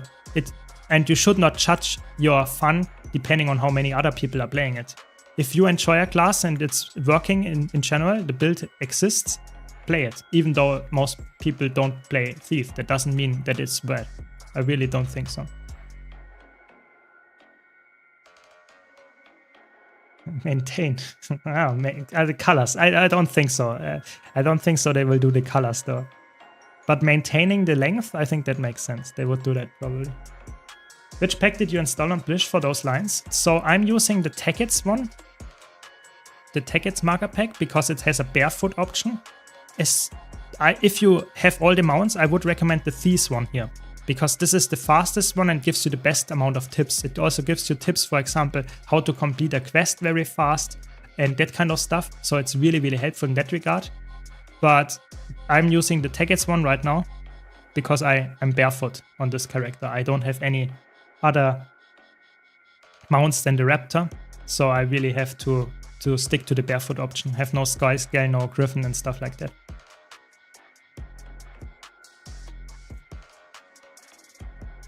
Yeah, maybe they dropped all after the Antiquary reveal. Yeah, that's true. The new Elite spec is not a lot of people like it, or I don't know. Some people are really disliking it. That's more like it. I guess that's just how it goes. I mean, not every Elite spec can be for everyone, I guess. So that's if you enjoy Core Thief, that's good enough. You should not worry too much about other people's like sadness or something about a specific new Elite spec. That doesn't really matter for you. Have fun with Thief. If you enjoy it, that's good enough. Like Thief for map completion? Yeah, it's really fast. If you are doing it in the, like I'm doing, like barefoot, Thief is the best class for map completion because you don't have to have any mounts and you can still move extremely fast. I'm considering trying my first Condi build. You have any recommendation for which one would be a good start? I think Condi Virtuoso is really safe, or Condi Scourge. Those two are just really, really good options because they are just very, very like easy to learn and really nice in the performance. But you should play the class that you enjoy and try out the build. If you like it, stick to it. If you don't like it, go to a different build. I think that's really important because if you grind a build like crazy to get high damage numbers, even though you don't like it, that might make you burn out of the game. So I think it's more important that you play a build that is fun to you, even though it might have 1k less benchmark DPS. That doesn't matter in the long run. Yeah, Thief's Trail is really good. It's by far the best one. It's so good. It's so detailed, and you know, I noticed the difference so much because I used it on my main account like a few months ago to do a map completion, and I was so fast. And now I was obviously leveling my character on this new account and did not have all the mounts, and it's so much of a difference how slow I am compared to the Thieves one. It's crazy. Yeah. What class would you prefer, Guardian or Engineer for Fractals for a beginner? I would say Engineer. Engineer has a very easy DPS build with Rival Mechanist, has a very good Quickness DPS build with Scrapper, has very good DPS build with Scrapper as well, and it's not too hard to play, and it's in packs very forgiving because you have like 150% effective HP with the permanent 50% barrier or something. So it's really, really strong in that regard. I would say Guardian is way more punishing and is not, if you want to play Firebrand, it's way more challenging to learn. So I would say definitely Engineer would be my top pick. Also has a really good Condi Mechanist build for the Condi fights. I don't know, just overall a good pick, for sure. If you had to pick one class to play to do all content on, which class would it be? Right now, Mesmer. That's why I chose Mesmer on this thing here, on this account. But that might change with the expansion. And it's only like 1.5 months to the expansion, so maybe I will change my assessment there. But right now, I would say one of the best classes to play across all game modes is either Necromancer or Mesmer. I think Necromancer is in more competitive mode focused, whereas Mesmer is more PvE focused. So depending on what you like, and then you can select. But all classes can be played across all game modes, so it's just my personal taste there. Which classes do you think are the best Celestial Armor users? Elementalist? For sure, guaranteed. All of them is amazing. It's just like Elementalist is made for that. And what else? Probably like Necromancers can also be really good with it. Yeah, those two are probably the best classes. Yeah, I would say. Can you do the mount one with one sky scale, or do you need the other ones as well? It's mostly the sky scale. The Griffin helps, but it's mostly the sky scale. Yeah, so the sky scale is the big one because it really lets you cheese a lot of the vistas and all the stuff. You don't have to engage with anything that is like vertical, because you're just like, the only thing that you do all the time is like flying up and then using the height to move fast with the Griffin. But if you don't have the Griffin, then you move a bit slower with the sky scale, but you can still do the vertical cheese. But here, obviously with the Raptor, I can just move faster on a plane, which is obviously not the thing that I will do on a sky scale route. So I would say Thief's Tail is the best with all mounts, but you mostly need the sky scale only. Yeah. Do any of the new specialization have good low intensity builds? I have not like specifically done theory crafting for that, because I obviously had only the beta event for trying those, and I only had 7 days for trying 9 elite specs, so it was obviously quite busy week. But I will definitely get to that, and I can actually see that Evoker has like a very low intensity build as well with the specialized elements thing in there. I can definitely see some of them having that, for sure. It takes a while to come up with those, so don't worry, we will get to it, but might not be on the first day of the expansion. Probably not. Yeah, and things might change, of course. We don't know, like Alka puts it, there might be some big changes, for example, to Conduit or Luminary or Paragon, and we don't know if they might actually completely or somewhat rework the mechanics and stuff. That could happen. That could happen. Yeah, Skyscale is a very, very good mount. It's not the fastest mount, but it's so flexible in most cases that it's just very, very good mount. Will the new Engie spec be good at PvP? Yes, very much so. It will be a very, very good spec in PvP. Amalgam looks very, very strong there. Indeed. Isn't Warclaw a lot better than Raptor with no masteries? Yes, but I don't have the Raptor yet, the Warclaw yet. Yes, I know, I can get it from World vs. World, and there's some kind of weird way to actually get it without the mastery. But I want to do it in a way that is like relatable, and I don't want to make it so that I say, yeah, get the Warclaw by going into World vs. World and make some kind of weird interaction that is maybe not even supposed to be like that. I want to do it the way that every single player that watches this as a new player can follow along. And that's why I'm going for this specific, currently Raptor only exploration, because you will get it at level 10. Spectre is also really good with Celestial Gear. That is true. Spectre is the only exception on Thief that is really, really good with Celestial Gear. All the other Thief specs are not that good with Celestial, but Spectre is amazing. Yeah. Do we know how many hero points will be needed to 100% the new lead spec? We can only guess, and guessing right now looks like it is like could be similar. But because of the new maps, there will only be 2 new maps. It could be that they go for lower amounts. I'm not completely sure what the idea there is, because obviously they want to have people that play only the new expansion to also have access to the lead specs without having to do the core map exploration. So I'm not sure if the new hero points will give a lot of hero points because it's only like the progression for the new elite spec, or if it's a completely different system. Maybe they make a quest line that you have to do to complete it, like in other MMOs. I don't know. We will see. I have no clue yet. There is no confirmation there in either direction.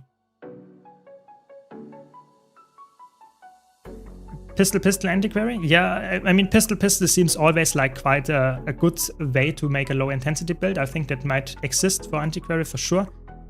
You can always fit that. You can play a Pistol Daredevil, you can play a Pistol Deadeye, Core Thief even, all of that works. So I guess that makes sense, yeah. I guess that is a decent build to play. Not a fan that ANET made some mounts accessible early on for new players. Yeah, I mean, that's a decision for sure that is like debatable if it's a good one. Because it obviously makes the exploration of especially the core maps completely different, yeah. So I'm now way faster on exploring the core maps than I was if I would have like no mounts. Is that a problem? Depends who you asked, yeah. I personally explored the map way too much already, so for me it's good. But for a new player that had never done the map exploration, it might actually be something that they miss because they did not see the world in a way that is actually interesting, and it seems maybe way smaller than it actually is. I don't know. It has advantages and disadvantages, I would say. Yeah, as so many things, of course, in life. No, they don't even count. Okay, let's get a torch. Nice. Very good. But yeah, that's why a lot of people before the mount existed for speedrunning maps were always using thieves because they moved so fast, and that was completely different idea of how to play the game. And that's also something that I, as a veteran, really enjoyed back in the base game, was the idea of theory crafting, how you can move fast from A to B. And not only think about how to deal a lot of damage, but also how you can actually move fast and how you can optimize your pathing and stuff like that. That's now with mounts not as important anymore. Is that a problem? No, of course not. But I would say it's definitely makes it way more interesting to come back to content like fractals where you don't have mounts, like dungeons where you don't have mounts or have any like gliding and stuff on that. And then you need some optimization of the pathing and stuff, and movement and skipping and stealthing and stuff like that. That's a lot of the core game that gets a little bit lost by using mounts.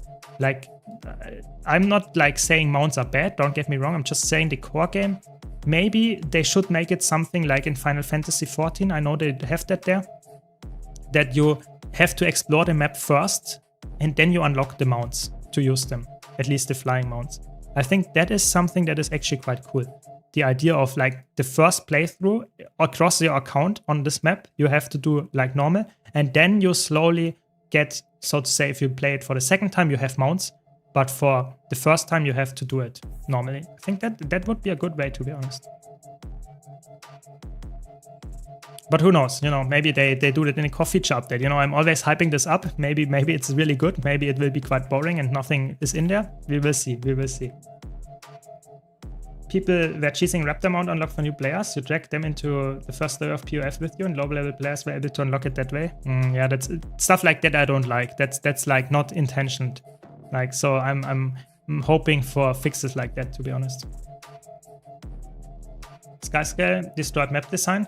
Yeah, it is definitely not, it is quite game breaking. And I think for a new player, for the first time you do it, to be honest, they should actually not be allowed to use the Skyscale for the first time they explore a core map or any map that was existing before the Skyscale. Maybe even after the Skyscale. Like, look at, that's not possible, but look at other maps that were existing after the Skyscale came out. I think the maps would have been better to be explored with the normal mounts before you got the Skyscale. I just think so, really. Yeah, the exploration aspect of Guild Wars 2 got a little bit weaker when they released Skyscale, for sure. It's just how the nature of this mount, it's just game breaking. Yeah. Even though it's not the fastest, it's just game breaking how accessible everything becomes. Base Raptor is just a speed boost, not much advantage on it. Yeah, I think that's why I'm using it in this playthrough as well, because it's just making it faster for me to explore the map. But as soon as you get the Skyscale, you actually notice it's not making you faster, but it's giving you the access to skip stuff. Like skipping the jumping puzzle that you had to do for the Vista. Skipping whatever you needed to do to get to this point of interest or something, because you're just floating above the enemies and stuff, so you don't have to engage with that. Stuff like that. It makes the gameplay way more, I wouldn't say worse, but it makes it way more, I don't know, forgettable. It's just always the same thing that you do. Now it's like I have to explore the stuff the way it's intended to be explored. At least somewhat. Yeah, I can move a bit faster with the raptor. As long as they don't force me to do jumping puzzles for map completion, I'd be fine with no flying. Yeah, that is true. I think that is something that they should not force, because some people are really disliking jumping puzzles, or are really bad at them, or just are not capable of doing them because they might have some kind of disability. I think that is definitely something that should be considered when they design stuff like that. But I think in the core game, they did actually quite a good job with how it works, that you have to do some kind of jumping, but not like crazy jumping puzzles to get to the vistas and stuff. So I personally think that's actually a fair thing to do, at least in my opinion. Welcome, Jane. Welcome, welcome. There are many jumping puzzles that can be cheesed with mounts. Yeah, sadly that is also true. Sadly that is true.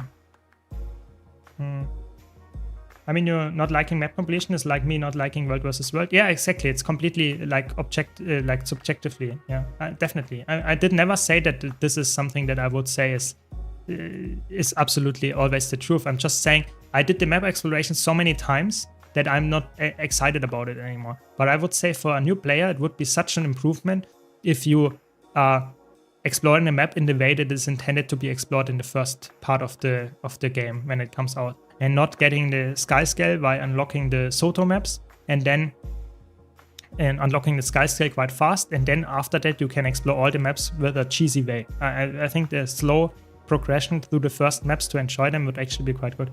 It's actually crazy, there's a Claw of Chomag event. I will actually join that. Get some gold there, I guess. It's actually funny how many meta events I just encountered randomly by doing the map exploration. I guess that's good. Yeah, let's join it now, and then we will go back and finish this map exploration in a few minutes when we're done with the floor. But maybe no one is there. Oh, is there someone? No, I think this is actually a dead map. No one is here. Okay, we don't have to do it then. Crazy, it exists, a dead map. No one is here. Crazy, crazy.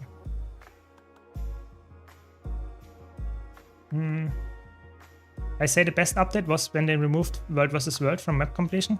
That was a long requested update, yeah. Because it was actually, the problem was not necessarily that it included World vs. World. The problem was that people were really like mean to other players, because they were really like lingering in this specific area where you needed to do some kind of jumping puzzles and stuff to get the map exploration done.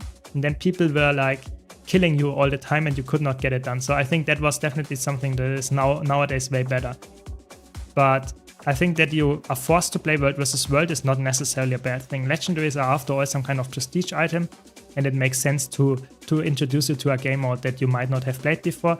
That it forces you to do it every time, I don't know, that's maybe a little bit much, because most people that only engage with it for the gift of battle is probably all of them are like standing around for 10 minutes, capturing one camp and standing around for another 10 minutes, and that's the whole loop.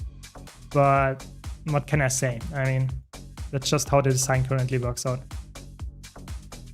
I've done map completion 4 times. I cringe every time I need the gift of battle. Yeah, I mean, it's fair. That's fair. Yeah. The good part is nowadays gift of battle gets way more, like, the progress is way faster nowadays.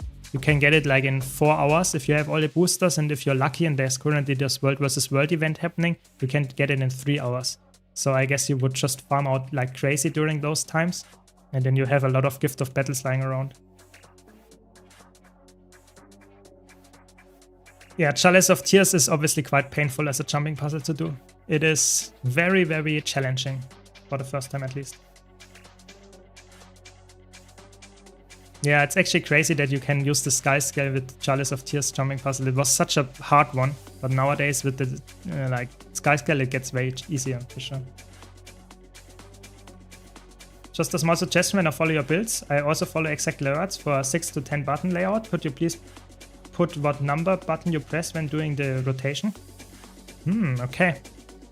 That's an interest. Yeah, that's actually that's a good recommendation. I will try to implement it. I will try to do that. It's obviously quite hard because I have this here 7, 8, 9. Yeah, you see that? But I don't press 7. I don't press 0. I'm not like, my hands are not that big. I have that bound to my mouse. I'm using an MMO mouse for that. But it definitely, yeah, if you find it helpful to see the number instead of the icon or on top of the icon of the skill, that helps. Yeah, I can try to do that. Yeah, it's not too hard to do. Yeah.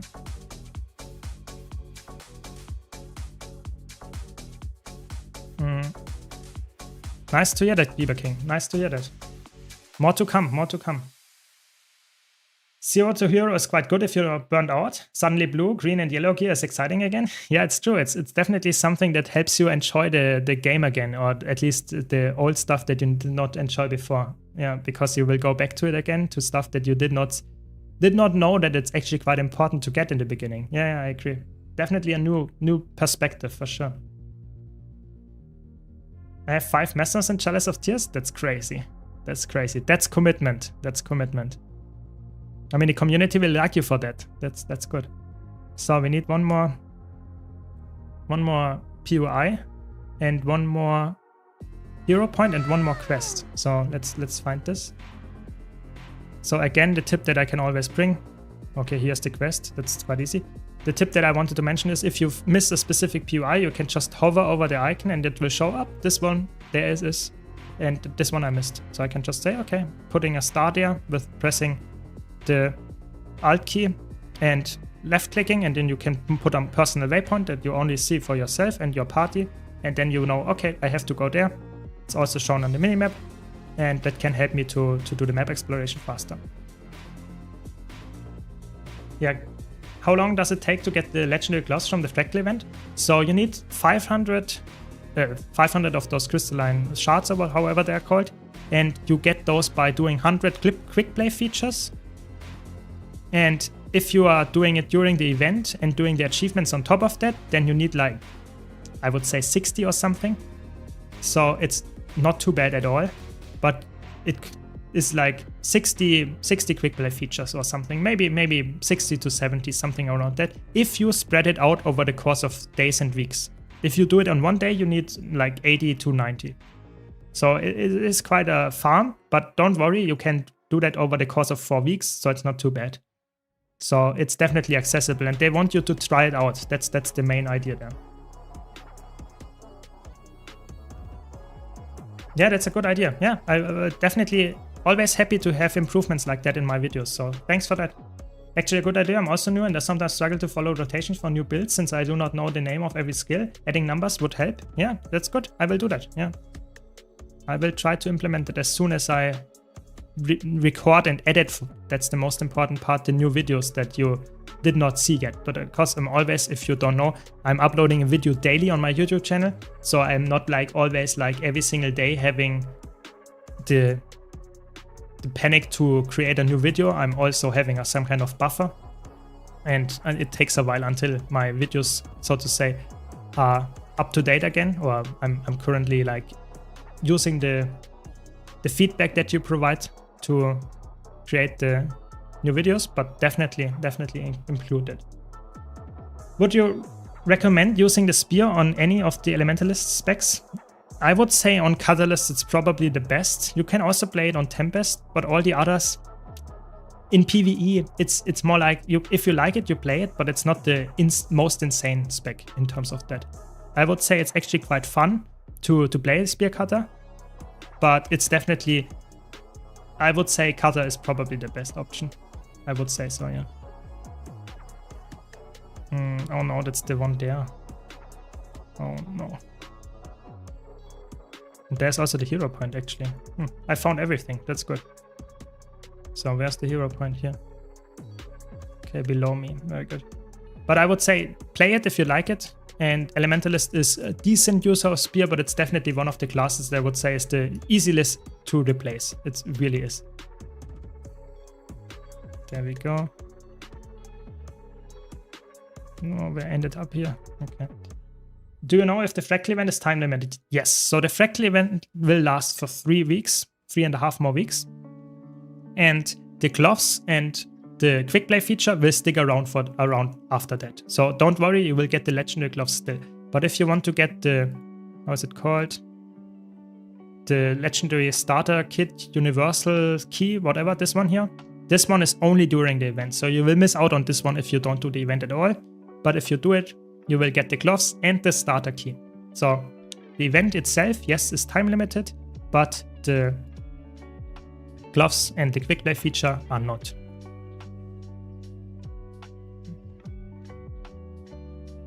The worst part of the mesmerize and challenge and tears is that they don't get the checkpoints. If I die, I have to fall all the way back down. Yeah, that is painful. That is painful. I see that.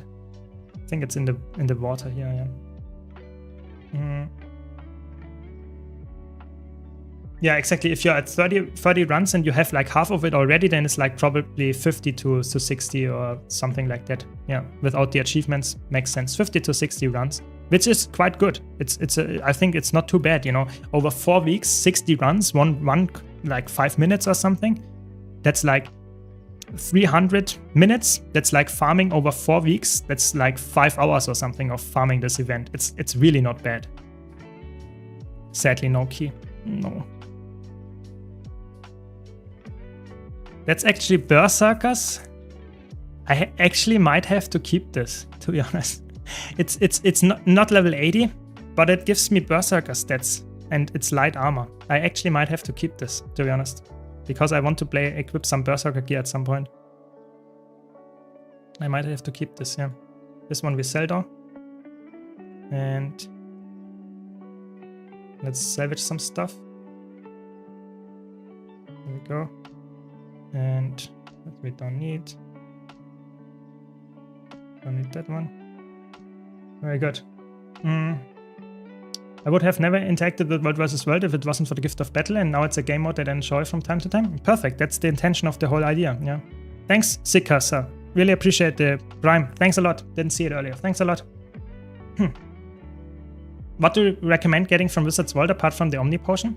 So Wizard's World has really good things. You will notice this here on my account. I will also go for it. The Mystic Coin Bag, of course. The Starter Kit. The normal Mystic Coins. Even the Tomes of Knowledge are really good. The normal, the gold, 90 available. This is really good. It's really cheap gold that you can get. Then I think the build template can be good. The Black Lion Salvage Kit can be good. The Bag of Laurels are good. There are really good things in there, like the Heavy Crafting Bag can be also quite good. The Mystic Clovers are really good if you go for legendaries. And the rest I would skip. And some things you would never purchase, like the Luck, like the Tier 5 bags, like the Essence of Gold in my opinion. Those you would never purchase, like never ever. It's horrible. But I have a full tier list where I debate all these things, like very, very detailed on my YouTube channel. But definitely some things are really, really bad, so you should not purchase them. One question, do you think Dagger is good at cutter in open world? It's okay. It's not crazy good. I would rather recommend Scepter for cutter there. Scepter is the better bet. Like Scepter and Dagger is probably better than Dagger, but if you enjoy it, go for it. It's not bad. It's just a little bit less damage and less utility, I would say. There we go, 100 gold. Nice. We are already very, very far with our gold progress. It's crazy. 100 gold. And yeah, we're getting somewhere. We're getting somewhere. Very good. Can I get the starter key and not use it for a few months? Yes, you can just put it in the bank. That's what I do on my main account. I put all the starter sets in the bank and then maybe I get the energy to go back and do a map exploration and then I open it. But before that, I just put them in the bank and they can lay there forever. Yes. If I understand correctly, most expansions added release specs or other features. Chanteval's is only a story expansion. No, they added the spear. The land spear was added with Chanteval's and now every profession can use the spear on land. Like we got every single class, Necromancer, Elementalist, Mesmer, all the classes that like Warrior, Guardian, that could not use the spear before, even underwater, are now able to use it on land. So Chanteval's gave us the spear. But other than that, it's mostly story. That is true. My worries is that ANET does a surprise change next week that suddenly makes Essence of Gold meaningful again. No, I don't think so. The thing is, the thing is, this Essence of Gold was in there forever, yeah? And they just added something so that you have a big gold sink again, or Astral Acclaim sink. But Essence of Gold is like, you get, let's explain it for a new player here. Lesser Essence of Gold gives you 1 permanent increase to your account gold find. So on this new account, I have 1% gold find because I'm like 1. Okay, that's nice. Account point, achievement points. And it gives me 1 gold find. So that increases the amount of gold gained from killing enemies. This does not, I repeat, does not increase the gold that you get as liquid drops from fractals, from raids. That is not affected, yeah? Or anything that gives you a specific amount from PvP, whatever, world versus world. This is not affected. This is only if you kill an enemy, a mob, that gives you like 1 silver. This will be then increased by 1% and you will get 1 silver and 1 copper, yeah? And this 1000 Astral Acclaim will increase that by 1%. So if you calculate the value of 1000 Astral Acclaim, it's like if you compare it to the starter set, which gives you around 500 gold value. So you spend 500 gold, it's obviously a little bit much to do it like that, but let's say that the maximum amount of Astral Acclaim would be you spend 500 gold on getting 1% more account gold find. So how much more mobs do you have to kill to actually get those 500 gold back? Because that's the calculation you have to do. So even if it's not 500 gold, even if you would say, okay, it's like I can buy for 1000 Astral Acclaim, I can buy like, I don't know, 30 of those bag of coins, so it's like 30 gold. In the worst case, it's 30 gold. How long would it take to get 30 gold back? I don't know, probably years, maybe even decades. So probably it's not worth it, like for everyone. So keep that in mind. That's why I say lesser Essence of Gold, even if they make some changes to it, whatever, I think this will never be worthwhile. It's just, they don't want to make changes because if a veteran, like my account, has like 50% or something, or even higher, and they make a change to Gold Find and Gold Finds now affects way more stuff, then only the veterans would actually get value from that. And they don't want that. They want to have a new way of making new players excited again. They don't want to say, yeah, too bad, you didn't play the last few years, so you now get no gold anymore. So they will not make any changes. I can't see that, really. So I hope that makes sense. Yeah, exactly. It's really horrible. It's horrible value. It's just insane. I would not recommend getting that ever.